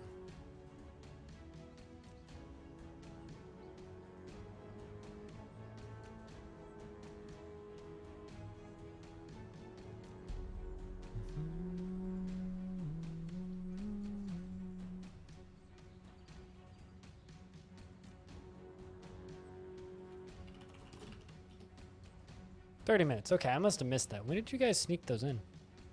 Huh, guess like 30 minutes ago. They're not up. Don't do it. Don't do it. Don't do it. Never mind. Too late.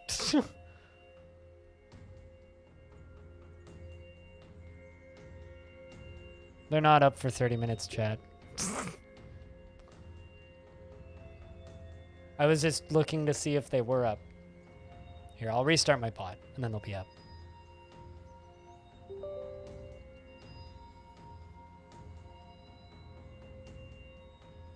Now there's no bot in the chat. True anarchy. We can't even beer. This is what my mistake of testing has done.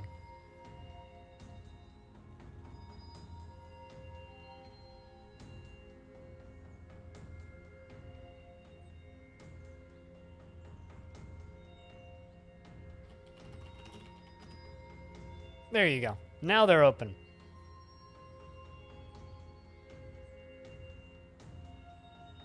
Here's a beer. I mean, the bot This is is back my up favorite before roguelike on the Citadel. you guys had a chance to not be able to beer.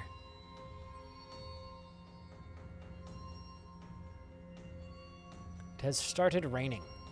Once again. Actually, it started snowing.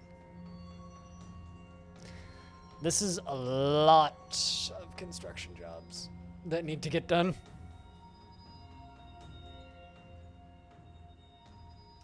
Gonna have to give the dwarves a break after this, I think. Why don't you download my day forts world and I try mess around in that world? You can have all of the context of the other forts that I've done in that world. Maybe some celebrity dwarves from previous forts will show up.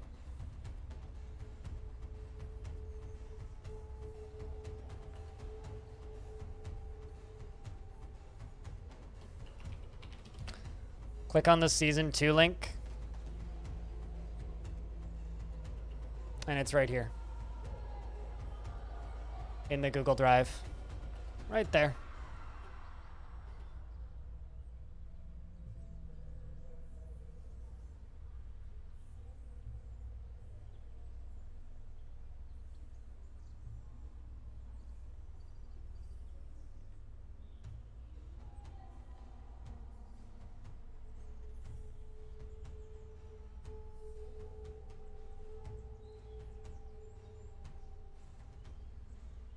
Really? Can't say that I've noticed any delay. There's certainly a lot of weird issues with the most recent version. Gotta admit that. I'm happy I'm keeping Longdeath on the older version.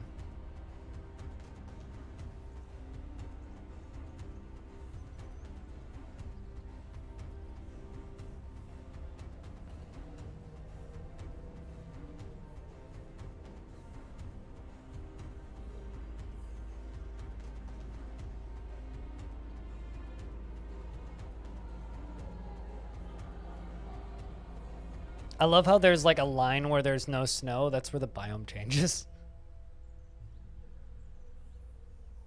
Yeah, I haven't noticed any delay if there's any delay.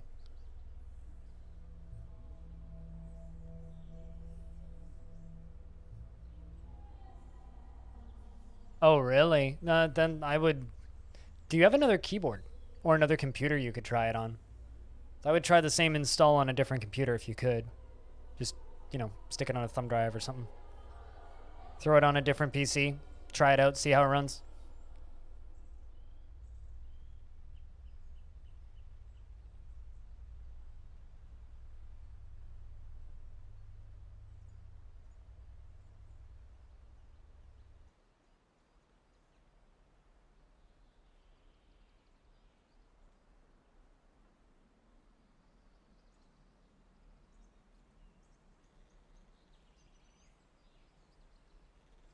Like if you have access to another computer.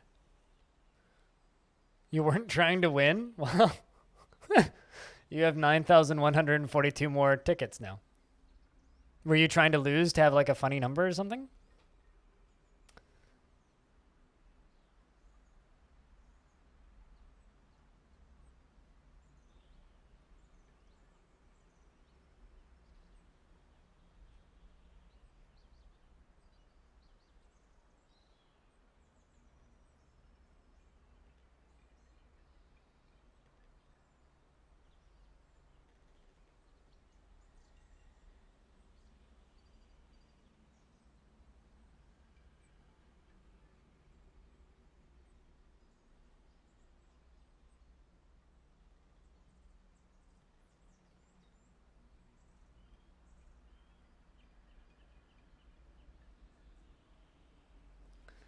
You're trying to get more in the pool. You thought there was something about ticket redistribution?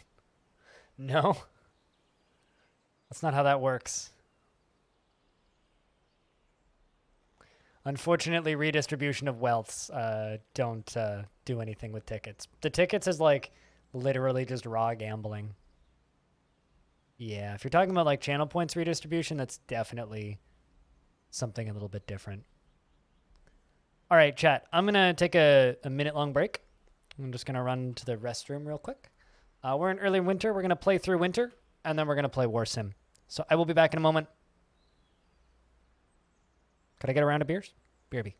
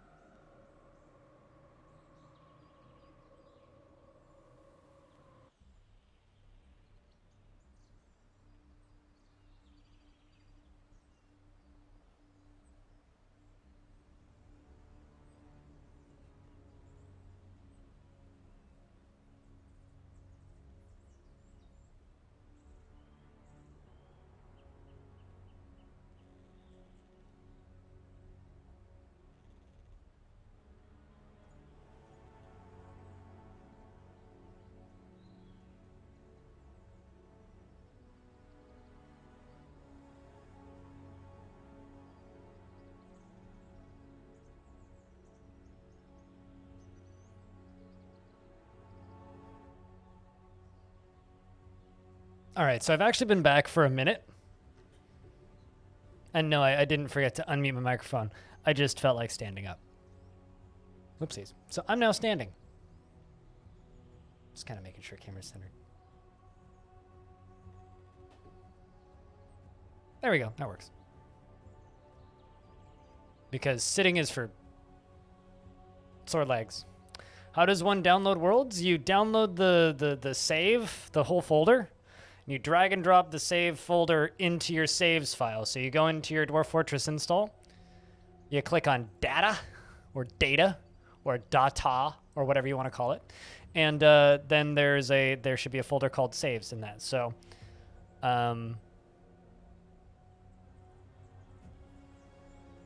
you go to your Dwarf Fortress install.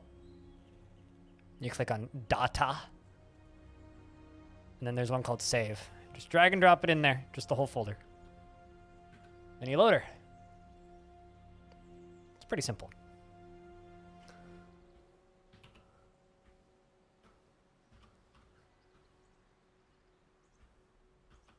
This dwarf always gets super depressed and then feels gratitude after practicing a sparring session. Quite the interesting little dwarf, I will say that.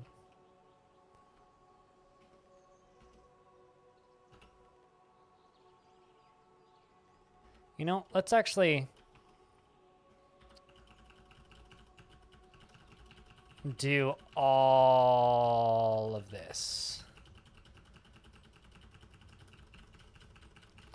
Because I've got a lot of stuff that needs to get done up at the top of that.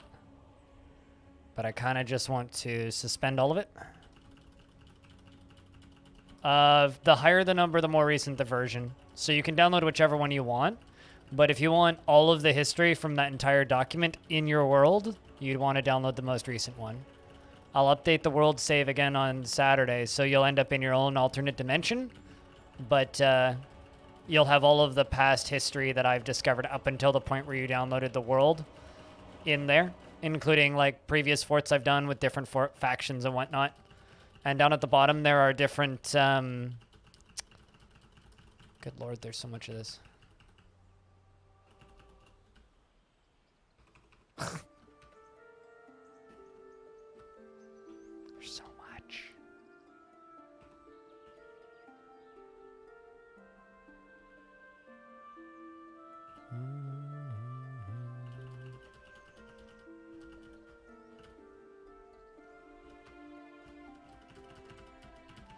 We need something we need for the Steam version is click drag mass forbid.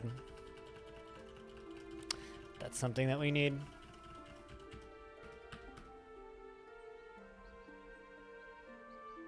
There we go.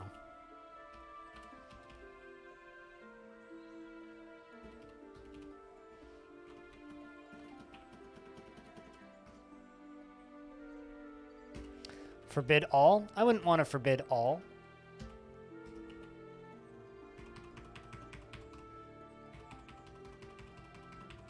Yeah, I'm not going to forbid all that.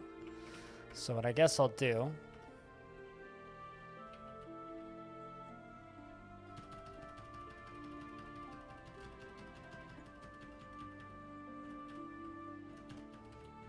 But I need to give these dwarves a break.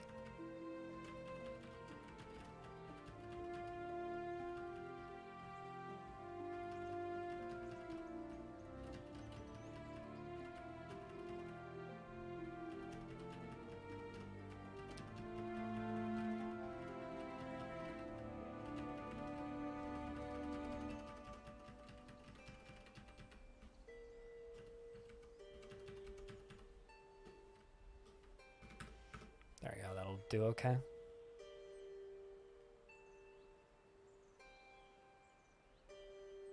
I don't know what that means. What do you mean by is my city? But hello.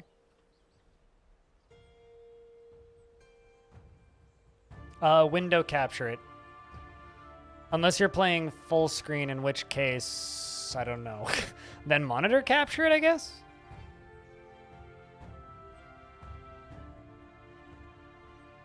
But I window capture DF.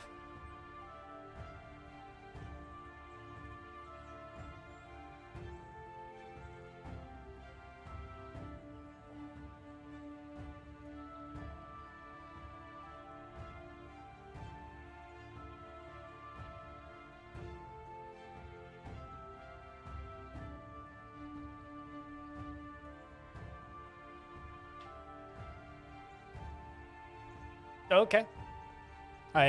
Well, memes. Whoosh, generally, for me. But how's Oda Toda? I'm okay. Day's been alright. No complaints. Chat's been kind. Plenty of, people hanging out and chit-chatting today. It's been good. I said if you're running full screen, then I guess you could monitor capture it. I mean, I window capture. So that's what I would recommend doing. Is window capture.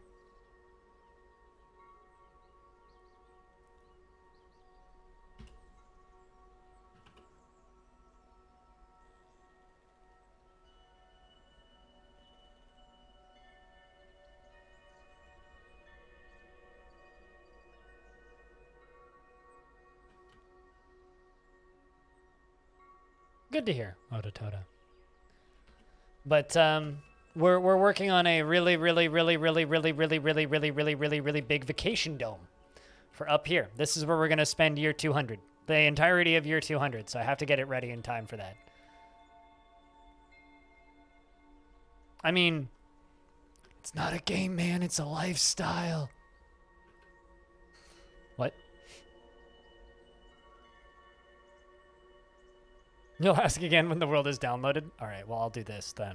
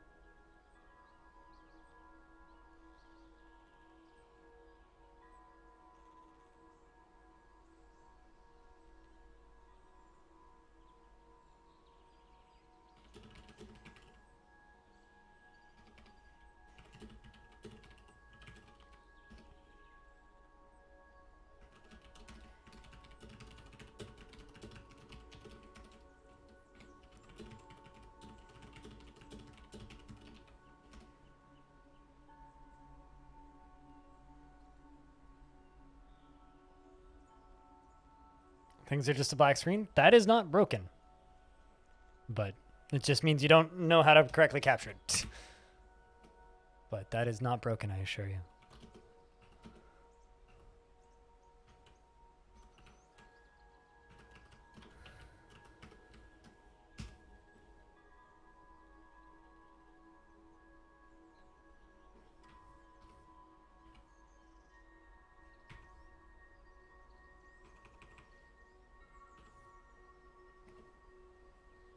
All right, let's do this again. Because I need to give these dwarves probably the rest of the winter break.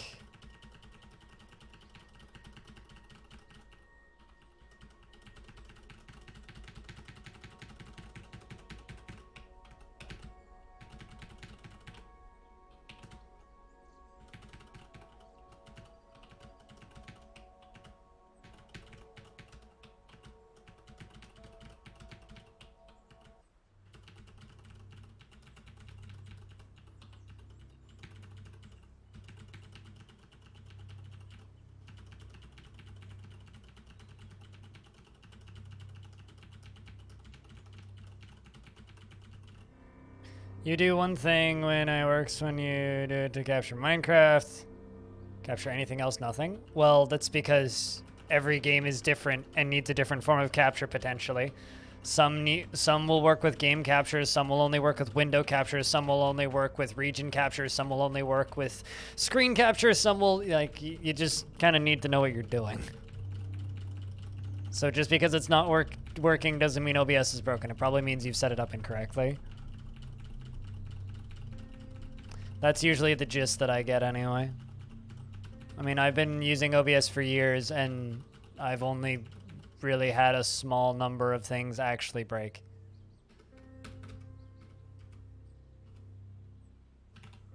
Okay, there we go. Dwarves are gonna go put some blocks away.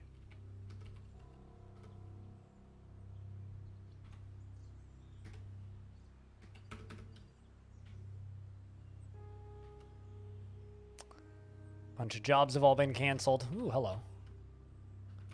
Touch Shriek's stressed. Oh no. Put you into the Eternal Hammer. Let you go train for a bit, see how that makes you feel. Yeah, that's why I had to stop all that construction, because it was stressing the dwarves out.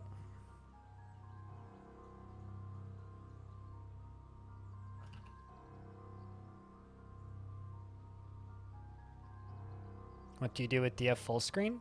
Window capture. Or region capture, screen capture, desktop capture.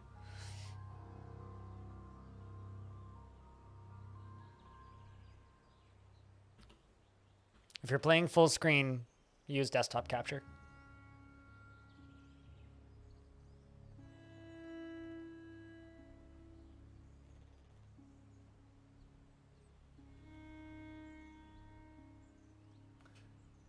There's something kind of satisfying about standing up and just being able to like walk over to the side of my desk and do this.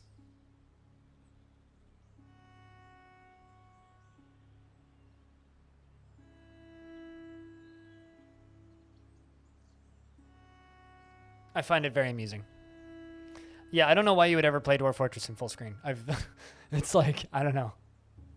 I want to know when the game's not responding. It makes like debugging issues so much easier.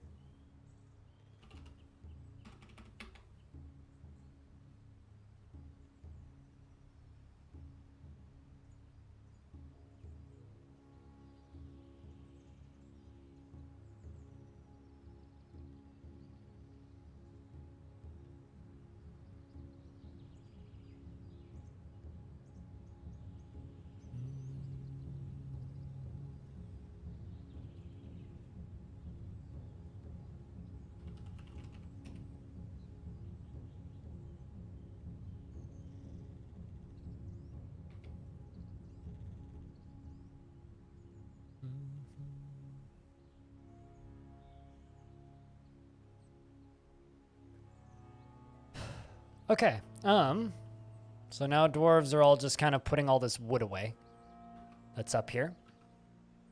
And then I'm going to give them a little actual bit of a break. But I mean, yeah, I would recommend playing DF in windowed mode, but if you're going to stream it, because then you can just window capture. But not everybody has 30-inch monitors, so...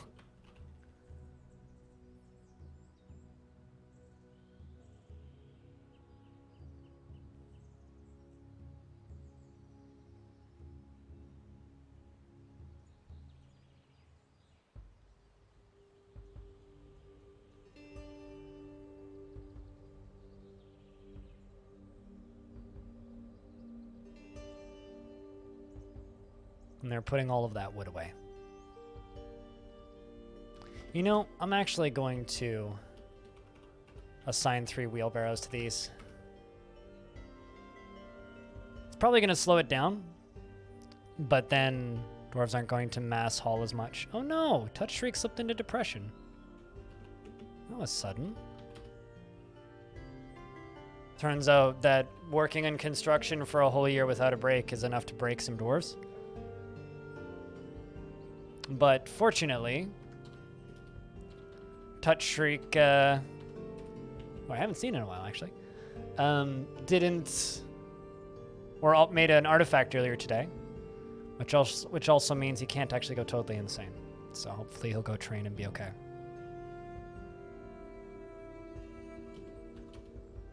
Also, almost none of his thoughts are crappy, and he was very happy when improving observation and learning dodging, so once he comes to, assuming he doesn't start tantruming, it should be totally fine.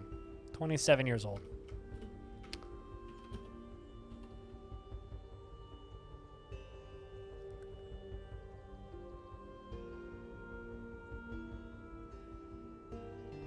Oh, you still have Half-Life 1 set up to be captured? Yeah. I mean, I still have games set up to be captured that I haven't played in a very long time.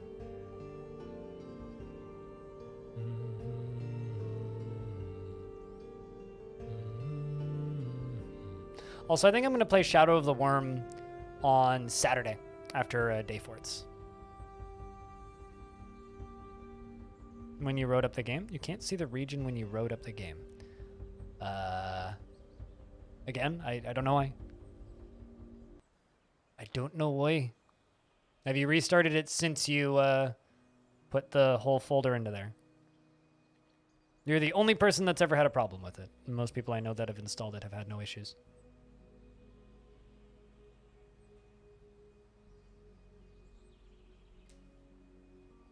I don't know. I can't troubleshoot it for you, unfortunately, so I don't know.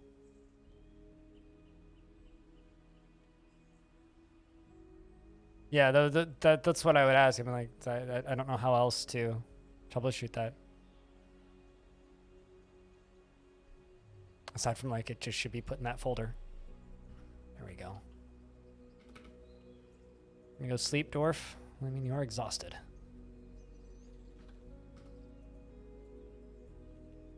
I kind of babysit this dwarf for a little bit.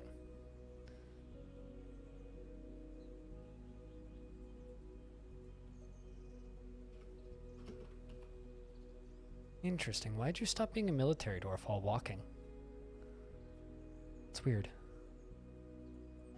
This dwarf's wearing some heavy armor. Because of that, he's super fucking slow. He's got a bronze shield. Pretty nice bronze shield, actually. Finely crafted bronze shield. This object menaces with spikes of well-crafted purple spinel.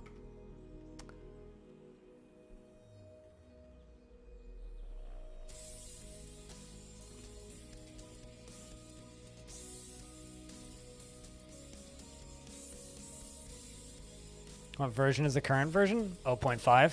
47 0.5?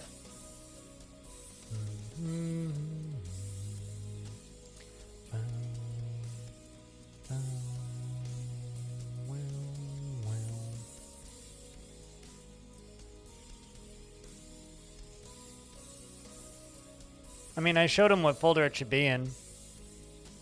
So, I mean, I could show you again. Oh, you're in the wrong version? What version are you playing? I mean, if you're in a weird version of the game, that might also explain your lag issues.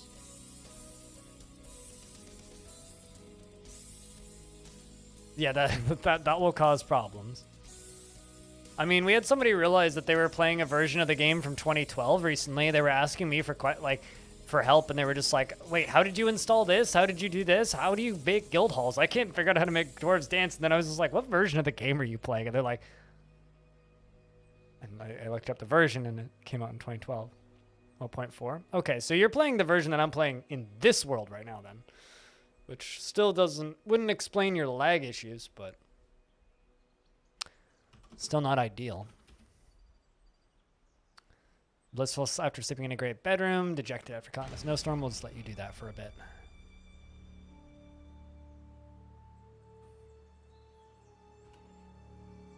There we go. Most dwarves are now socializing. Fondness when talking with a sibling. I talked to my sibling. I feel so fond. I was caught in a snowstorm. It is annoying. But you should be able to run... Actually, I don't know if you would be able to do... I know that you can run 0.4 saves in 0.5, but I don't know if you can run 0.5 saves in 0.4.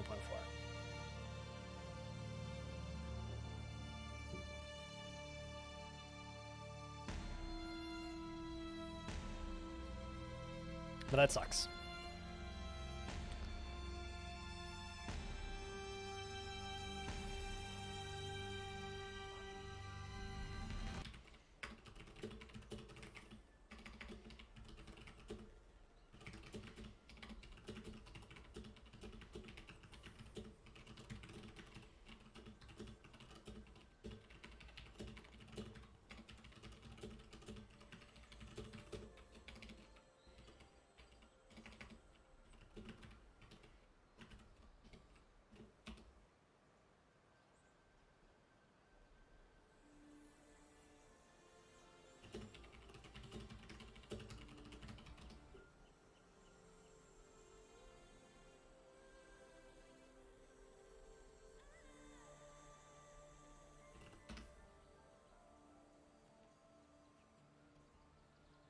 You're upgrading? I mean, since you just, like, you know, retired a fort, why not? Might as well. The newer version of the game is also much easier to manage stress, so if you're having any issues with stress, this will make it easier.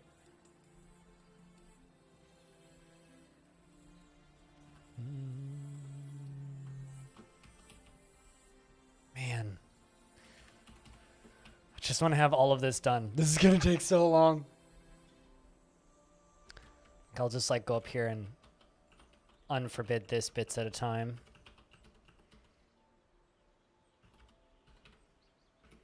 Just tiny little corner at a time.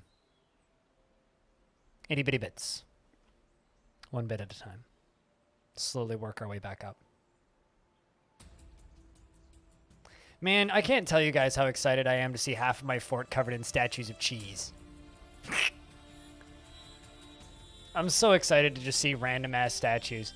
I'm gonna be like coordinating all of my statues once that shit's out. Cause like, man.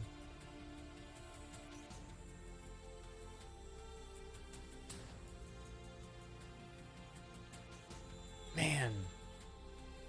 For those of you who missed it, the most recent news update for DF is all about statues. And long story short,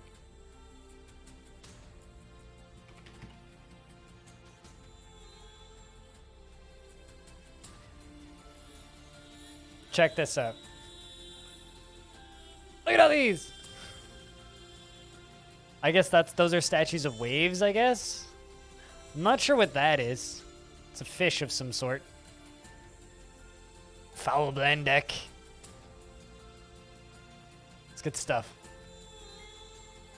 Is that a moonfish? Is that what that is? A moon and a moonfish? Okay.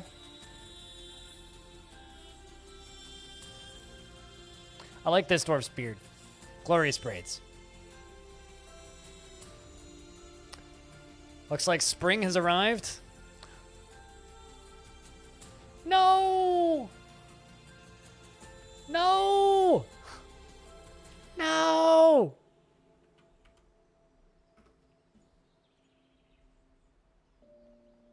No! Not Sethados. Holy shit. Why were you carrying so many figurines? What? Look at how many figurines he's carrying. What? Why?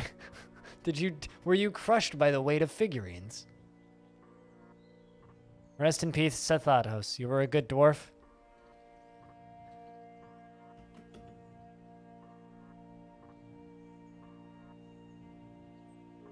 Died of old age. He was like 160 years old, so. Poor dwarf. Can I get a round of beers to this dwarf? Because to those of you who don't know, this dwarf is named after the person who made Arch Crystal. Goodbye to you, good dwarf. And also a tribute has arrived.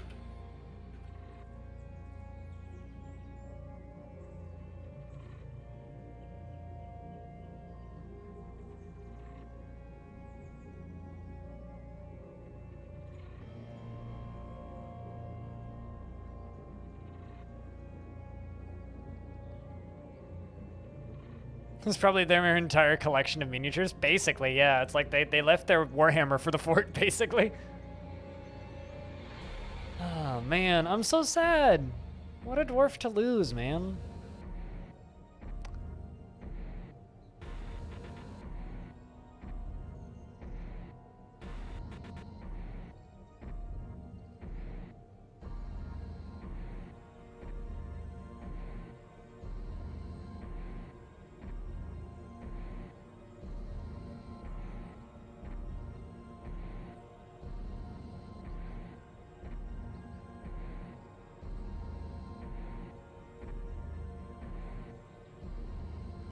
I'm sure it's a delicacy in this part of the world.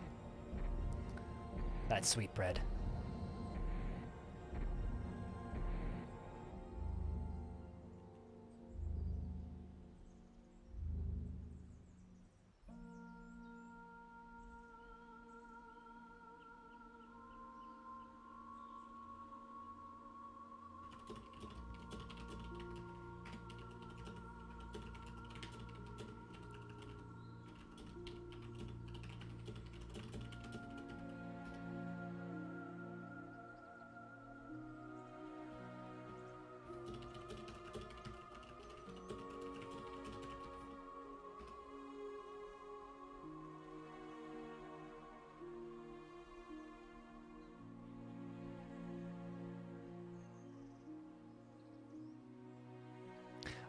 This is the most bummed out I've been about losting a dwarf for a while.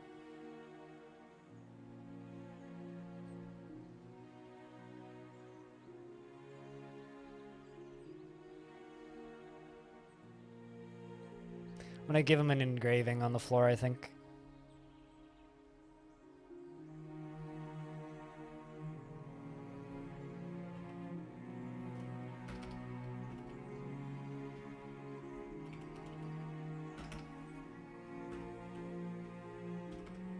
Need to make some doors for down here at some point.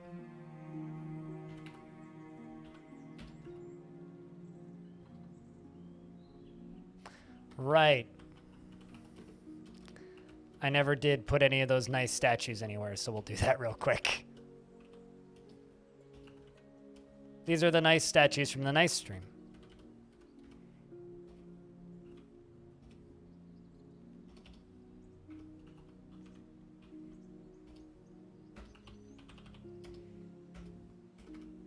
Nice statues of a nice mug.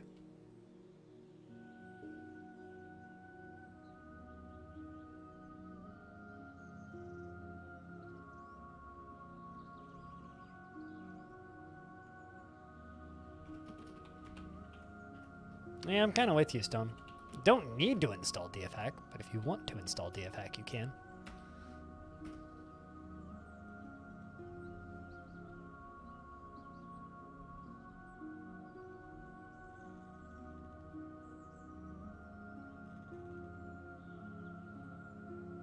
I mean, it's all good, Stone.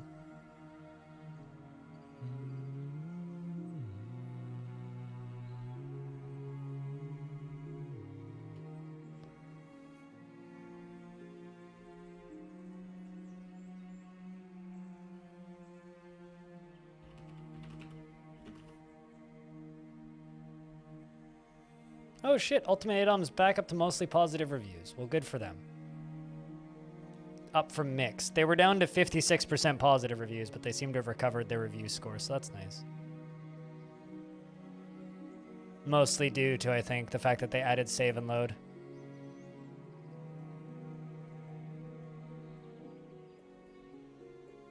Which is like, fuck, why didn't you have that when you launched? What the hell? I'll see you Saturday, if you're on Saturday, Telebi. Thanks for lurking today. But if I don't see you Saturday, I'll see you Monday. Let's see what they chose to draw of Seth. Engraved on the floor is a superiorly designed image of Sethatos, the dwarf, and a spiked iron ball by Vuzel. Sethatos is raising the spiked iron ball. The artwork relates to the masterful spiked iron ball created by the dwarf Sethatos, Judge Cloisters for the eternal adventure of time at Longdeath in the early winter of 159. Dwarf loved by all. I'm sure that that dwarf would very much appreciate such a glorious monument. And Touch Shriek is throwing a tantrum. Well, that's not ideal. Although you're also in prison? Why are you in prison again?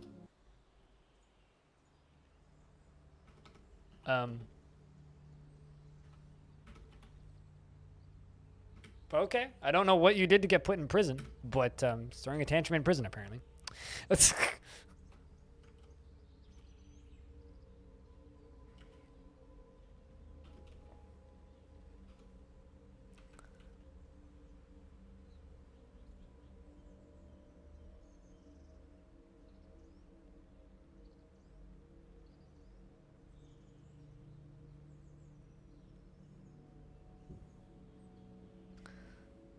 Also, we had the realization the other day that War Sim is just text-based Mount and Blade, which I think made that game like 50 times cooler when we had that realization. Text-based Mount and Blade.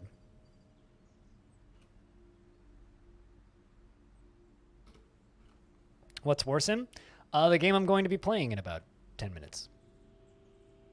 Ish. Give or take. War Sim is a text-based kingdom management game with a lot of procedural generation. It's completely ASCII, and it can be played on 9 buttons, 1 through 9. And there's an interview up on my YouTube channel with the developer. This procedurally generated King of Dragon Pass. Was there as much combat in King of Dragon Pass? Because, like, I feel like I always thought that King of Dragon Pass was more in the... Because I never played King of Dragon Pass, but I was always under the impression that King of Dragon Pass was a lot more, like, procedural novel than this is, whereas this more is sandboxy. But, I don't know. Maybe it was. I never played that, so I wouldn't say. I don't know. I don't use DFhack.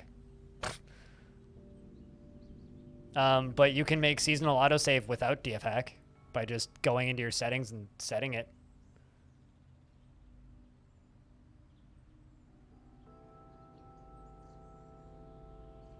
I mean, it's like a written thing with a lot of different options, right? Donna Minstrel?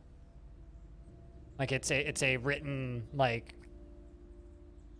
What's the word I'm looking for here? Choose your own adventure game, basically.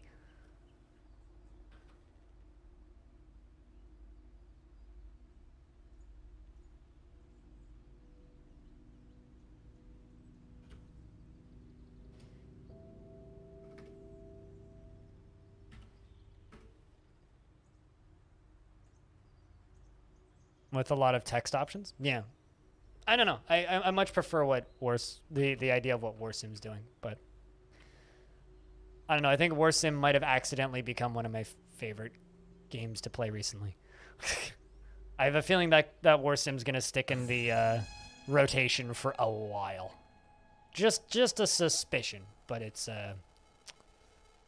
very much a suspicion there.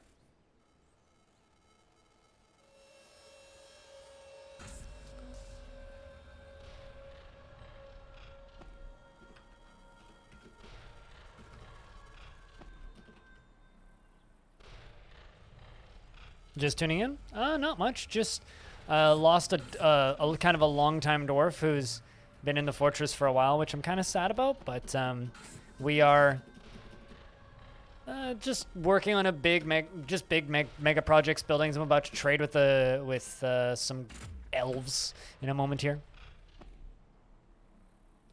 I'll pass. But cheers for the recommendation. Talking about some other games. But generally just chilling in Longdeath, Rusty Chat. Just chilling in Longdeath.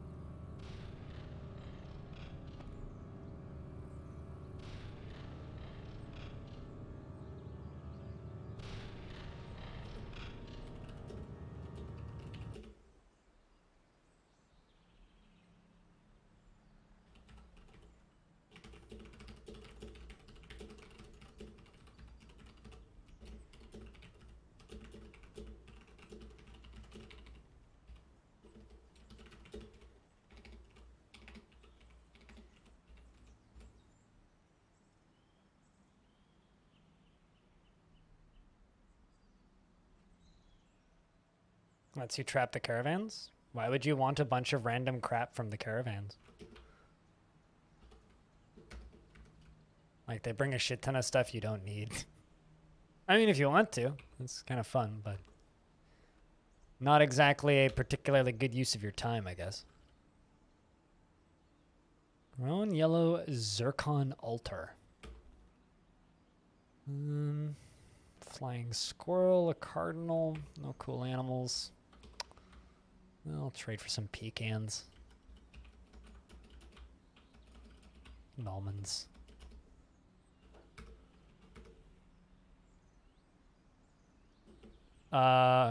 Here, I'll just show you. I mean, because you don't know how to look it up on the wiki, I'll just show you. But if you look things up on the wiki, you'll get it real quick, Nighty. The way you do it, so you go to, I think it's D in it, which will pop up this.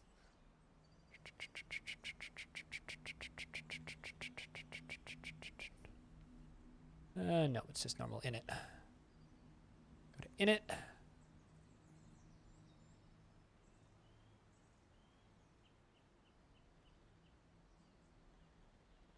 It's one of these.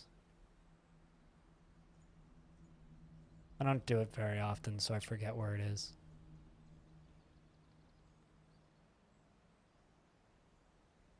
Maybe it is in the other one. Windowed, yes. It's in one of those folders.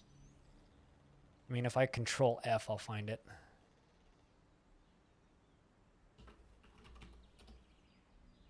Oh, it's right there. Yeah, autosave, yes.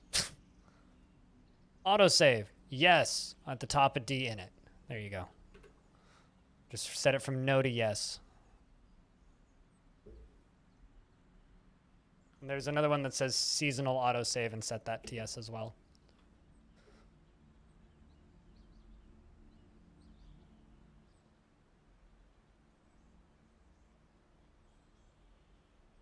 I mean, free shit is just the main thing that's pushing your frame rate down.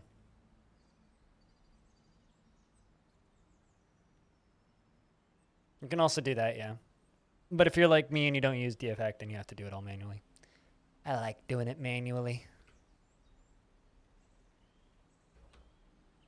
The dwarves are making very nice cloth. How's that poor dwarf doing? Humiliated by the... Utterly harrowed by the nightmare that is his tragic life. Well, please don't go commit crimes, okay? Let's also get rid of this. Get rid of this. Get rid of this. Get rid of this. And get rid of that, because I don't need those.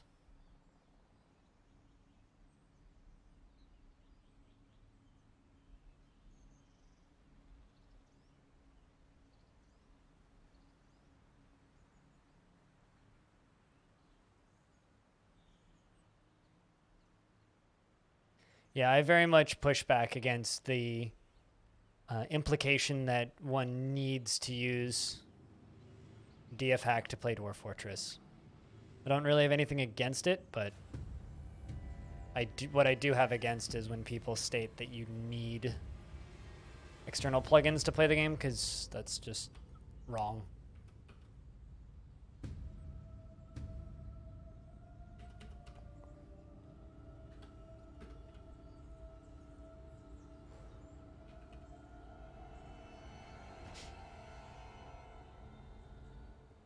It's just completely wrong. There we go. More dwarves. You installed it recently to build more stuff in adventure mode? No, totally. I mean, like, it's got its uses, for sure. But I think it's wrong to pack it in with lazy noob pack. Because it's not for lazy people. It's also not for noobs. DF hack is just advanced tools for advanced players. But that is, I think the clock just over 4 hours. Oh no, touch shriek.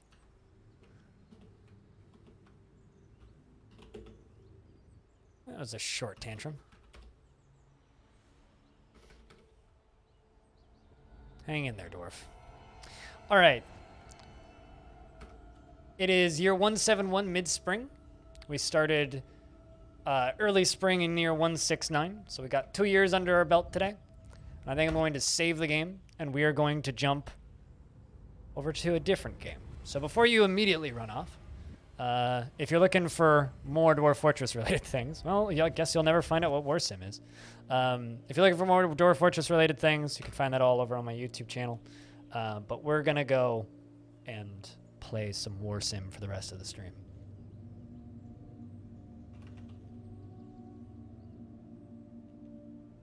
Assumes I have a War Sim command.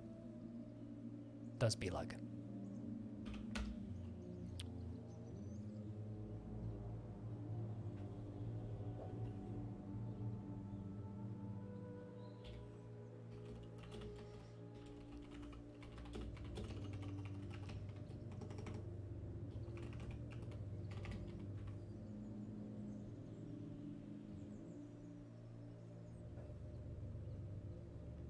For all of the best games? Not all of them. Only ones where I have links to make you buy them in my name to give me money. Or sim